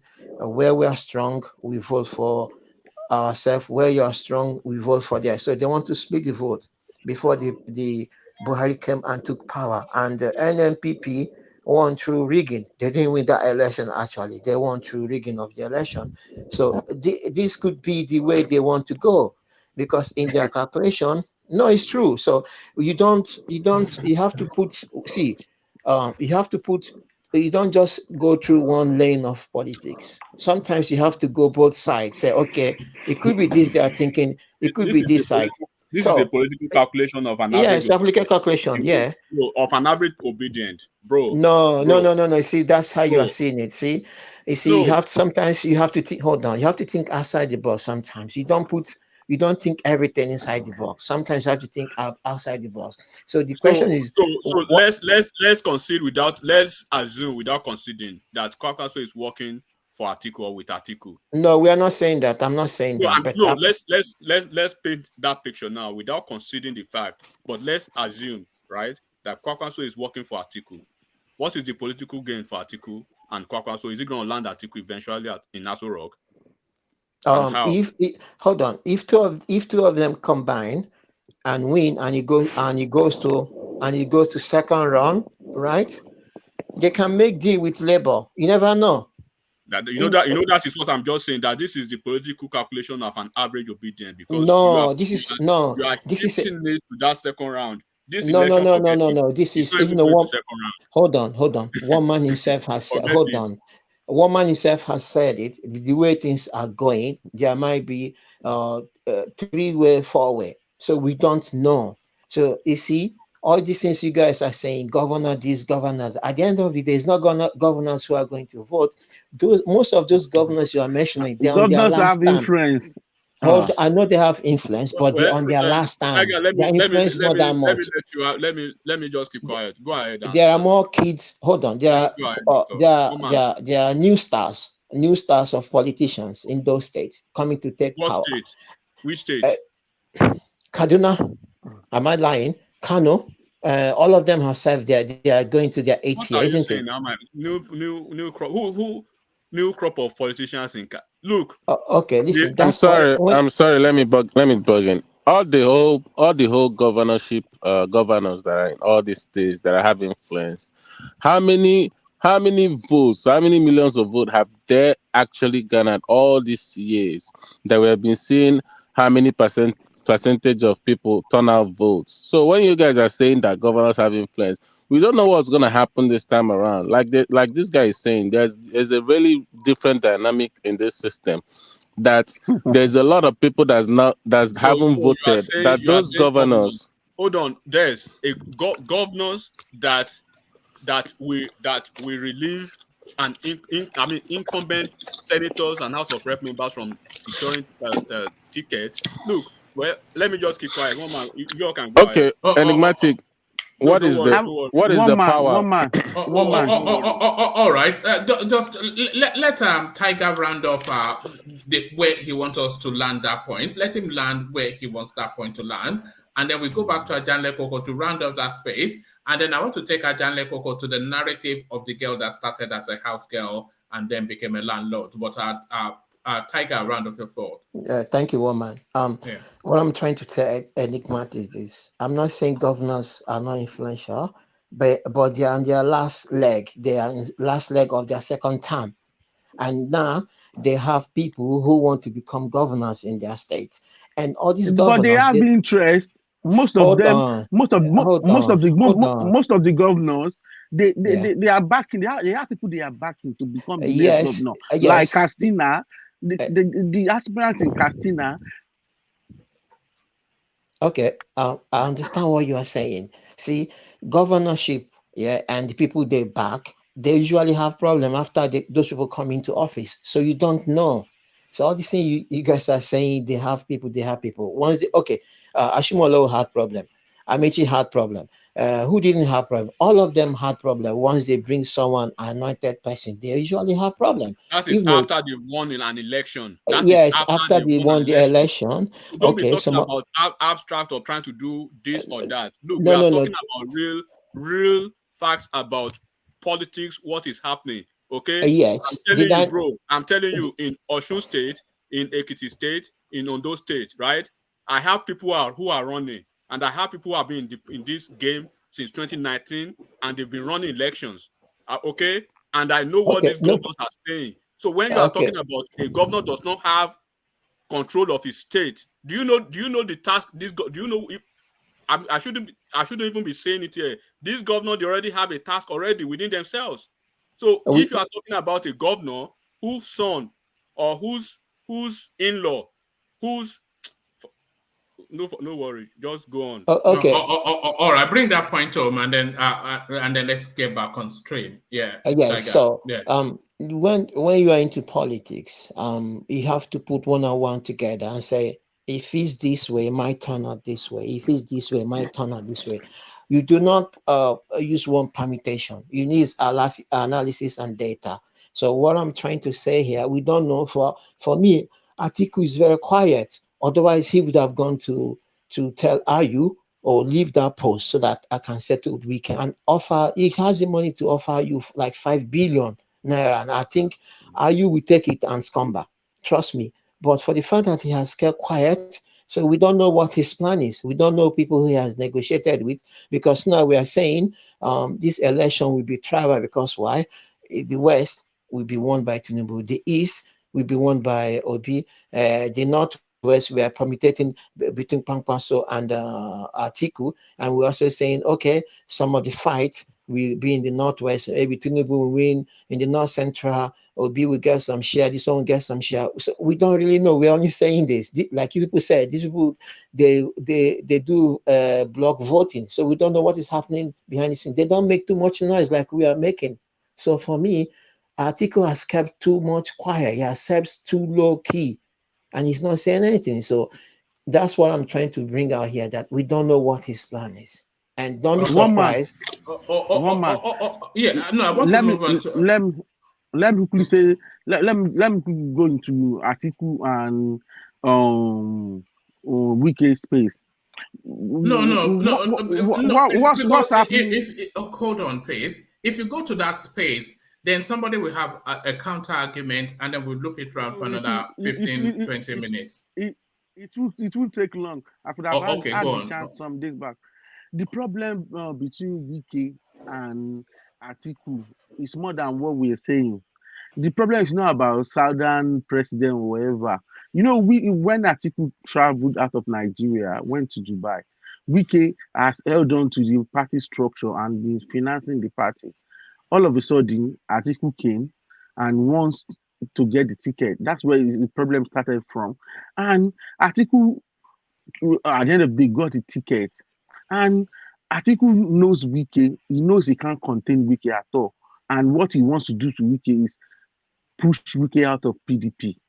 He wants to sponsor, and after he got the presidential ticket, after maybe he won the presidency, he will find a way to push Wiki out of PDP by sponsoring people in Rivers, which Wiki has known already.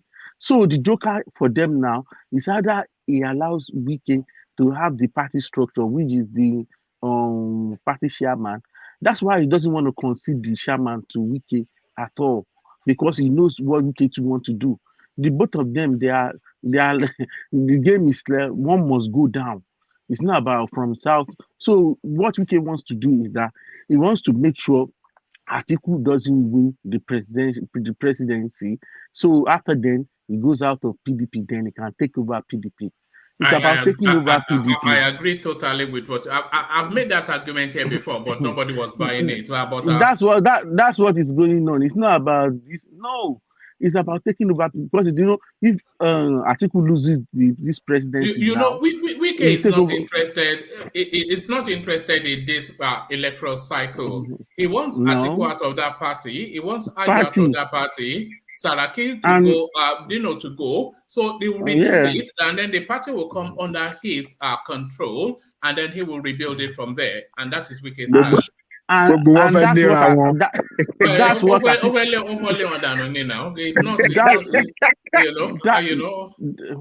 what Atiku wants as well. He too wants to make sure, he wants to get rid of Wike and his allies. He wants to get rid of them in PDP.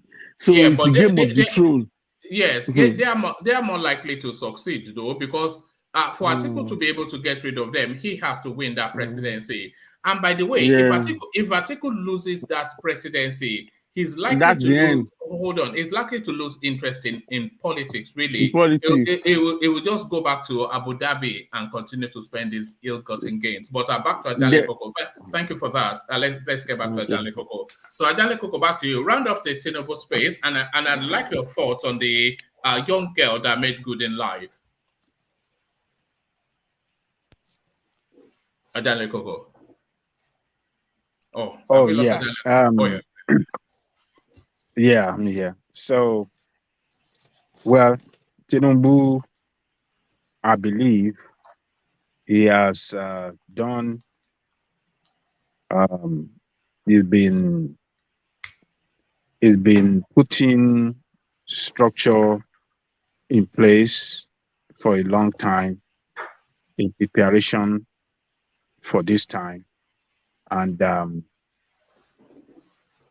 I believe those people are really convinced in him that he is a leader that can lead them to victory, and they are really comfortable with him, and that is why they gave him that ticket. So I don't see any reason why they won't want to work hard for him to win at least 4 states in the Northwest. 3 states in Northeast. And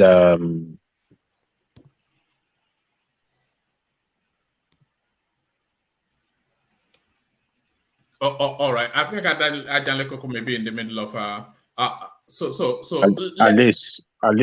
least 3 states in they know that Atiku the tribal politics will play out with Atiku in contest. Is going to be very tough, and I believe they are ready. They will deploy all the resources that can put them atop Atiku at the final at the end of the day, because they have everything to their advantage. APC is the party to beat, whether we like it or not. We might not say, you might look at Tinubu this and that. These are politicians that are these are people that love power. They love power. And for somebody to come and take power from them easily, it's not going to be. This is a party that what they did in 2019 against Atiku, they want to perfect it better this time around. You think they want to lose power? You think all those leadership in the APC in the north, especially with all the atrocities they have committed? Yeah, you think they want that power to go? Who do you think they be comfortable with that can cover them up when it gets to power? It's Tinubu now. So some people are saying, "Oh, Buhari doesn't want to. This doesn't want to," but nobody knows what is going to happen. I, for one, don't think that. I believe there's too much power struggle at play here. I don't see. I don't see it ending up well for that country. But one thing I know, which I'm not going to deceive myself, is that APC have the better advantages to win the election easier than any other person, because they control the power, they control all the resources, they control everything, and they can use it to manipulate everything that they want to manipulate to their favor. They control the INEC too. They control the central bank. They control the security. Who else control what? Tell me who else have what they have to their advantage? Adanlekoko, imagine the chief judge backing Wike's action. Who is he supporting then? He's supporting the APC. So they have everything. Everything is at their look.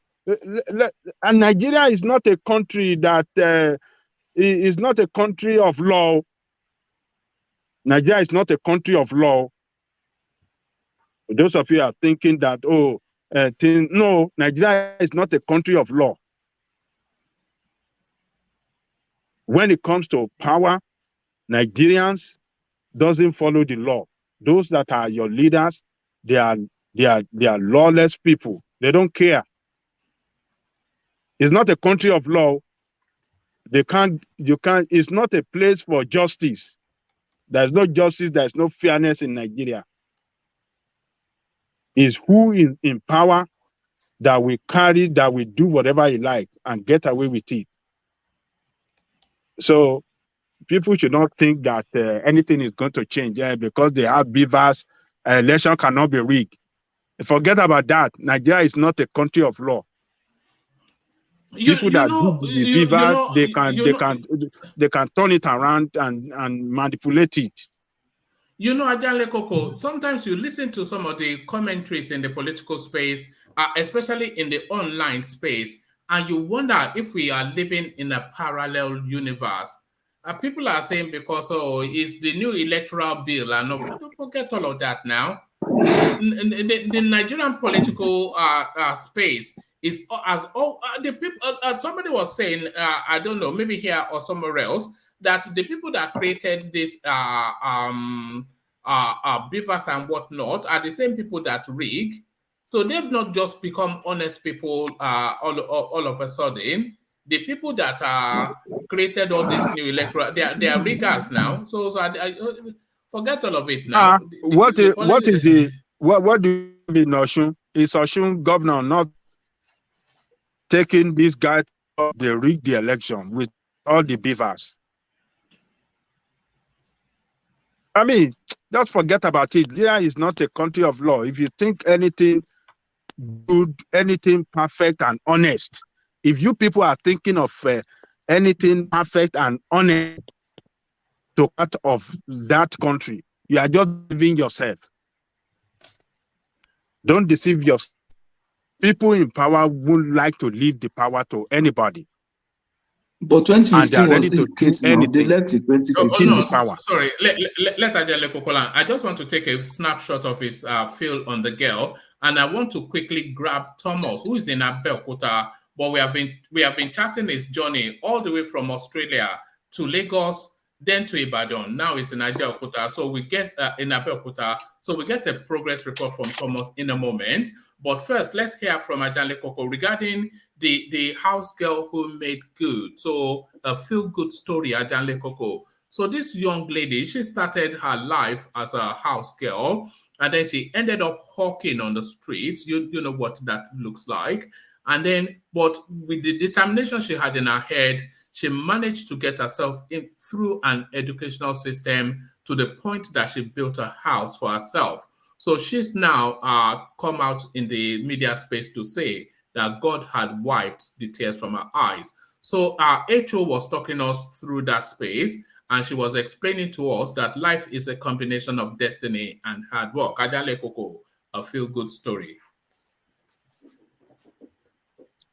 Look, one man, there are a lot of stories like that of people that went through hard in life and became one of the best in this world, particularly in that Africa that we are. Even some of our leaders of Blessed Mulberry, Chief Awolowo, too, he went through some hardship. There was a time he was selling firewood, to make his meat, schooling and what came out of him, he became the most illustrious son of Yoruba land. So many people like that. So, and that reminds me of one philosophical quote of Obafemi Awolowo, that it is not life that matters, but the courage you put into it. So that wherever you find yourself, don't see where you are today as if you're going to be there forever. Always be focused, always be ambitious, and pursue your ambition with vigor, with prayer, hard working, and honesty. You will get to wherever you want to get to in life. So, and this story of this lady, I wish we can spread it across Nigeria for our young ladies that think that it's only when they sell their bodies that they can make ends meet. It's until when they sell their bodies that they can, achieve anything in life. Hard work can get you whatever you wishes for yourself, when you're hardworking, you are focused, and you are determined, and you are contented, and you will surely achieve success in life. So this is a success story that you know we should let our young girls read about it, to encourage them and to give them hope that do not see whatever problem you're going through now as the end of life, but rather a challenge that should give you strength to work harder, and you will surely succeed in life. So congratulations to that lady. This success story that is worthy to be celebrated. And we have a lot of people like that. It's just that they don't tell their story to the world. There are a lot of people that are successful today. If they should tell you the story, where they came from, and what they went through to be successful in life, but we don't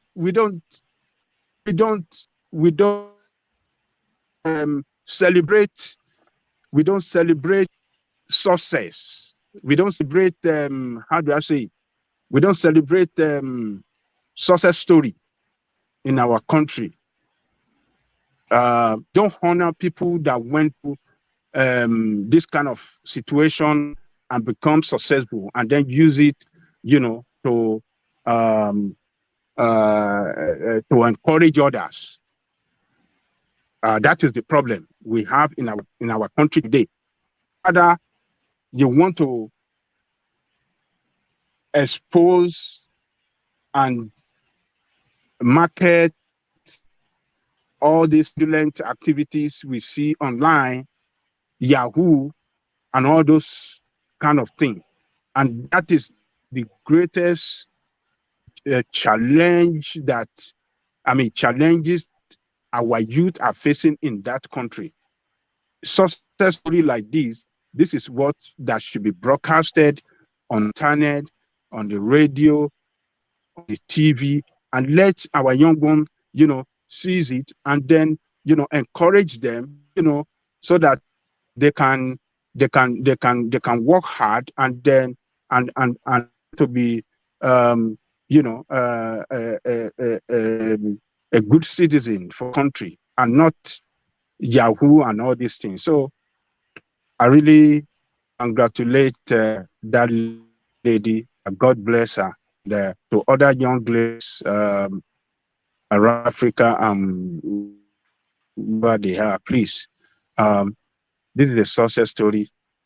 Be confident in yourself. Don't think that wherever you find yourself today is the end of the world.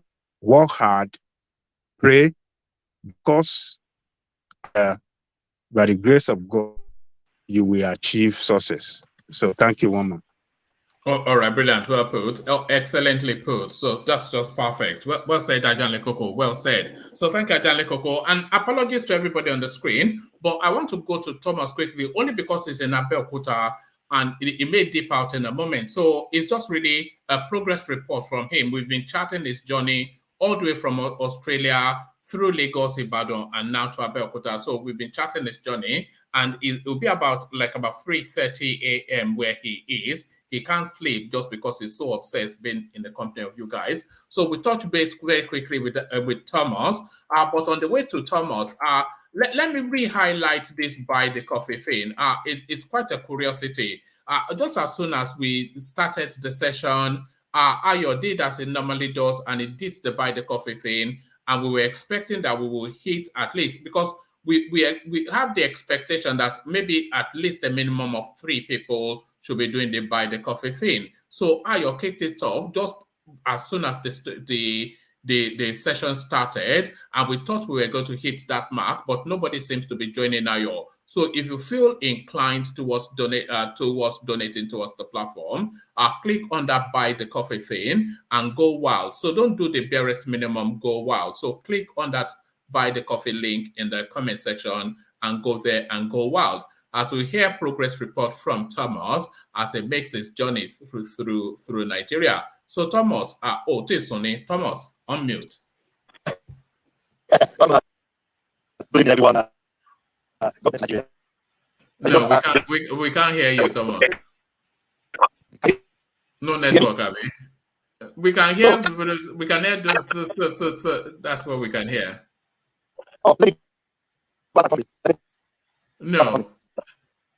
No, we can't. We can't hear you. All right, we've lost him. And that's why I wanted to go to him, because the connection.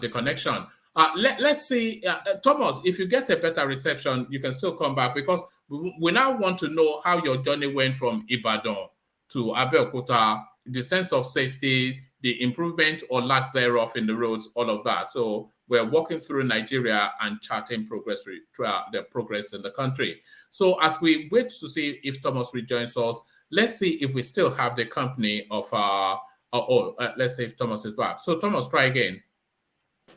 Can you hear me now? Oh, that's much better. That's much better. So yes, yeah. So you're in Abeokuta now? Yes, please. Did you drive again? Yes, I drove myself. Yeah. Oh, and how was the journey?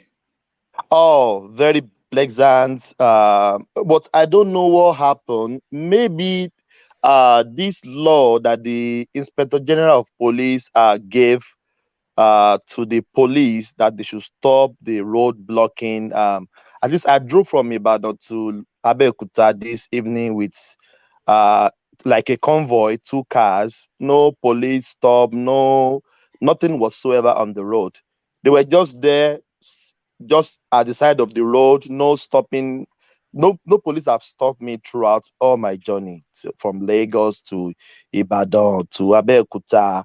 It was so pleasant. And if you see police operative on the road, you feel very safe. So it's a very pleasant journey. One man. And the road, what's the road like? Road to Abeokuta, it's still one lane, face me and face you lane, just one lane.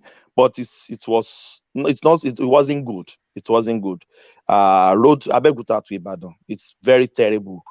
But what can we do? That is just my experience. Is there work ongoing? No. There's no work going. They were just patching the old one. Abeokuta and Ibadan now. You can't compare Lagos to Abeokuta. Abeokuta is still that old road, the one from Akpata to Omiadio to. But the progress in Abeokuta, one man, the train lane, one man, forget about it. So when you are going to Lagos now, no stress. From Abeokuta to Lagos, it's just 3,000 naira. People don't drive anymore. So there's a train now from Abeokuta to Lagos Yaba, straight down, 3,000 naira. My senior sister, it's all these Alagai Duro, those ones that normally do engagements. MC. Yes. They call them Alagai Duro in Yoruba land. She's a very professional in that area. So she normally went to Lagos, Ikeja, Aja. She stopped driving as soon as the train kicked off. She said the train is just 3 minutes to our house. We drove down there. The train station, they have a terminal. But that's exactly how it should be now. You drive your car to the train station, you park it there, you go about your work, you come back, you pick up your car and go home. That's how people live, One man, he said, Nigeria has changed on the rail. One man, if train can be working, things will be good. He said she would just park her car in the train station at Abeokuta, catch a train to Yaba straight. No traffic, no jam. He will slept off, and he will woke up in Yaba.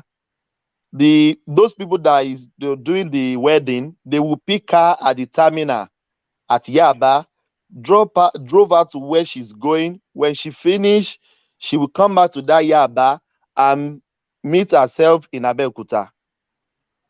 She stopped driving to Lagos. Even when we came here, I said, can they put my car in the train? So I would just sit down in the train and I would just land myself in Lagos. So I don't need to drive because of the stress. That train, they really try. Then there's another train from Ibadan to Abeokuta, straight down, no hold up, no traffic. He said, bro, he said, commissioners, ministers, we met them at the train station. They stopped driving convoy to, maybe they are going to Lagos for a function. Commissioners are there. Ministers are there in the train with everybody. They have this special coach. You can pay more. And this is all thanks to the Malam from the north, Abi. Yes, he said, and they say it's not working. They say Buhari is not working. The man who did nothing. She said before they got to Yaba, you will see line up of convoy, minister, commissioner that came for senators that came for holiday at weekend. They will just be marching down of the train and they will be entering, their SUV now. All those, you will know that these people is a big. He said she saw some notable ministers, commissioner that she know very well catching the train. They stopped driving convoy. Even if they were in convoy, even the traffic from Long Bridge, if you are going to Lagos, Kara, Long Bridge to Lagos is crazy. The people stop driving to Lagos. They catch train. Then there's another train. One man, if train is working, one man, oh my God, it will be better. But in this Southwest, people are hailing Buhari. Forget about anything. Tinubu is going to win this election. Abeokuta people, they are just crazy. They don't even think about anything that is going on in Obi space. What I feel here in Abeokuta, there's forget about it. One man, I've been tracking my junior brother. He's a politician in Ekiti State. So he's here to give you a feel of politics, local politics. Don't mind his accent. He's from Ekiti. He's a local politician, but he's educated. We don't mind your accent. So why would we mind it? His accent may be Ekiti-ized more than Yoruba. Like he's a politician. We are all Nigerians. Don't worry. Yes, he's here to give you a feel of politics. My senior brother is big politics. He has run for councillor before. His junior brother is here. He just wants to give you a feel of politics. I exit from my wife's room to my brother's room so that he can speak with you. He's here. What's his name? Sheung. Sheung. This is my friend. Yeah. All right, Sheung. Good to meet you. Yeah. Good morning, sir. Good morning. Good morning to you. So yes, Thomas, of course, a member of the family on this platform. He has come home to come and spend time with his real family, and he has been giving us glowing reports about improvements in Nigeria. So, do you see those improvements?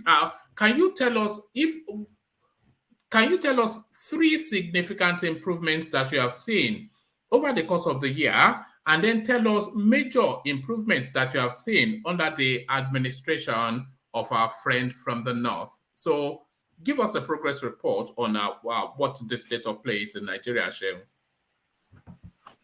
Yeah, concerning what my brother has said, this man is really working. This Buhari. Let's put settlement apart.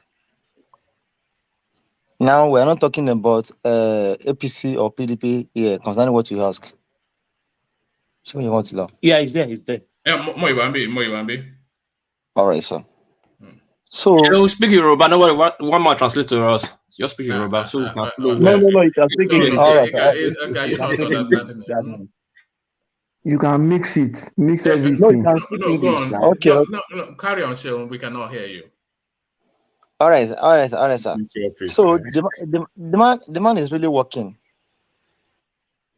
Series of works concerning road, even if, before from Lagos to from Lagos to Ibadan expressway, it, it will take you like 3 to 4 hours before you get to Lagos when you're coming from Ibadan.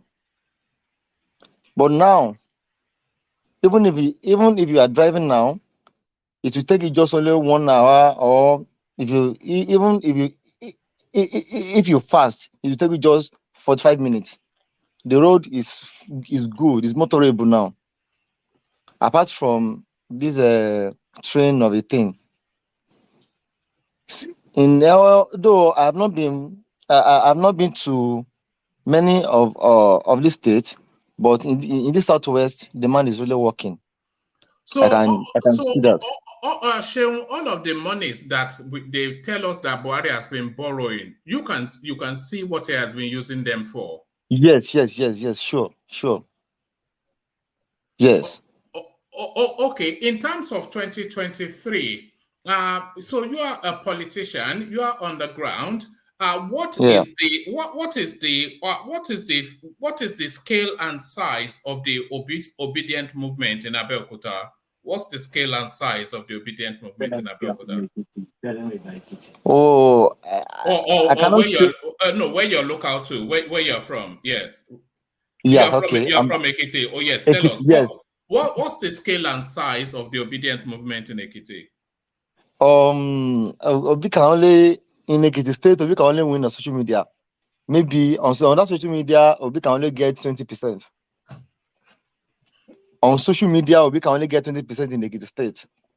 But in real life, Obi will get 0.01% in Ekiti State. There is nothing like Obi in Ekiti State. Though I have a friend living in Ekiti State. The guy is an Ndigbo boy. He was trying to tell me what Obi will do. Like Obi is a young politician. He know what is happening. He know what Nigeria really needs. He needs this and that. I now ask my boy. I now ask my friend, "Do you have voter's card?" He said no. So what are you now talking? So how do you want to vote for Obi? What do you want to do? Why? Okay, why? What are you trying to tell me? On election day, are you going to come there and vote without voter's card, without your PVC? You now say, I know, that is what he did. So all this obedience of a thing, they are just feeding them with lies. Obi has no use to offer Nigeria. Even people in Nigeria knows that Obi, see, we have 36 states in Nigeria. APC is governing is governing 22 states, PDP 12. Well, 21 now. They've lost Osun State. They've lost Osun State. Yes, 21 states. PDP around 12 or 13. Then Abga, then Labour. None of these states, even none of these states. Is it Anambra or what? Anambra is Abga. Anambra is Abga. Abga. What of Imo is APC. Imo is APC. Imo also is APC. So we cannot specifically tell 2 states where Labour Party is governing. Huh? So what are we now saying? How do they want to win all these states? The obedient movement now, the obedient movement, coming into a town near you, the obedient movement. The obedient movement can only win on social media, sir. Obi has no use to offer Nigeria in terms of anything, infrastructure, anything like that, and anything. I don't see, even to me, if anybody asks me who is contending for this presidential election, I will only mention Tinubu and Atiku, and Nigeria don't want Atiku. So Tinubu have almost 88 to 90% to win. But do you want to declare your hand? Are you an APC man? Well, I'm an APC man. Okay, well, that puts a different inflection on it, doesn't it? Okay. All right. Let's. So, What about what? Yeah, go on, Ajale Koko. yeah. Ajale So Koko, yeah. in Ekiti State, yeah. So who are the parties that are really on the ground in Ekiti State where you live? Who are the party? Who are those parties that they can mess with each other there? That are really on the ground that you know are really on the ground in Ekiti State. Don't talk about APC. We know that we are for APC, but what are other parties that are on the ground in Ekiti State? PDP is also in Ekiti State, but I can tell you today that the owner of PDP in Ekiti State today is Fayose. I have declared for Tinubu. And Fayose said he is a friend to Obi. He likes Atiku, but he preferred Tinubu. So even all Fayose followers, they are now they are now on Tinubu's side. So I don't think there is another party apart from APC in the Ekiti State. I don't think so. What of SDP? What of SDP? What of AAC? Shore, I don't know Shore. I only heard about Shore. Sir, I don't know him. Labour, Labour, what's the name of this man? SDP. This Adewale, Adebayo. People like Segun Oni, SDP candidate that lost to Biodo Abayomi Oyebanji. People like the man. They don't like the party. Immediately this man lost, all the people doing the SDP has divided themselves. Some moved to APC, while some moved to PDP. So those that moved to PDP follow Fayose, and Fayose now is declining for Tinubu. So I don't think there's another party apart from APC. Sheon, let's talk about Tinubu. What is Ekiti State saying about Tinubu? What is Ekiti State saying about Tinubu? Ekiti State is a second home of Tinubu. So they're not saying anything. People in Ekiti State are fully ready to vote Tinubu 100%. No equivocation. But I want to disagree with Fayose. I want to disagree with Fayose has declared for Tinubu. Fayose never declared for Tinubu. No, Fayose what is not clear. No. I think Fayose said Fayose said Yoruba Lokan. He said so. I can give you many proof on my phone, like many pictures, many things on my phone. Now, what I'm saying that he said something in the past. This time, he declared that he's support. Even in his interview with Sheung,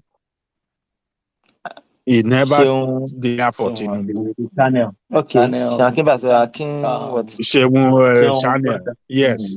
Yeah. Channel. He never declared for Tinubu yet. Yes. That is a good politician. Don't say he cannot that just he jump has from. declared. He hasn't declared for Tinubu.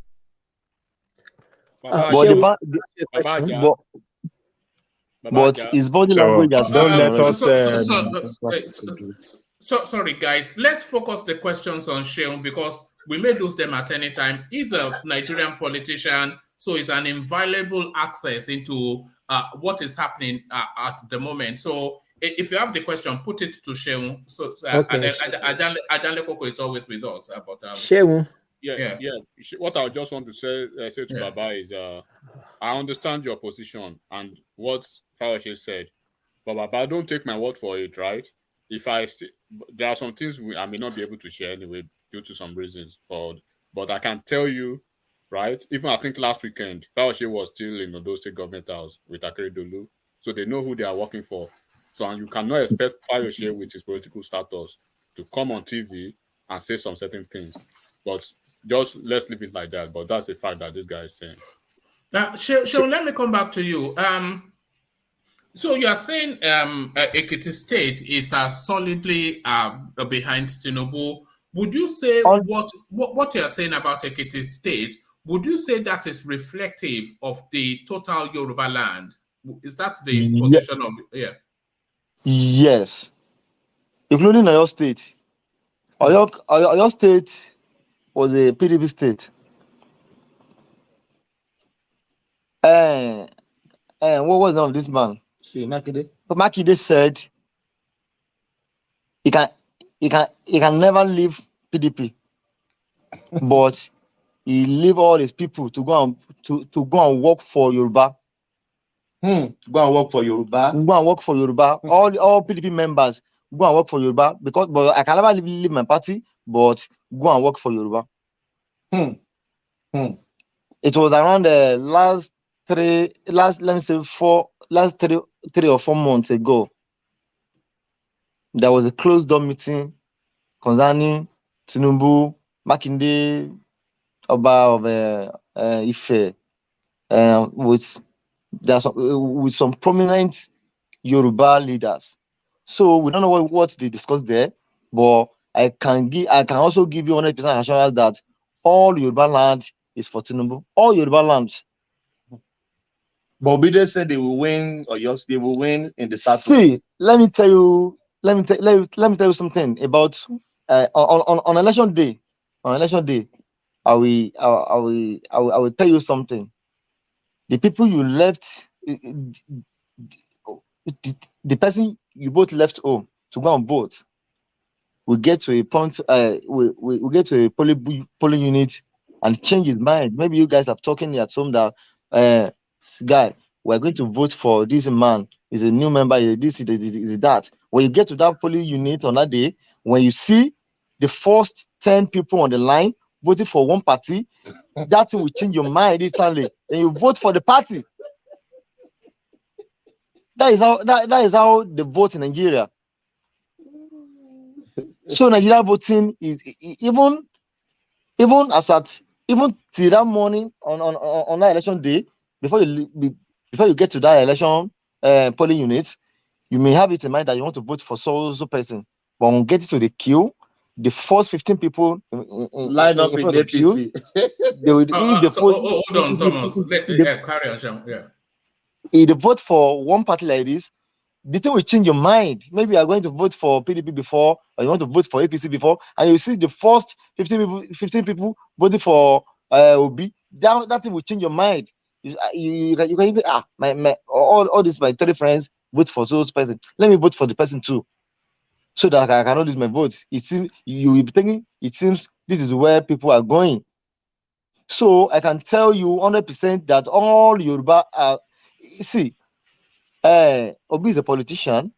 So Obi, if anybody invites Obi now on television or this radio, Obi will tell you that by God's grace, in Ekiti State, I can boast of 40% vote. Yes, now you can say it because there are some Obi cannot come to Ekiti State to be campaigning for himself like that. His people will be feeding him information that we have gathered people, we have do this, we have do that, and some are deceiving him. I think you understand me, sir. So we're listening. Carry on. So Yoruba, all the 6 states in Yoruba land are for Tinubu, 100%. 100%. I can bet you it's anything. Come that to 2023. That is it, sir. No, all right. Seun, one more. Can I ask him a question? Yeah, go on. Okay, Seun. How about the Northwest? Who are they voting for? Northwest? Yes. Yeah, I cannot categorically say anything about that. But what I can say concerning any northern state is the even Atiku what's the name of this man? Shetima. Atiku Shetima. People in not like Shetima than Atiku. I can tell you that. I can bet that with you. This dirty of a thing, I don't think anybody knows the man. Well, they wouldn't know him now. He's not from Nigeria, so how can they know him? So, in the northern state, ABC also have the upper hand. So this election, so I can tell you, this election is though APC needs to work, but the difference is quite clear. Everything is clear. This is Nigeria. Everything is quite clear. People are already saying it that APC will still govern another 4 years. They don't know the next 4 years though. But from 2023 to 2027, APC is going to rule again because they have the upper hand. That is what Nigeria has seen now. All right, thank you, Seun. So, Seun, let's get to your own personal situation. Thomas tells us that you are a politician. So, are you up for re-election or election, and what do you think your chances are? So, tell us about your own personal journey. My personal journey in this election? Yes, well, Thomas tells us that are you contested to be a councillor or something like No, that? his senior brother. No, it's my brother. It's my brother. I'm not contesting. It's my brother. But in our party, I'm the ward secretary of our local government. One of the ward secretary. So I knew everything that is going on in our party. Are you the one? I'm one of the winner. Are you the one handing out the money? Is you that is handing out the money? Are you the one bribing the voters? You know money. I'm not the financial secretary. I'm the secretary. The secretary. I do write everything down. Whenever they want to call any meeting, any vital meeting, if they want to call meeting, maybe general meeting, they can tell the PRO to do that. But if they want to call any vital meeting that will concern those all the stakeholders, are we the one to conduct the meeting? Are we the one to call the meeting?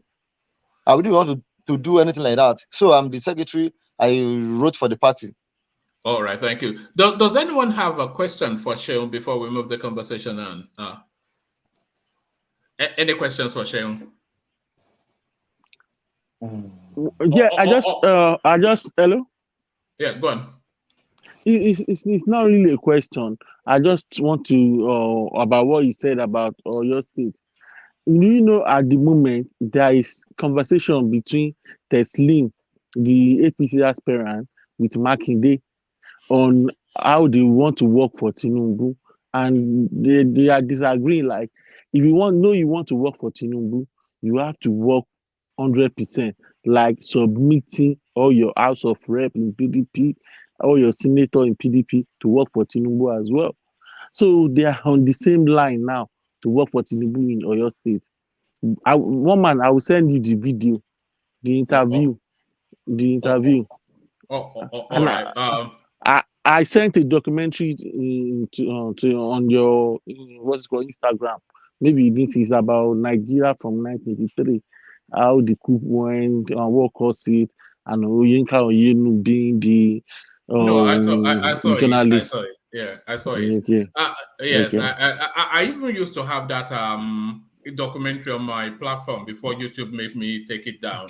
So thank you, Seun. I hope you are looking after Thomas because he's a valued member of this space.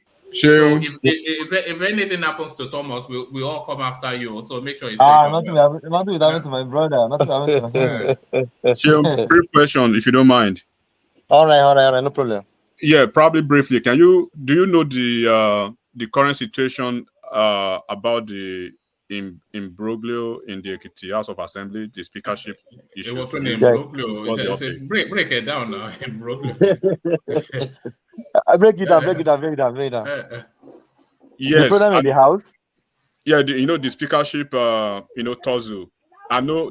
Is it true that Fayemi is still trying to tilt the weight, or is he wants his candidate to emerge? What's actually the problem, and what's the situation with the current governor with the speakership issue? It's not that Fayemi really wants his candidate to win, and Oyebanji also don't say anything about the house. Oyebanji leave the house to go and after the demise of Afuye, the late speaker. Oyebanji leave the house to go and choose their own speaker. So there are some people like that. The speaker was from Ekiti South before, so they need to move it to Ekiti North. So the problem there is that some of these House of Assembly were given second time tickets. So and some of them are not. Some of them. Do we still have you? Can anyone hear me? Hello? I can hear you. Oh, all right. I think we've lost Thomas and Sean. But thank you, Sean, for that. It's always good to hear those things. Just a real feel, because we're all over the world and we're just speculating on what we read and see on whatever. But there is a politician, right? Or at least, yes, it's a politician of some sort, a member of a political party giving us updates. So thank you, Sean, if you can still hear my voice. Let's take the conversation next in the direction of Man of Prestige, if he's still there. And if not, let's go to Tiger. So Man of, he is still there. So thank you, Man of Prestige. So Man of Prestige, to you then, and to Bianca Ojukwu telling us that there are no credible leaders in Igbo land. So why would she say that, especially given what is going on currently in the political space? Man of Prestige. I mean, I have not heard that. This is the first time I heard it. Under what context did she make that statement? I need to, She was at the 11th memorial of Odumegu Ojukwu, and she was giving her speech in that space, and within that speech, that narrative came out.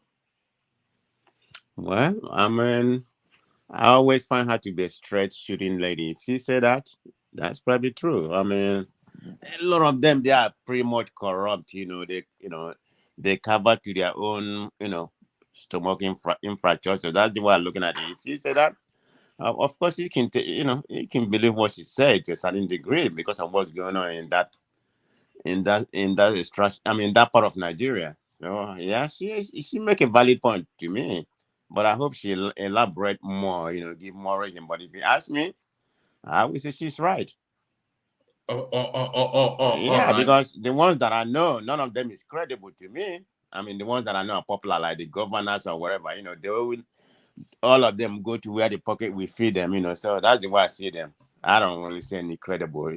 So I agree with what you say. Like, I'm not too much privy, but such a credible lady. What does she have to gain or whatever? So if she said that, I align with her definitely. All right, brilliant.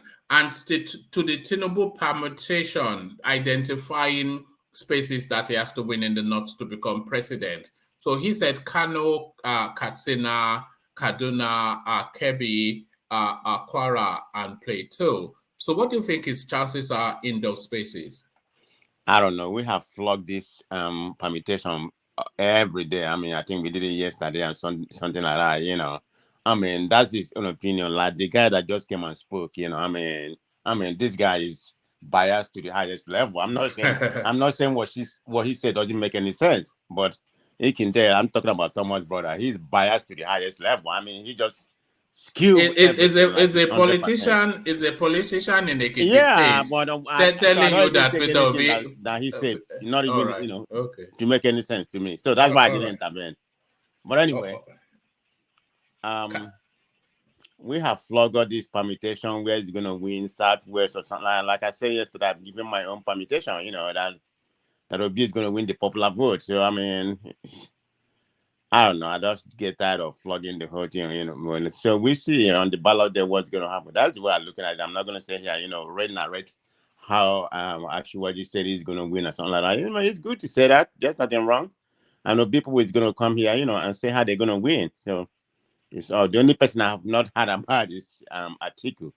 He's been very silent. So I don't know what's going on in that space. Is he so confident that the cabal over in the north is going to give him the presidency without even concerned about what Wike is doing? So I don't know. But, you know, like I was saying, and we spoke to Jafar. I don't know. He doesn't come here on this space and speak, but he, you know, he spoke to us on Ovie, you know, and he's very, very confident about what's going on in the north. I think he speak highly of Kwankwaso, and he said Kwankwaso is going to win a lot of states in India. I mean, what is a lot? I don't know, 3, 4, 5, but definitely Kanu, you know, because of his antecedent over there. I didn't even know that man promoted free education and something like that and everything.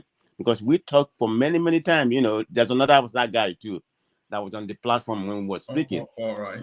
They narrated it. So the reason why I bring up Kwankwaso that the way things are looking right now, I don't know if anybody's gonna get. I mean, I'm going for it. I'm not gonna, you know, I'm not gonna, you know, equivocate on that.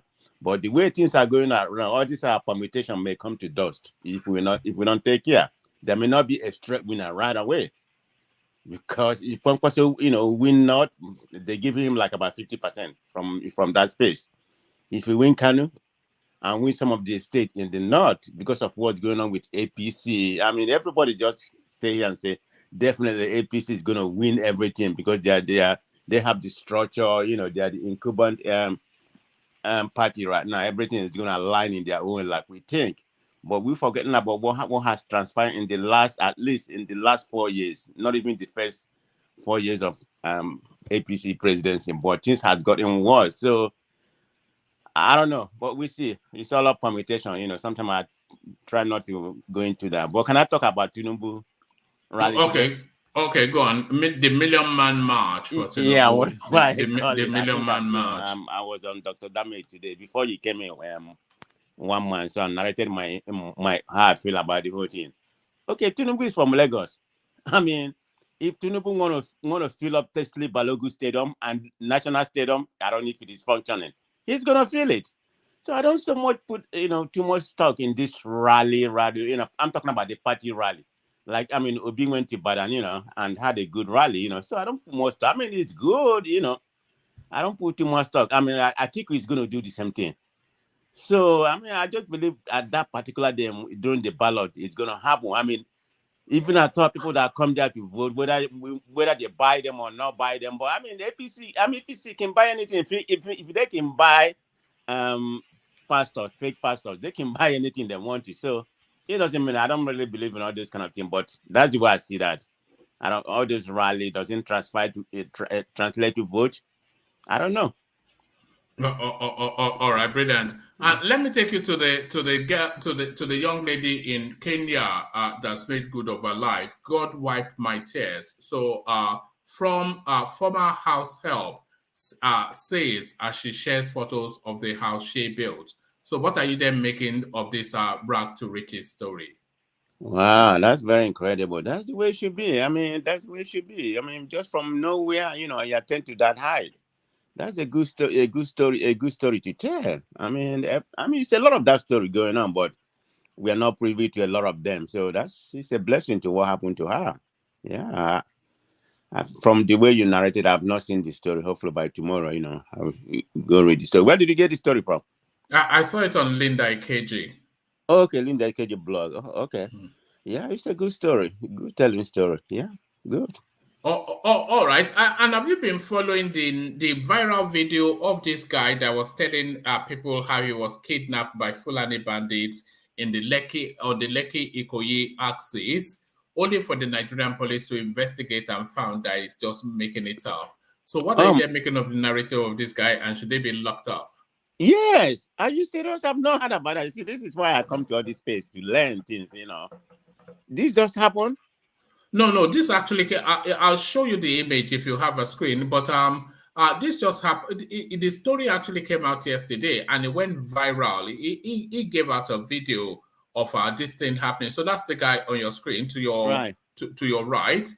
So he was saying that he was picked up by these people that kidnapped using a bus. And then they tried to take his life, but because he had already done all this Babalawo stuff, they were not able to take his life. And he told us that they were Fulanis, etc., etc. But then you can see what the police are saying. Preliminary investigation shows claim of abduction at Lekki Ikoyi Bridge by Twitter user is false. So he made it up, but then he put the blame on the Fulanis and the Northerners. So try to stoke up ethnic tension. Wow, no, he should definitely be locked up. This is terrible for people to behave. I mean, is it just trying to catch cloud, or just get it for his YouTube or whatever, get more people to his space? But it's terrible to do for what he did. He should definitely be locked up, 100%. I can't see why he should get away with that. All right. All right, brilliant. So thank you, Man of Prestige. So, Man of Prestige, let's go from you to Tiger in the City. Kulata, Ignabi, my offer still stand, please. All right. So I don't think that bet is going to happen though, because he has a different bet in mind. But so Tiger, to the Bianca Ojukwu space and her commentaries about the Southeast, is it something you can recognize what she has to say? I'll give it in two folds. Bianca is not looking at the landscape now. The landscape in the Southeast is changing. Since Obi came into the scene. Before, you used to have parties like PDP, you have leader there, or you have 2 or 3 leaders. Then in APC, you have David Umahi or the governor of Imo State as leaders of those 2 political parties. Then we can say these are the leaders from this party, these are the leaders from that party. But the landscape has changed, and some people hasn't learned now. There is a renaissance in the southeast of Nigeria. They don't want to recognize political leaders anymore. So the voters they want to do their own thing and vote. But people like Bianca is not learning, and she's not seeing beyond her nose. All she wants to see is the old fold of saying this is a political leader. But she forgot that in the Southeast, they don't usually have leaders like that. Leaders tend to be people from political parties, not independent leaders. She's in ABGA, right?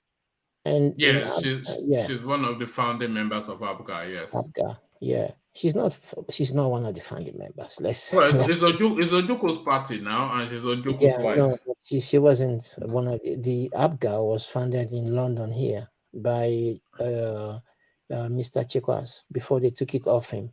So all right, okay. Bianca wasn't privy to that. Her husband was, because they invited her husband when they were forming their party here in London here. I think Nnamdi Kanu and some other people were that time in ABGA, so to say. One of my good friend, also attended that meeting. He told me everything that happened many years ago about ABGA. So ABGA has problem. She should concentrate on ABGA, because all the politicians in the Southeast that has been migrating to other parties came from ABGA. Rochas Okorocha came from ABGA. Most of these politicians from the Southeast came from ABGA. The plan was that the ABGA people, they will have a regional party. Then from there, they can stretch out their hands to the national party and be a good bloc, a big voting bloc. But most of these politicians, they use ABGA as a stepping stone to climb to national limelight, to go to the center.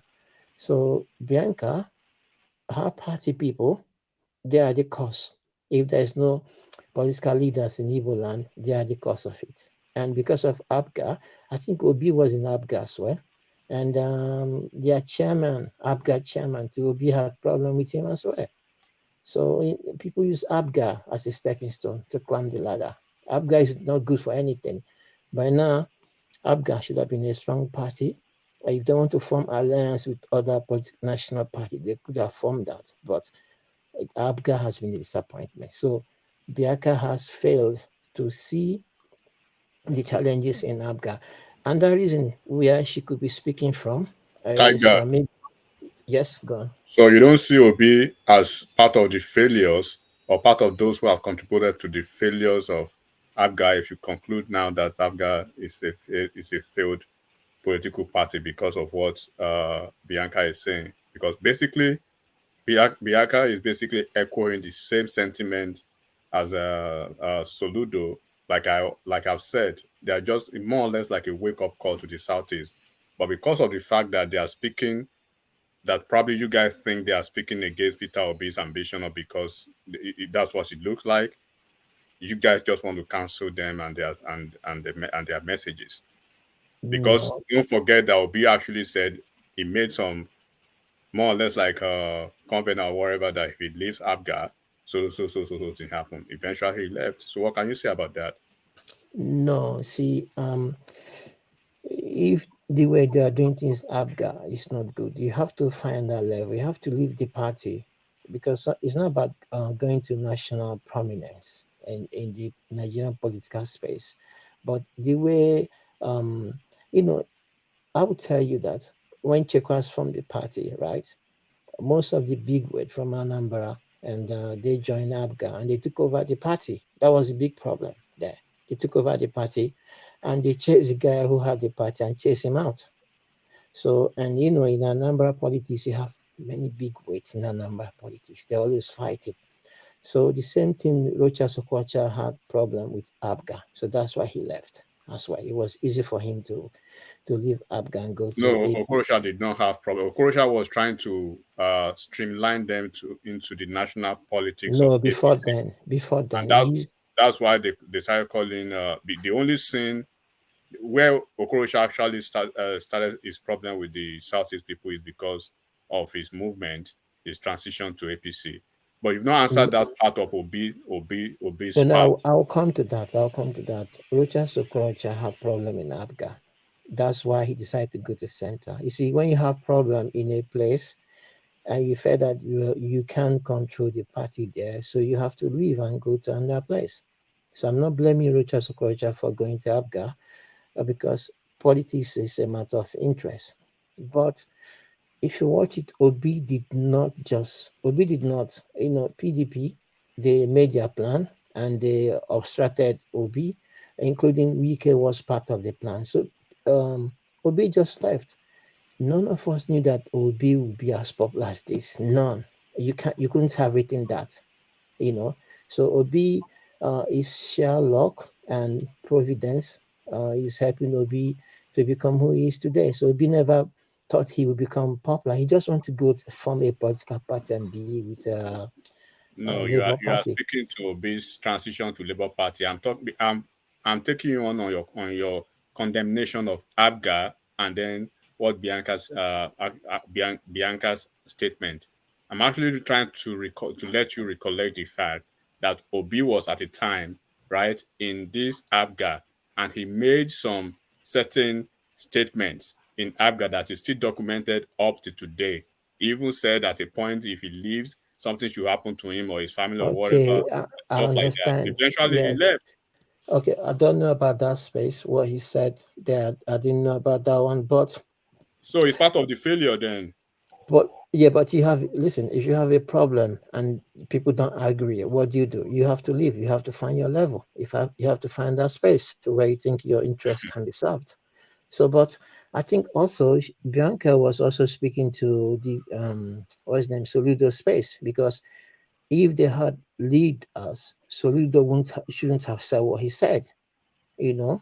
So, for example, now in the West, now you don't see people coming to attack Tinubu openly. They might have reservation about Tinubu, but no one is coming out to attack Tinubu because they know it's a chance for the western part of Nigeria to produce a presidency there, which may not come to them in the next 30 years. No one knows where Nigeria is No, heading. Trigger, people are attacking Tinubu. What would you say No, more no, not about openly. I mean, But they judge number one. no. This guy Adebanjo? Adebanjo, who is the champion Okay, of I hold know on. those Odua number two. people, Oh, Yoruba Nation people, yeah, yeah, they but attack Tinubu. Badamosi number three. So you guys know all of them that are. But okay, the hold fact on. remains But that there's nothing Soludo says, right? that I don't know if you read that op-ed carefully, right? There's nothing in that op-ed that signals to the fact that Soludo was condemning the person and the personality of Peter Obi. He was basically, who can read beyond the rhetorics of a sentimental idea or mindset? We understand the fact that he was calling on Indigbos worldwide, more or less like, let's play this politics right. Because after 2023 is done, right, then it means you guys have to stay for the next 16 years to find a way to even see where you belong. So that is what all your leaders are saying. But you want to cancel everybody and say, oh, they don't mean anything, they are BS, they are this, they are that, right? And then this Peter Obi, and I'm telling you what he did in Abga, what Abga leaders up until now feel about him before he ran away to PDP, eating his words, make more or less like, eating back his vomit. So if you don't understand this, go back and check again. Peter Obi's exit from Abga and the problem he created in Abga. Go and check. So if you are carpeting Bianca, do not forget to carpet Peter Obi as well. All right, thank you, Enigmatic. Back to you, Tiger. Yeah, Bola Ahmed Tinubu left a political party before. I don't know if it's AD or something like that. So people leave for where their interests can be served. But the governor of Anambra State, the statement he's making has become more personal. You understand what I'm saying? And there may not be an Igbo man who can have that chance as Obi. I'm telling you, if people from other zones say they're going to vote for Obi and he's condemning Obi, then who else will vote for Obi? So I think that's Bianca's statement can reflect that Igbo people don't have leadership, because if they have leadership, they will at least follow one person. At least that's what you can say about the Northerners or Yorubas. It's that they can follow one person. You see what Thomas' brother said, that even though Bode George, I don't know if it's one man that Bode George is indirectly working for Tinubu, but he may come to say something openly, but behind the scene, I don't know how. I said it. Exactly. So I don't know how accurate, because you mentioned Bode George attacking Tinubu, but indirectly he may be working for Tinubu, knowing that Atiku PDP has been a failure. So in that regard, I think that's Bianca is coming from two sides, but what she failed to realize is that the political landscape in the Southeast has shifted, and people are angry, and people don't want their leadership anymore. Okay, if Soludo is talking about leadership, tell me, the Southeast, they serve PDP for almost 24 years, and they're supposed to have the PDP political presidential ticket, but they didn't. So why would you continue with that? So it's better you go to where you have followership, and Obi has this followership in Labour. So if I were Soludo, I will wait until after 2023.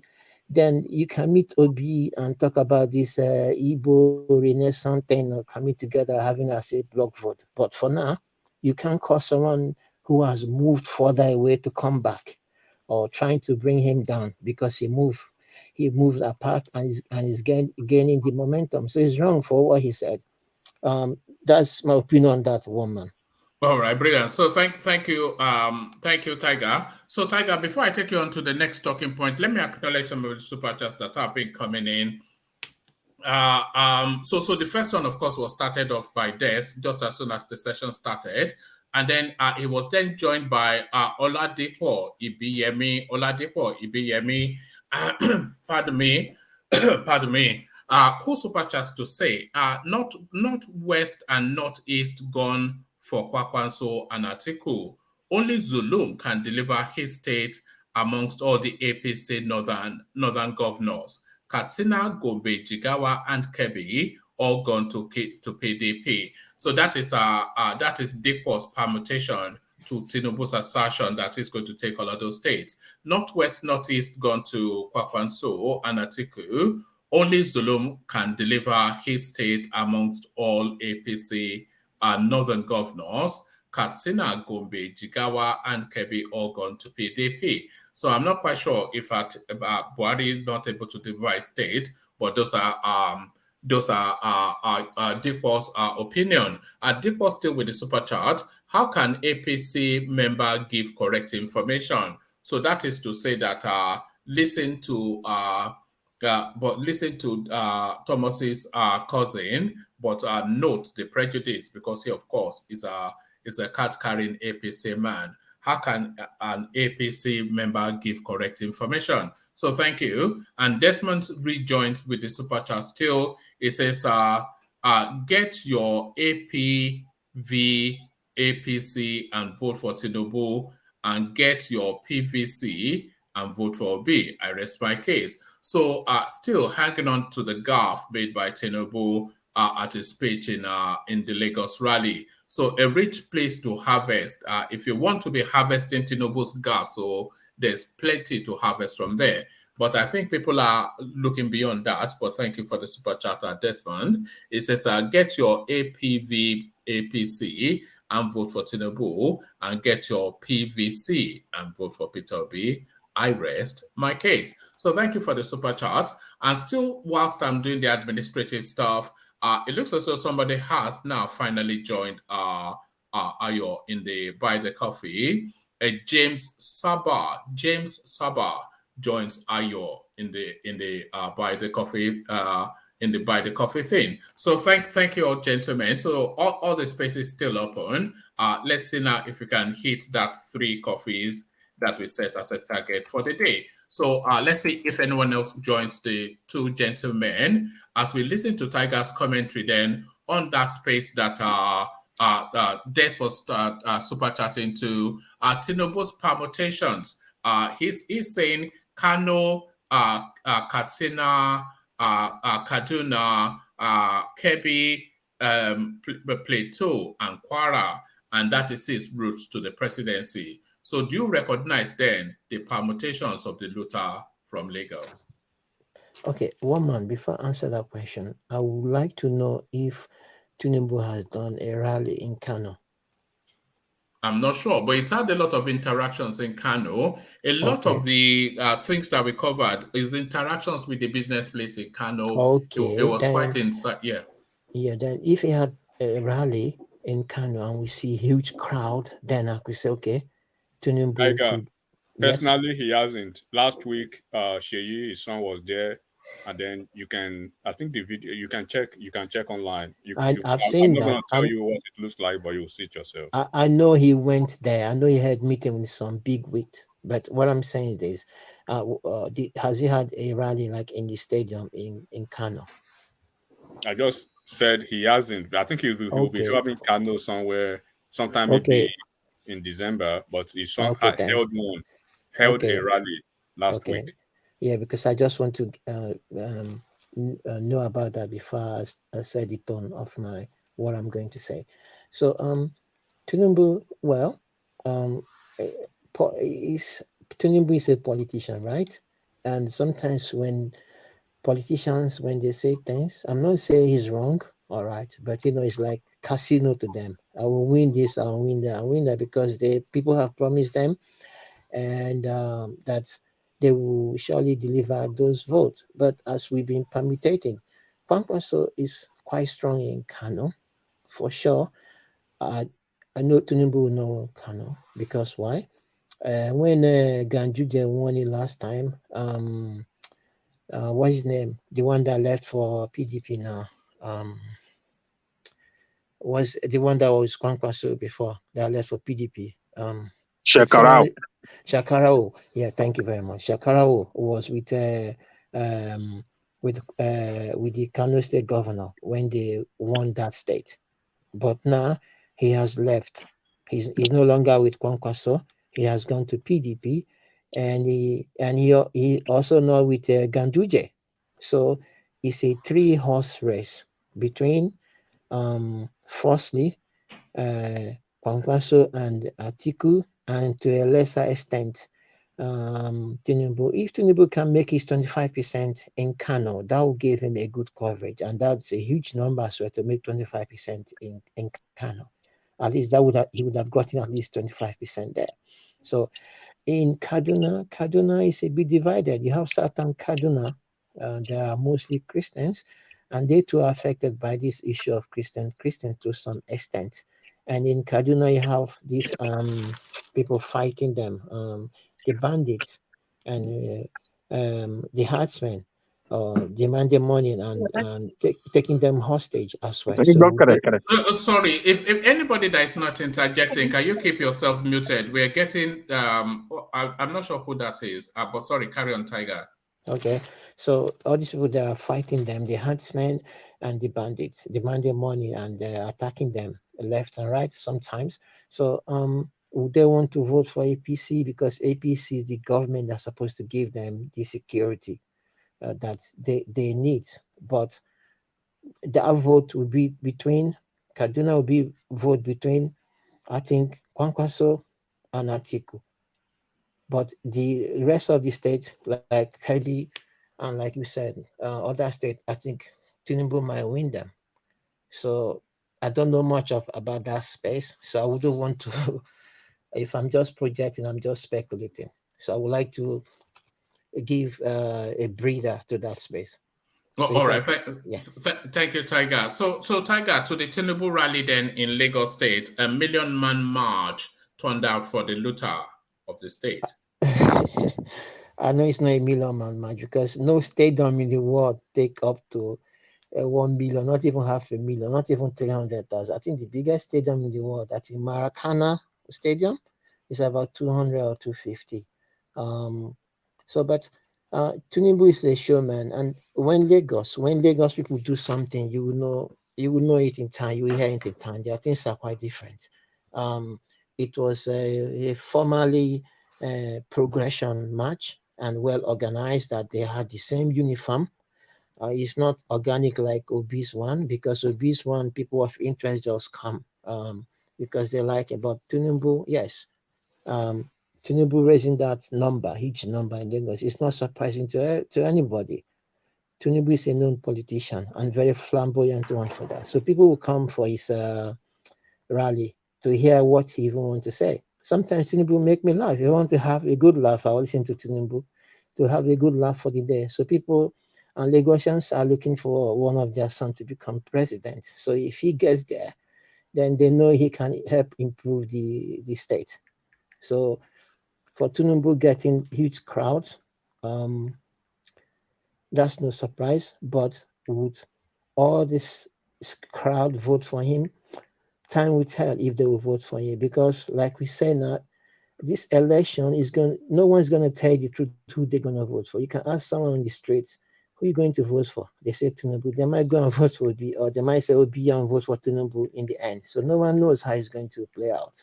But Tinubu will surely win Lagos, but the percentage which he's going to win Lagos, I don't know. It might be 60%.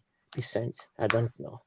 But I don't think PDP, like people are saying, PDP will be that strong in Lagos. No. Because people who usually vote for PDP, they are the ones going to vote for Obi now.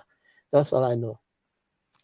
All right, brilliant, Tiger. And Tiger, to the heartwarming story of the young Kenyan lady who started life as a housemaid but found herself a landlord, a feel-good story. We all love rag to riches story. This kind of story inspires us and inspire people as well. That's why autobiography is better than what they say. When you have autobiography, is better than what's it called? I forgot. Fiction. No. When people die after they've died, what's that when they write? Yeah, autobiography. Yeah. Yeah. Okay, let me leave that space. But the best-selling book people ever bought is when people are successful and they write it in print and print it out, or when they tell the story. People love that. It shows that when people work hard, they say preparation meets expectation. When you prepare in life, you're prepared. you are there doing your own thing, and opportunity will always come your way. But when you are not prepared, an opportunity comes, you cannot grab it. So I believe that working hard, graft pays, and that's this thing. This is one of the things that people should learn. We were just speaking with H.O. earlier on, and we were trying to speculate that is life about graft or destiny? Are you because I was speculating if that lady was predestined to be where she is. So, do you have any thoughts on that space? Hard graft versus destiny, or do they both work hand in hand? Would you say? Yeah, they both work hand in hand, but one must come first. It's not the destiny that comes first. It's your graft preparation, then opportunity, then grab the opportunity, then you fulfill that destiny. So you can't fulfill that destiny without being prepared and being in a particular place and working hard. You see, let's assume that you're a postgraduate, you've done your IT course, you know about IT, so but you haven't got a job. An opportunity comes, and if we go for a position, I'm not a graduate, I don't know about IT. Who would they take? Is you. That's a postgraduate, you know about IT. They will first employ you because why? You've already prepared yourself. You've already gotten the qualification. You're just waiting for that opportunity to come so that you can grab it. So this lady has worked hard and she had perseverance, and preparation met opportunity. That's what it is. All right, brilliant. So good. I always enjoy things like that. You know, I always like hearing about people who are somewhat life disadvantages, but they refuse to be disadvantaged. Yeah, It's motivation. It's motivational for, and even I expect that even Elon Musk will be motivated by the narrative of that lady. yes, Elon Musk, some years back when Elon Musk was talking about electric car, oh, they said, oh no, it's not possible. We've tried it in the 60s or when it didn't work out. So the guy keep working hard. Look now, look at they were laughing at Elon Musk, but look at Elon Musk now. He's the one who had the upper hand and even had something in the space that can that the Ukrainian soldiers are using. You understand the information they are relaying. So um, this is what we're saying: expectation, preparation, destiny. They are both ingredients for success. You can't do one without the other. So rag to riches, we love this story because it inspires us. This is faith. I believe that lady within her, when she was working hard, something must have been telling her, don't worry, keep pushing. She never gave up. And once she saw an opportunity, she took that opportunity.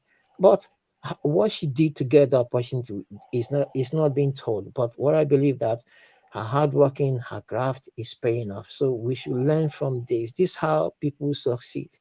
I often have arguments with some of my colleagues at work because one thing I understand about the Brits here is that they don't like rich men. They don't celebrate rich men like the Americans do, because Americans believe in the American dream. Here, if you say you are rich, people start hating on you. They start condemning them that they are not paying their tax, they are not doing this. But to be a good businessman is not easy. To be a businessman is not easy because you have to think about the success of business, how to pay tax. I've I've managed my own business previous before Corona came. I had 7 staff. Even though to plan to pay their salary and do all that, it was very hectic. I'm telling you, you can spend hours trying to plan out. It's very hectic. So um, people don't understand. Hard work is very good, and this is what we should teach our Nigerians, that you can grab it gradually. You don't need to do bad things to grab it. If you work hard, opportunity will come. We always have opportunity. It's a mirage. People say opportunity come by work by once. No, opportunity comes in various shapes, except if we see it. All right, brilliant. Always well put by Tiger. So, Tiger, let me take you to one more space. United Kingdom universities will go bankrupt by barring Nigerian other foreign students. British professor warns British Prime Minister Sunak. So it looks as though Rishi Didishi is trying to now ban Nigerian students from coming to the UK because he says that it is a soft way of migration. So what are you then making then of this aggressive policy positioning by the Indian Prime Minister of Britain? One man, I work in the education sector. I've often said that in the school that I work for, postgraduates, majority are from India. Number one, they're from India, and the undergraduates we have majority this academic year they are from China. So I don't see anyhow the British institutions can survive without foreign students. How would they be able to afford? The engineer student here will not be able to afford 25,000. That's what my school charges for undergraduate course for 1 year, £25,000. So would people from UK pay it without taking grant? So they will not be able to afford that. So Sunak, I think they're only saying that because of a report that said about net migration that increased by 500,000, and it was only about 200,000 people that left. They still have like 250,000, but majority of them are students. So how would they get funding? Funding is no longer coming from the government. The government told universities that they can get their own funding, they can set their own price, school fees, and that's what the institutions here have set. So Sunak is just playing to the gallery. Let him stop the Indian student. I'm telling you, majority postgraduate are Indian students, and they're paying 35,000 for 18-month course. So I don't see how it's going to peter out for Sunak. I think he's just playing to the gallery. All right. The institution always have members in the government. I think they'll go through Ministry of Education, and those who are in charge in the educational group, in the MPs who are in charge of educational group. I think they can relay this information. It's not going to work. Otherwise, there was a time, I think during, what's her name? The one before after David Cameron. Boris. No. The lady. What's her name again? Theresa May. Theresa May. Yes. During Theresa May, what she did was that if people finish their degree, they have to leave within 3 months if they don't get work. But Boris came and changed that, saying people can stay up to 2 years if they finish their degree, and they can wait for after 2 years and still look for work. So what happens that most students, they were going to US to have their institution and other European countries. They didn't come here. So why would you want to come here and school without no advantage? Is it only you finish school, you stay only 3 months and look for a job? If you don't get a job, then you have to go back. So Boris just changed that idea. So he made it to 2 years. So if Sunak is coming with this strict restriction, it's not gonna put out well for the British institution. They might as well go to other places as well to study. All right, brilliant. Brilliant. Are you on Instagram, Saki Father? Not Saki Father, Tiger in the City. No, the reason why I don't want to be on Instagram, people will check me. You've broken so many hearts, Abby. All the women are, all the baby, all the you are running from the baby mamas. Are you running from the baby mamas? No, I have no baby. I only have my wife. I'm only joking. No. If relative would chase me, friends would chase me for money. If you know how much they're chasing for money every day, and I can't take it anymore. Trust me, I don't want to be in this space. Except if I have a special business that I'm doing that I can be on Instagram. I've told people that way. If I have business, if I go back to business again, because what happens that Corona took away my business. So since then I have not recovered again. Yes. That Corona, really was. Did you not tap into that? Excuse me, that soft loan 50K for business owners under the Corona space. You didn't tap into that. I took it. One of your brother, Lumi GBT. Wow. So you're in real trouble. It sounds like you're in real trouble. Are you in trouble?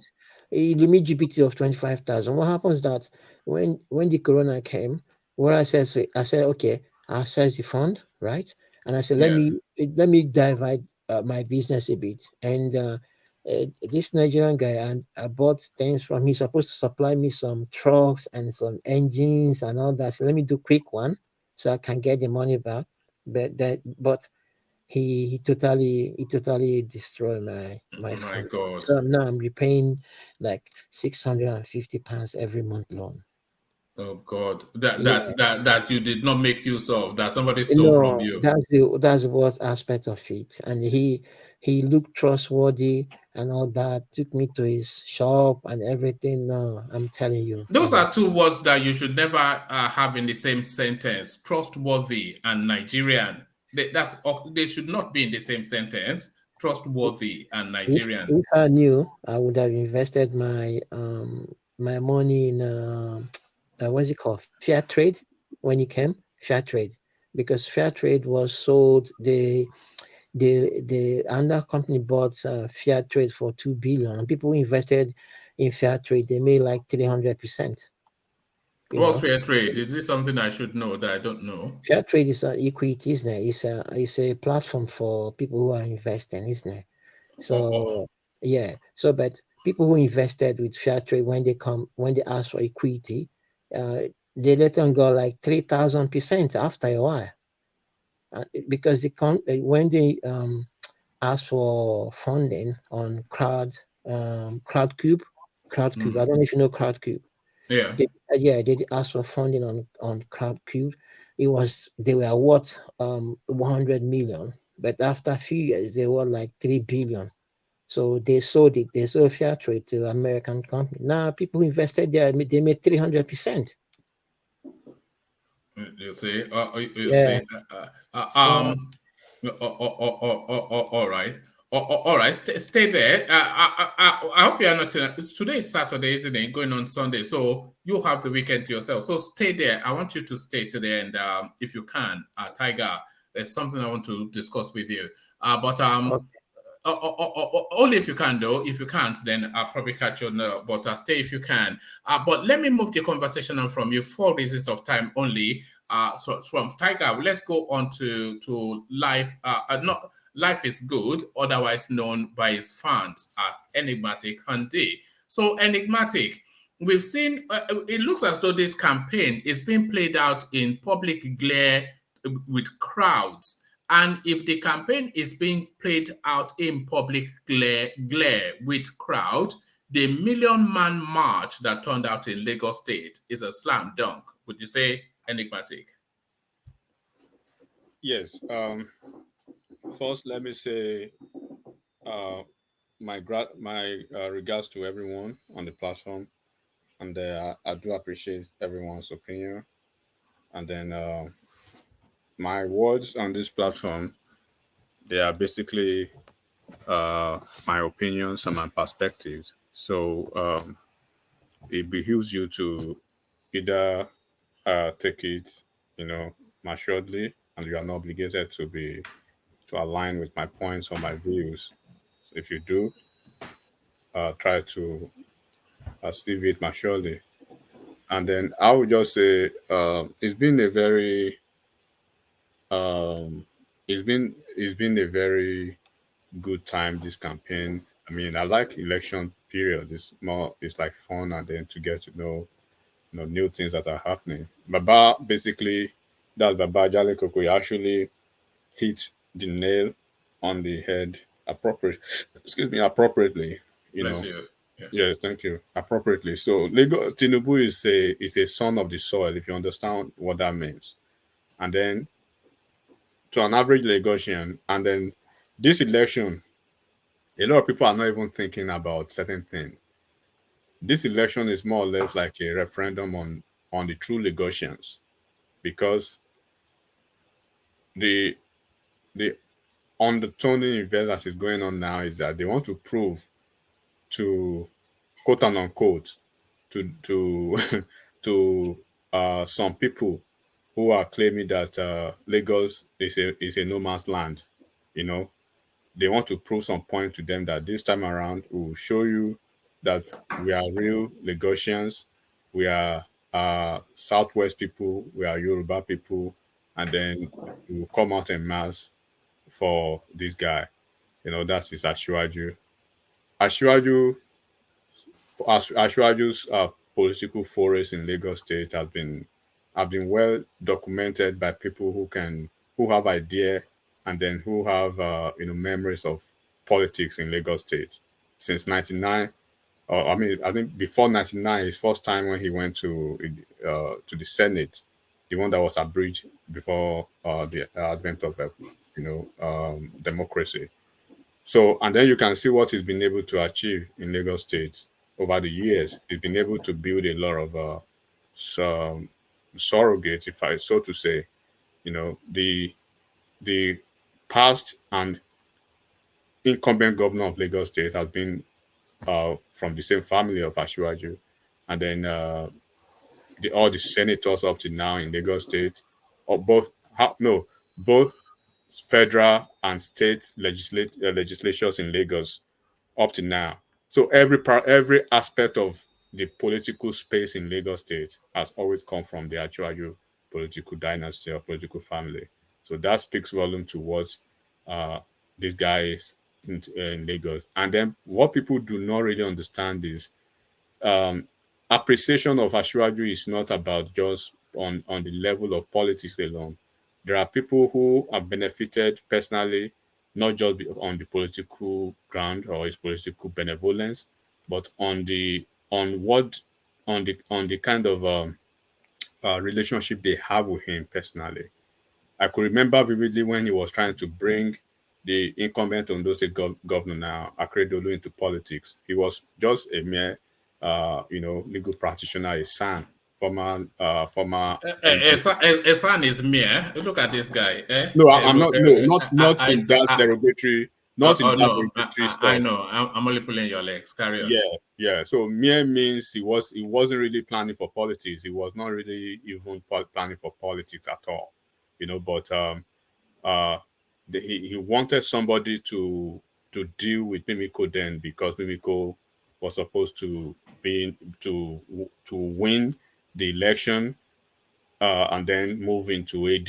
So Mumiko played his own stuff. So basically, that was what actually happened. So when you look at him, right, and then this actually speaks volume of the political leaders that um, we have these days now. And then you will question yourself. Atiku has been in politics for over 30 years, right? If I'm not wrong, and then Obi has been in politics for over 20 years now too. Then you will question yourself, what have they been able to achieve when it comes to human development, human capital development? How many people can you count? One, two, three, four, five, to say, okay, these are the men who have been able to bring up. We rise by lifting others. In the game of politics, for you to always be a force to reckon with, you have to move and look backwards, right, and see what you've been able to achieve in people's lives. So the current speaker of the federal of House of Rep, Bajabi Amila, he was in Chicago here. He's part of Ashwaju's guy. The three senators currently in Ekiti State, the two out of the three senators in Ondo State, all the senators in Lagos State, in Ogun State, in Osun State. So when you count them like that, Bolaji Bashir, from the guy in Osun Central, thereabout.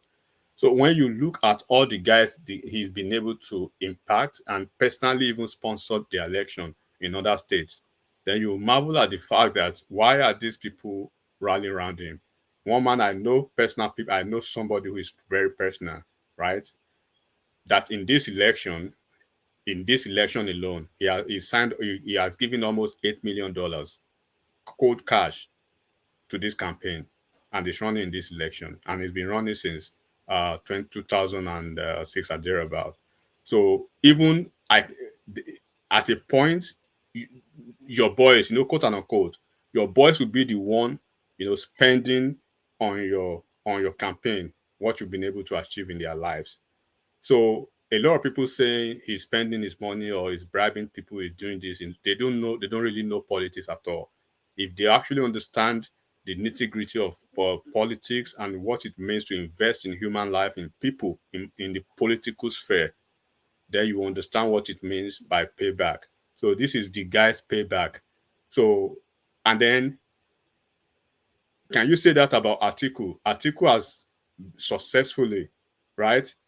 He has successfully betrayed almost everybody around him. He has successfully lost the trust of almost everyone that could have been political capital to him.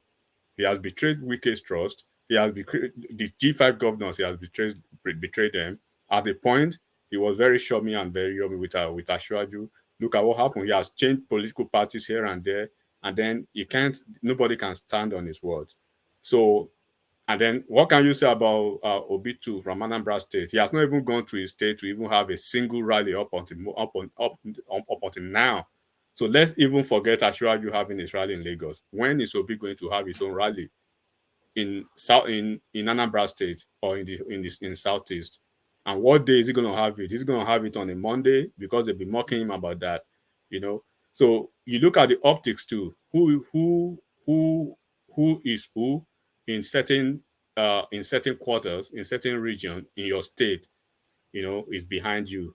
One man it was more or less like a carnival. Tell me who is who in Lagos politics. Tell me who is who in Southeast politics, in Southwest politics that you are supposed to see behind him that wasn't there today. Aregbesola was there. Ambode was there. Was Aregbesola there? Yeah, Aregbesola was there. Oh, right. Ambode was there. Fashola, everybody. The three governors, his predecessors, all of them were there. All the senators. Ambode there? Ambode was there. Ambode was there. They were all present. So that is what we are talking about. If I see you as my political mentor and I cannot point to where you've been able to impact my life, forget about money or no money. These people do not, there's a level you get to in life, one man. You don't need money again. All you need, it may be influence that you need. It may be just that influence. You can't tell me Gagabia Mila needs money or Opeyemi Bamidele, or Dele Alake, all those guys, all his commissioners, in his 8 years as governor, all of them, they are still within the family. All his essays, they are still within the family. The current Oba of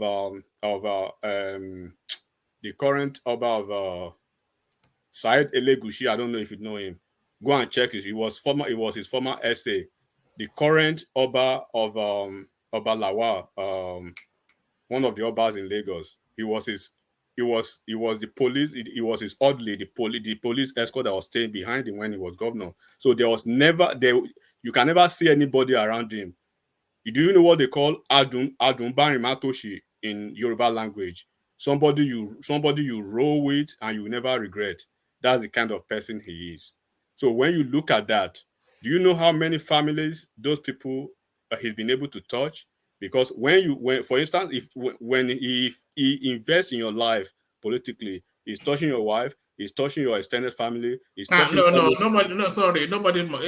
that touches my wife gets a bloody nose. So don't go around touching. What are you? You know what I'm saying? Like I know. What I mean is that by extension, right? By extension, and that's how it actually works. When touch your wife, he's touching your wife. Don't go around touching people's wives. So don't touch me. Don't touch my wife. Don't touch my wife. By extension, it impacts both your immediate and extended family, and then those people who are around you. That's what I'm talking about, right? And then when he made Ambode the governor, are you aware Ambode is even from North Lagos State? Well, Ambode is from Ondo State, from Okitiukpa in Ondo State. It was just a permanent secretary and the account. It was I thought Ambode was from Ikorodu. No, it's from Ondo State in Okitiukpa. Oh, is it Badagry even? What's that region? Yeah. No, he's from Ondo State, but he's a genius. He noticed him and then he made him the governor. He's from Ekpe now. Ekpe, yes. He's from Ondo State. From Ekpe now. He's claiming Ekpe and he lives in Ekpe. Just like Arebeshola was claiming Alimosho, but he's from Ambode is from Ondo State. He's Ambode is went to from this Ondo State. federal boy. I know him personally. He's from Ondo State. Yeah, he's Ondo State So, boy. you Full know, Ondo State. so when look at his friendship with Oshomole, right? Look at his friendship with Fayemi.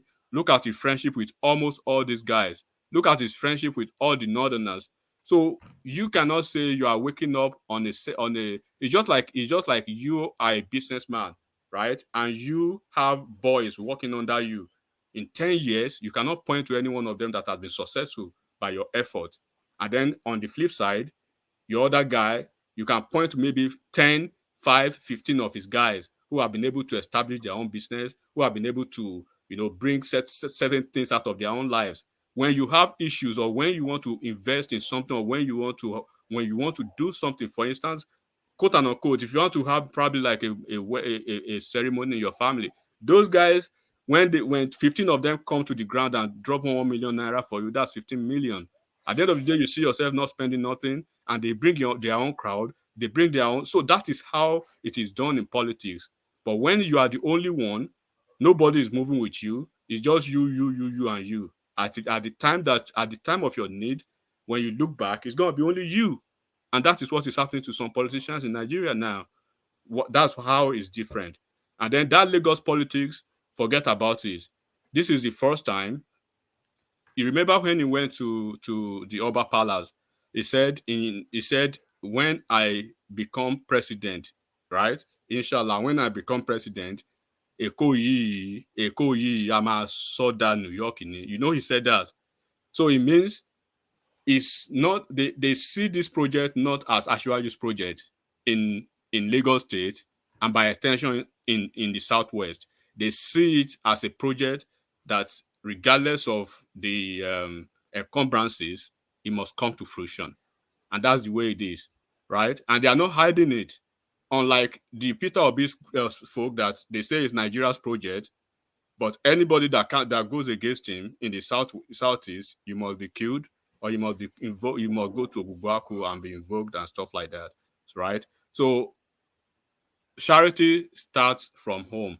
Let every one of them go to their base, to their home, and see what they can do. And let's see what they can do. He has done his. Atiku, when he won his primaries, he went home. We saw the crowd that welcomed him.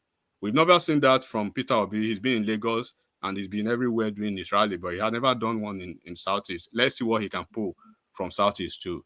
So I believe that actually speaks to the volume of the political capital of each of these candidates within their base. And then let's see what they can, come out with. So when your state governor is even at loggerhead with you, and most of the political bigwigs in your region are basically, a different trajectory. So it basically defines, more or less, the destination of your political journey to political cul-de-sac journey that's of nowhere. So Your political cookum crackam, according political cracker. So crackam, yes. So that's just the basic fact. Yeah, and then he's a son of the soil. Apart from being a son of the soil, he has invested heavily. Personally, I know a lot of people that he has invested in. Personally, I know, when I not even somebody big in my life, but more or less like a distant uncle wanted to run for an office. This is a personal experience that I know. He wanted to run for an office in Lagos State, and then by the time the local government, they have like a succession plan, just like the governor, right? And that's why you see Lagos State politics is quite different from other states. They have a succession plan in that local government. And by the time they calculated when it's going to be his own turn, right? It probably is going to be the next 10 years, right? But naturally, he's from Ondo State. And then he told, when Ashwaju met him, he said, we need you in this local government. You are smart, you are this, you are that. When he graduated from law school, he made first class. So they needed that brain and everything. But he was considering age. He was considering, the viability of that office, in the next 10 years, that would be too late. It would be too, it would be lower than what he should have achieved. So eventually they arranged, okay, you have to go to Ondo State then, and then instead of you running for the local government chairman over here, then we can arrange probably you to go to the House of Assembly. That's what they did. And then he said, every dime that you will spend, don't worry, we will take care of that, since you've been able to, listen to us, and then sacrifice this position to what we just told you to do. And then he went there. He was the deputy speaker. Currently, is a commissioner, right? So, and that's how it's been. That's the understanding. And how would you want that kind of person, woman, to handle Asiwaju's campaign now, or to handle Asiwaju's ambition? So when people are saying, is your tiredness not tired? Are you not suffering? Nigeria is you're gonna die because you are not doing this. Those people, they will just look at you and say you are stupid, because you don't know where they are coming from, and you don't know how far they've been with this man. So this is politics, and this is what they don't understand. Not somebody who just starting 6 months ago. You cannot even count one of his commissioner or his permanent secretaries or anybody that has been able to work with him. Even all his political parties, he has had one issue or the other and run away. Even of recent in PDP, he even ran away. So you have to find a way to balance this. And then when you know you have ambition in the future, you should be able to pour the cold water in front of you so that you can step on cold ground. So that is what he has done, and it's paying well for him. And to Yes, after the two. So is that going to lead you to Aso Rock? That is the ultimate question, and then we can that could be a different conversation. But that's basically about his Lagos rally. All right, brilliant, enigmatic. So we're about 23 likes from 100. I wonder if people hear enigmatic speak kind words about the young lady in Kenya. I wonder if that will give us 23 likes. So enigmatic, a rags to riches story. Young lady started as a house girl, ended up hawking on the streets, determined that she was better than that, got herself an education, and built herself a very pleasant looking bungalow. So determination, perseverance, endurance, never give up. Enigmatic. And then personal and self-discipline. Self-discipline is probably the watchword of most people who are able to do certain things like this. Of course, this is novel because probably is in the tabloid. We are hearing it, probably on the TV, and then we are reading from the tabloid now. But one man, there are so many people who have been able to achieve this in several quarters, in several houses, in several families. There are people who have been able to break quote unquote jinxes. There are people who have been able to be pathfinders here and there in several families. There are people who were born into an absolute wretched, family or background, and then both parents are unlettered. Nobody has ever, probably they are the first generation, the first person to be a college graduate, quote unquote university, the first person to own a vehicle, to or own a home, to train kids to school, to college, universities, train kids abroad, being able to go to achieve several things in life. A lot of people like that, they are in every strata of human existence. But these ones that we read, what does it actually say? Basically, it's actually speaking to the fact that whatever you believe in, do not give up. It is when you only lose the battle when you fall and you fail to bring yourself up. When you look at the story of Ronaldo de Lima, the Brazilian Ronaldo, my favorite player of all time, he had issues in his career, and then he had his knee was completely brutalized or completely gone, and then he fought through the battles of that injuries, and then he came back to the last World Cup, his last World Cup, and he came back as he emerged the highest goal scorer, and then he achieved almost everything that any human could achieve in the game of soccer, and I've been able to have people who have their own experiences too, being able to, defeat so many obstacles, so many encumbrances, being able to achieve their goals. One thing I've been able to see in life is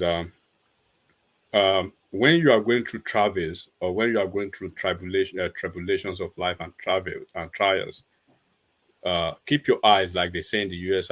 Keep your eyes on the ball. Do not be distracted. When you look at Ashwaju now, I'll always go back to him. Probably people can understand. Look at what they are throwing invectives almost every time, a coordinated attack from almost every angle. But the guy is dogged, is resilient, he's focused on his game, right? And then his driving force is so is unwavering that they can't understand that what is happening. That is the attitude of a winner. So for you to be a winner in life, you must never have the attitude of a quitter. You must not have the attitude of someone who will listen to the noises of in the market. You focus on what you are on your bargains, on who you are dealing with. Ma wo ariwo ọjà, ẹni tó ń bá nájà ni kò kọjú sí, that is life. So life lessons we teach everybody about so many things, and then I learned a lot when I had to personally when I had to school in the southeast, and that is one of the biggest. I would say that's one of the biggest gifts that my parents were able to, offer me, making me see life beyond, beyond my region, beyond my people, beyond my locality, and then being able to associate with a lot of people. It gives me the opportunity to see that there is life. There are more lives to what lives you've been known to, or you've been able to you've been offered, right? So this is a very touching and symbolic message to people who want to give up today. Do not give up on your dreams. Do not give up on your plans. Do not give up, no matter how people criticize you, regardless, irrespective of people's opinion, ideas about what people believe about you. Peter Obi is an example too, right? He came out from nowhere. Is going very hard on his campaign. If that leads him to his goal, that's another a different conversation. But he has a dream and is going, fervently with that dream. And then if it becomes reality, good. If he falls short, at least he has given it the best he can. And then everybody should understand the fact that life without tragedies, life without travels, life that is almost completely out of shape is no life. That is just mystery. It can never be without one hectic period or the other. Adult life it comes with responsibilities and with a lot of tribulation. Many are the vicissitudes of the righteous, but Almighty God, you know, uh, how do they finish it? Almighty God help them all with all the travels. As long as you believe in your goals, you believe in your dreams, let people speak behind you, let people speak ill of you. Just keep pushing, just keep digging, just keep believing in your dreams, and you shall always get there. This woman's dream resonates with what Madam Esho shared on this platform, which was very touching, which was very instructive. This is a very special platform, and then you are very lucky to have a lot of brilliant, intelligent, and then very Omar, you have future leaders on this platform. You may not know now. People, I think so. I certainly identify you as one of them. But I thank you for that. So you should always say nice things. You said nice things now, and the like button went up. But I wonder what will happen to the like button when I take you now to commentaries on Bianca Ojukwu. But before we take Enigmatic to commentaries on Bianca Ojukwu, So that invitation to buy coffee for the platform is still there, as you can see on your screen. We've got 2 takers so far. We prefer to have 3, which is what is set as the thing for a session. So at least 3 people should be buying the platform coffee. So if you want to be that 3rd person, then just click on that link. But don't click on it and just be silly there. Go wild if you do it at all. Go wild. So let's hear now.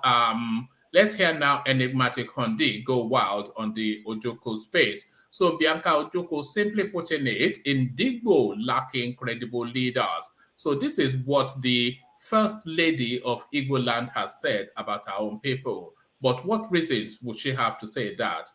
Just a brief commentary on that. Enigmatic Hondi. Yes, I would just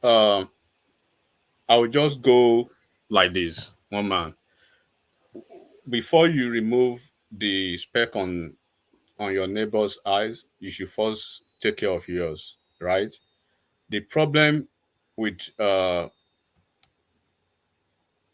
brothers from the southeast, the Igbo land of Nigeria, is that they tend to always point fingers to other people, while the remaining 4 fingers are pointed to them, but they pay no attention to that.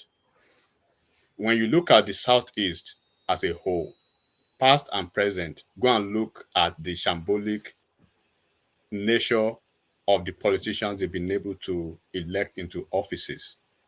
But they want to point to Lagos State as their as a problem, or some other states or the north or wherever. They should take care of their home front first, because they are the ones who are propping up and enabling these politicians in their regions.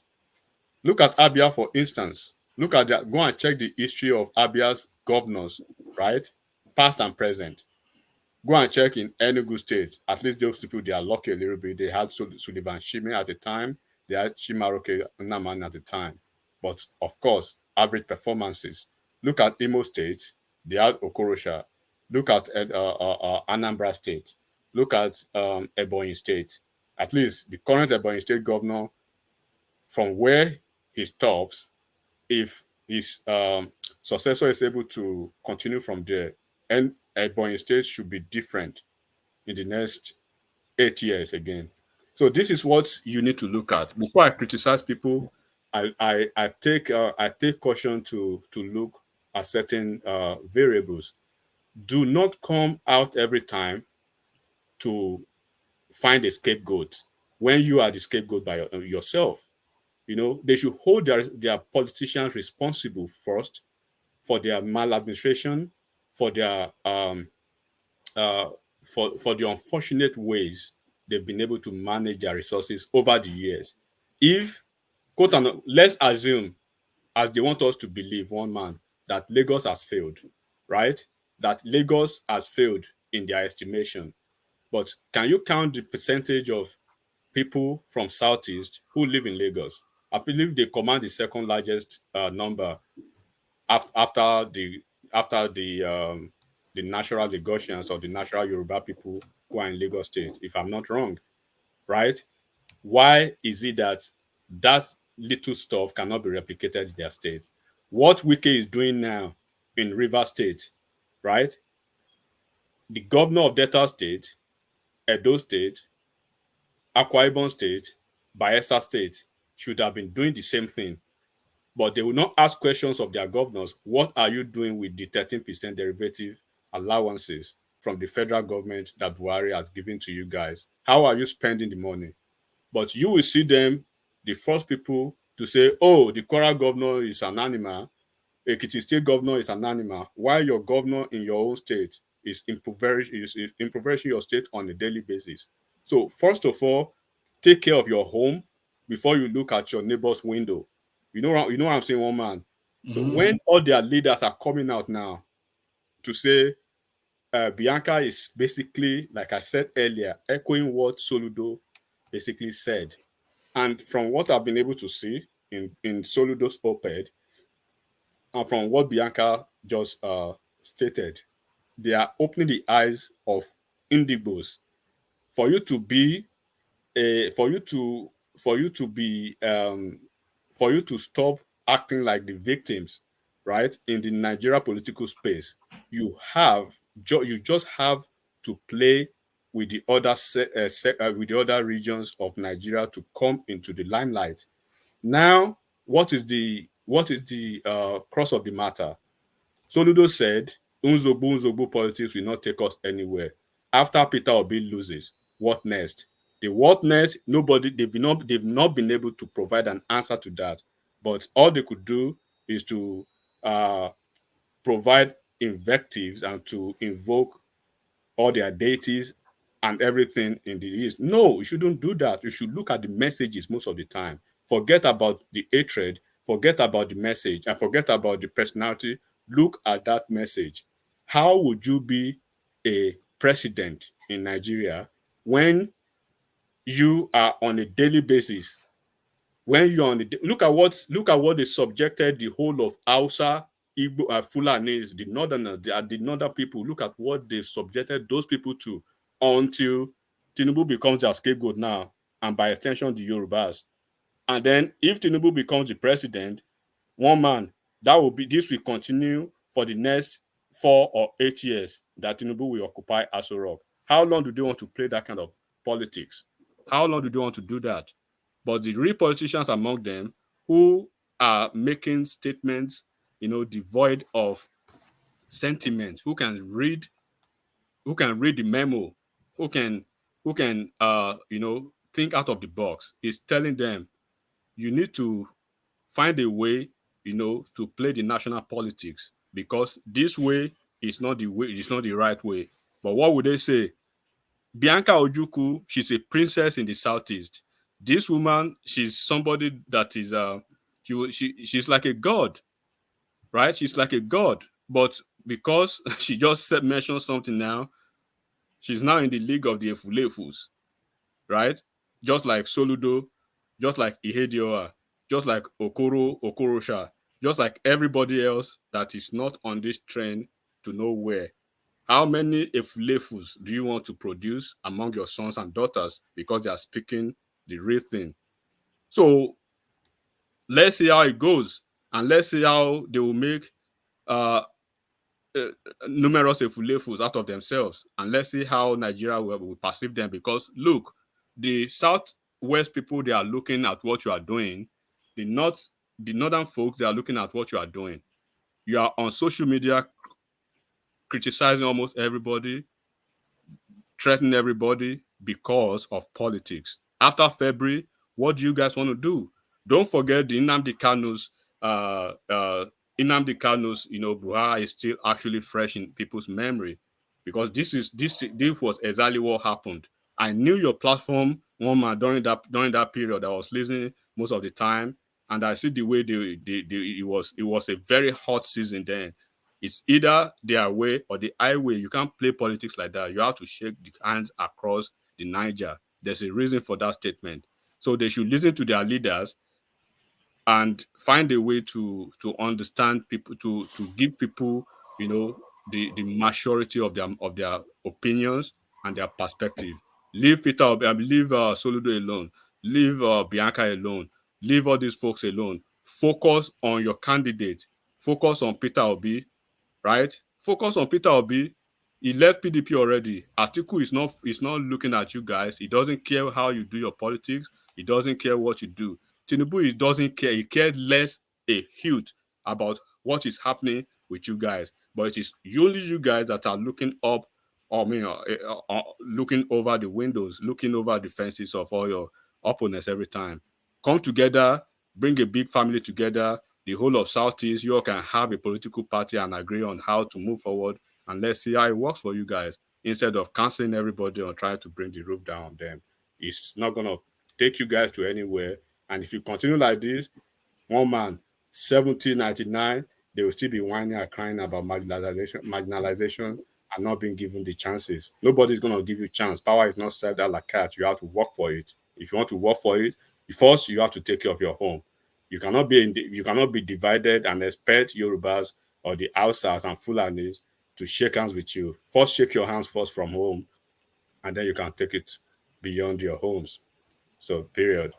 All right, brilliant. Well, so thank you, Enigmatic. And thank you, lady and gentlemen. So thank you, lady and gentlemen. 6 hours, 22 minutes.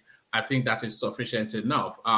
We've chewed over everything and we've chewed it round again. So we chew it round again, only to re-chew it tomorrow. That is not to say we are going to regurgitate anything. We'll come up with a fresh dish. So we come up with a fresh dish. So we seek to round off. You already know where we're going to land. Ladies and gentlemen, with your permission, I'm going to allow a strict 2-minute slot because I'm quite keen not to hit the 7-hour mark. So in round about 2 minutes, everybody gets to round off with their closing remarks. Let's kick that off with Patrick and see if he's still with us. Patrick, are you still there?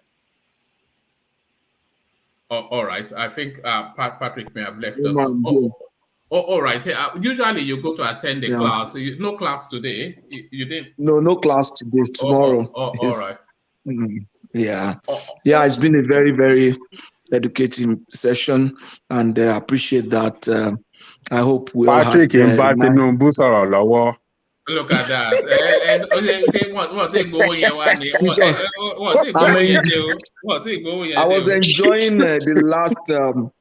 I was enjoying the last speaker advice to my brethren in the Southeast.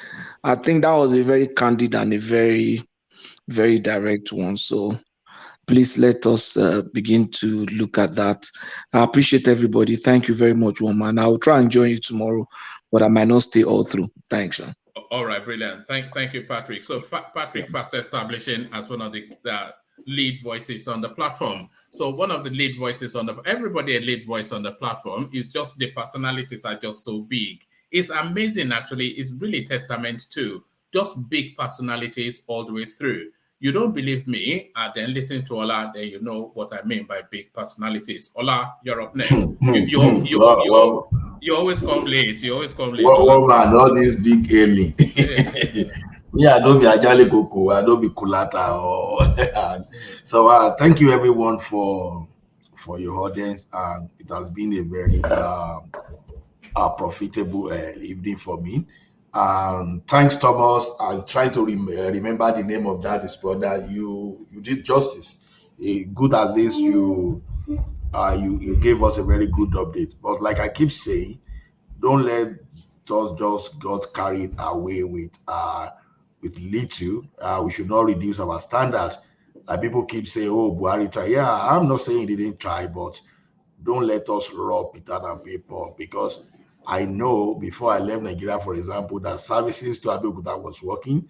I know that while I was here, I know when even Jonathan even restored the services in 5 different regions, including even that of Ibadan to Lagos was working, but they were mocking that they were old locomotive because they were doing those things while they were trying to modernize along the line. So it's not as if so it is good, and if the next government can even take it from where they are, yeah, it's going to be fine.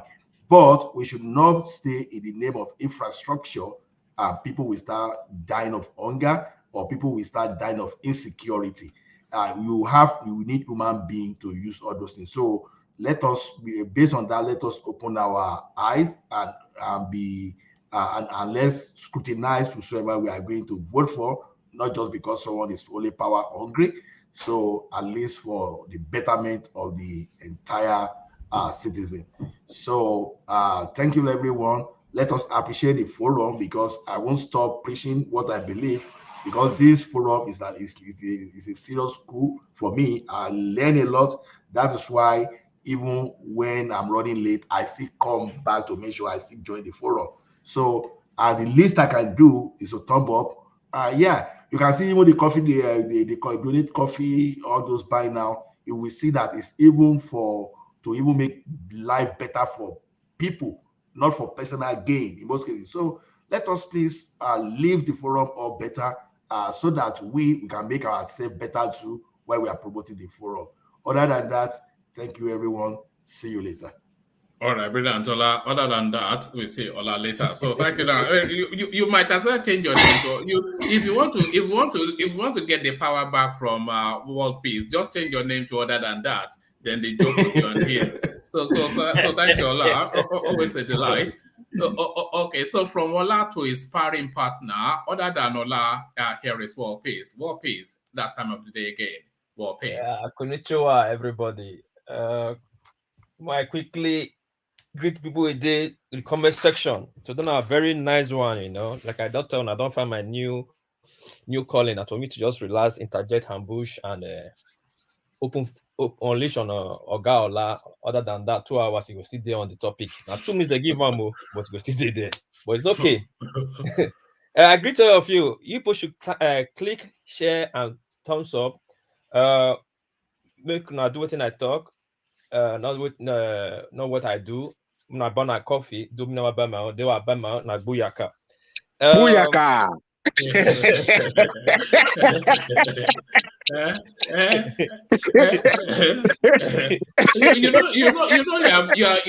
You are setting yourself up with that booyaka, because anything, if you ever buy a coffee, I will tell everybody that this is what you did. Booyaka! This is what booyaka means.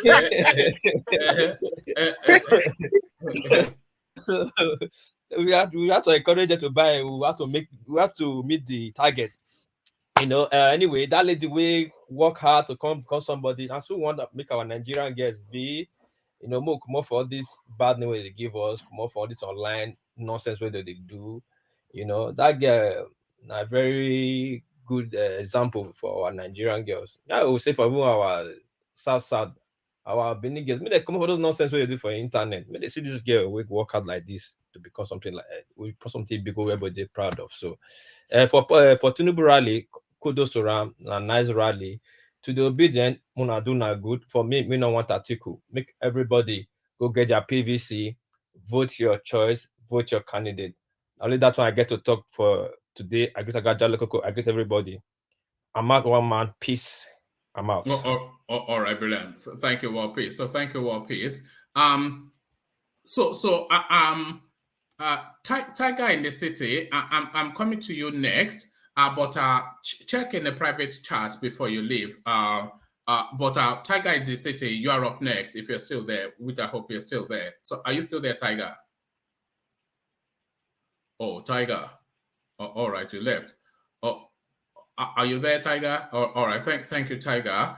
So let's go on them from back to enigmatic Hondi. Enigmatic Hondi. Yeah, it's been a successful session once again, and I do respect everyone on the platform. I respect everyone's perspective, opinions. Democracy is about respecting divergent views, dissenting voices, and then if you have to resort to subliminal tirades and then derogatory languages, it basically speaks volume of who you are and what actually defines your philosophy as a human. Either you're an animal who can actually reason beyond the level of a lower animal, or the ones who can actually take people's opinion and just understand that it's all about politics. I'm basically saying this to, I don't really react, but there's one guy that I just read his comment now. Somebody just point my attention to that. Daniel, I believe you are trying to talk to me being an imbecile, but unfortunately, you didn't. You should go back and see what you spell as an imbecile, so you understand the imbecilic manner that probably the cretin of a willful nuisance who is a daddy to you must have been able to raise you so badly. You understand? Oh no, settle down. I didn't actually say that comment. If you'd highlighted it, I would have. Look at that. All the grammar is coming out. Ọlọ́tọ́jà enigmatic. Ó fẹ́ fò òyìnbó ṣépè fún ẹni yẹn ni. But anyways, it's good.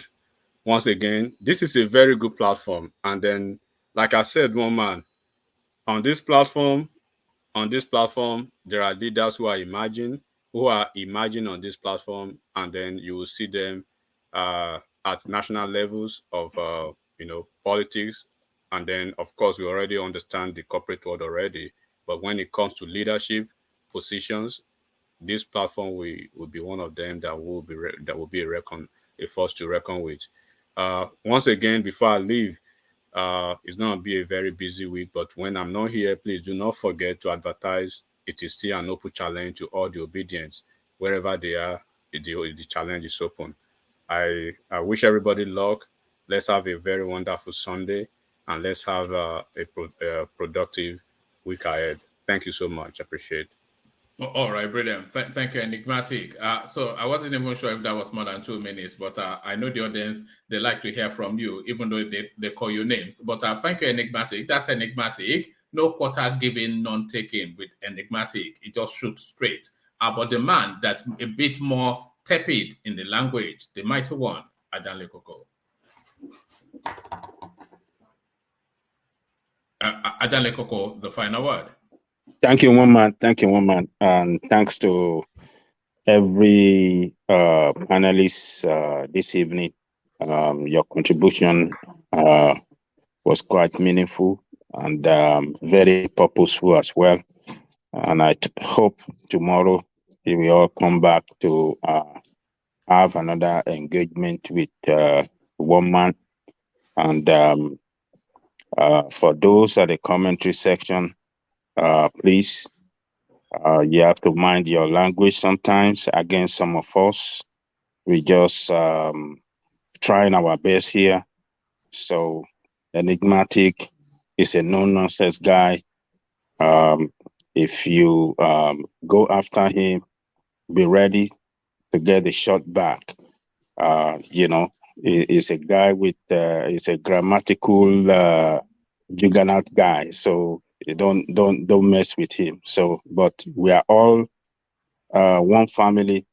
Either you are the commentary section or you are one of the panelists, we are the same people. We all love our country. We want that country to work for everybody. So let us keep it civil all the time.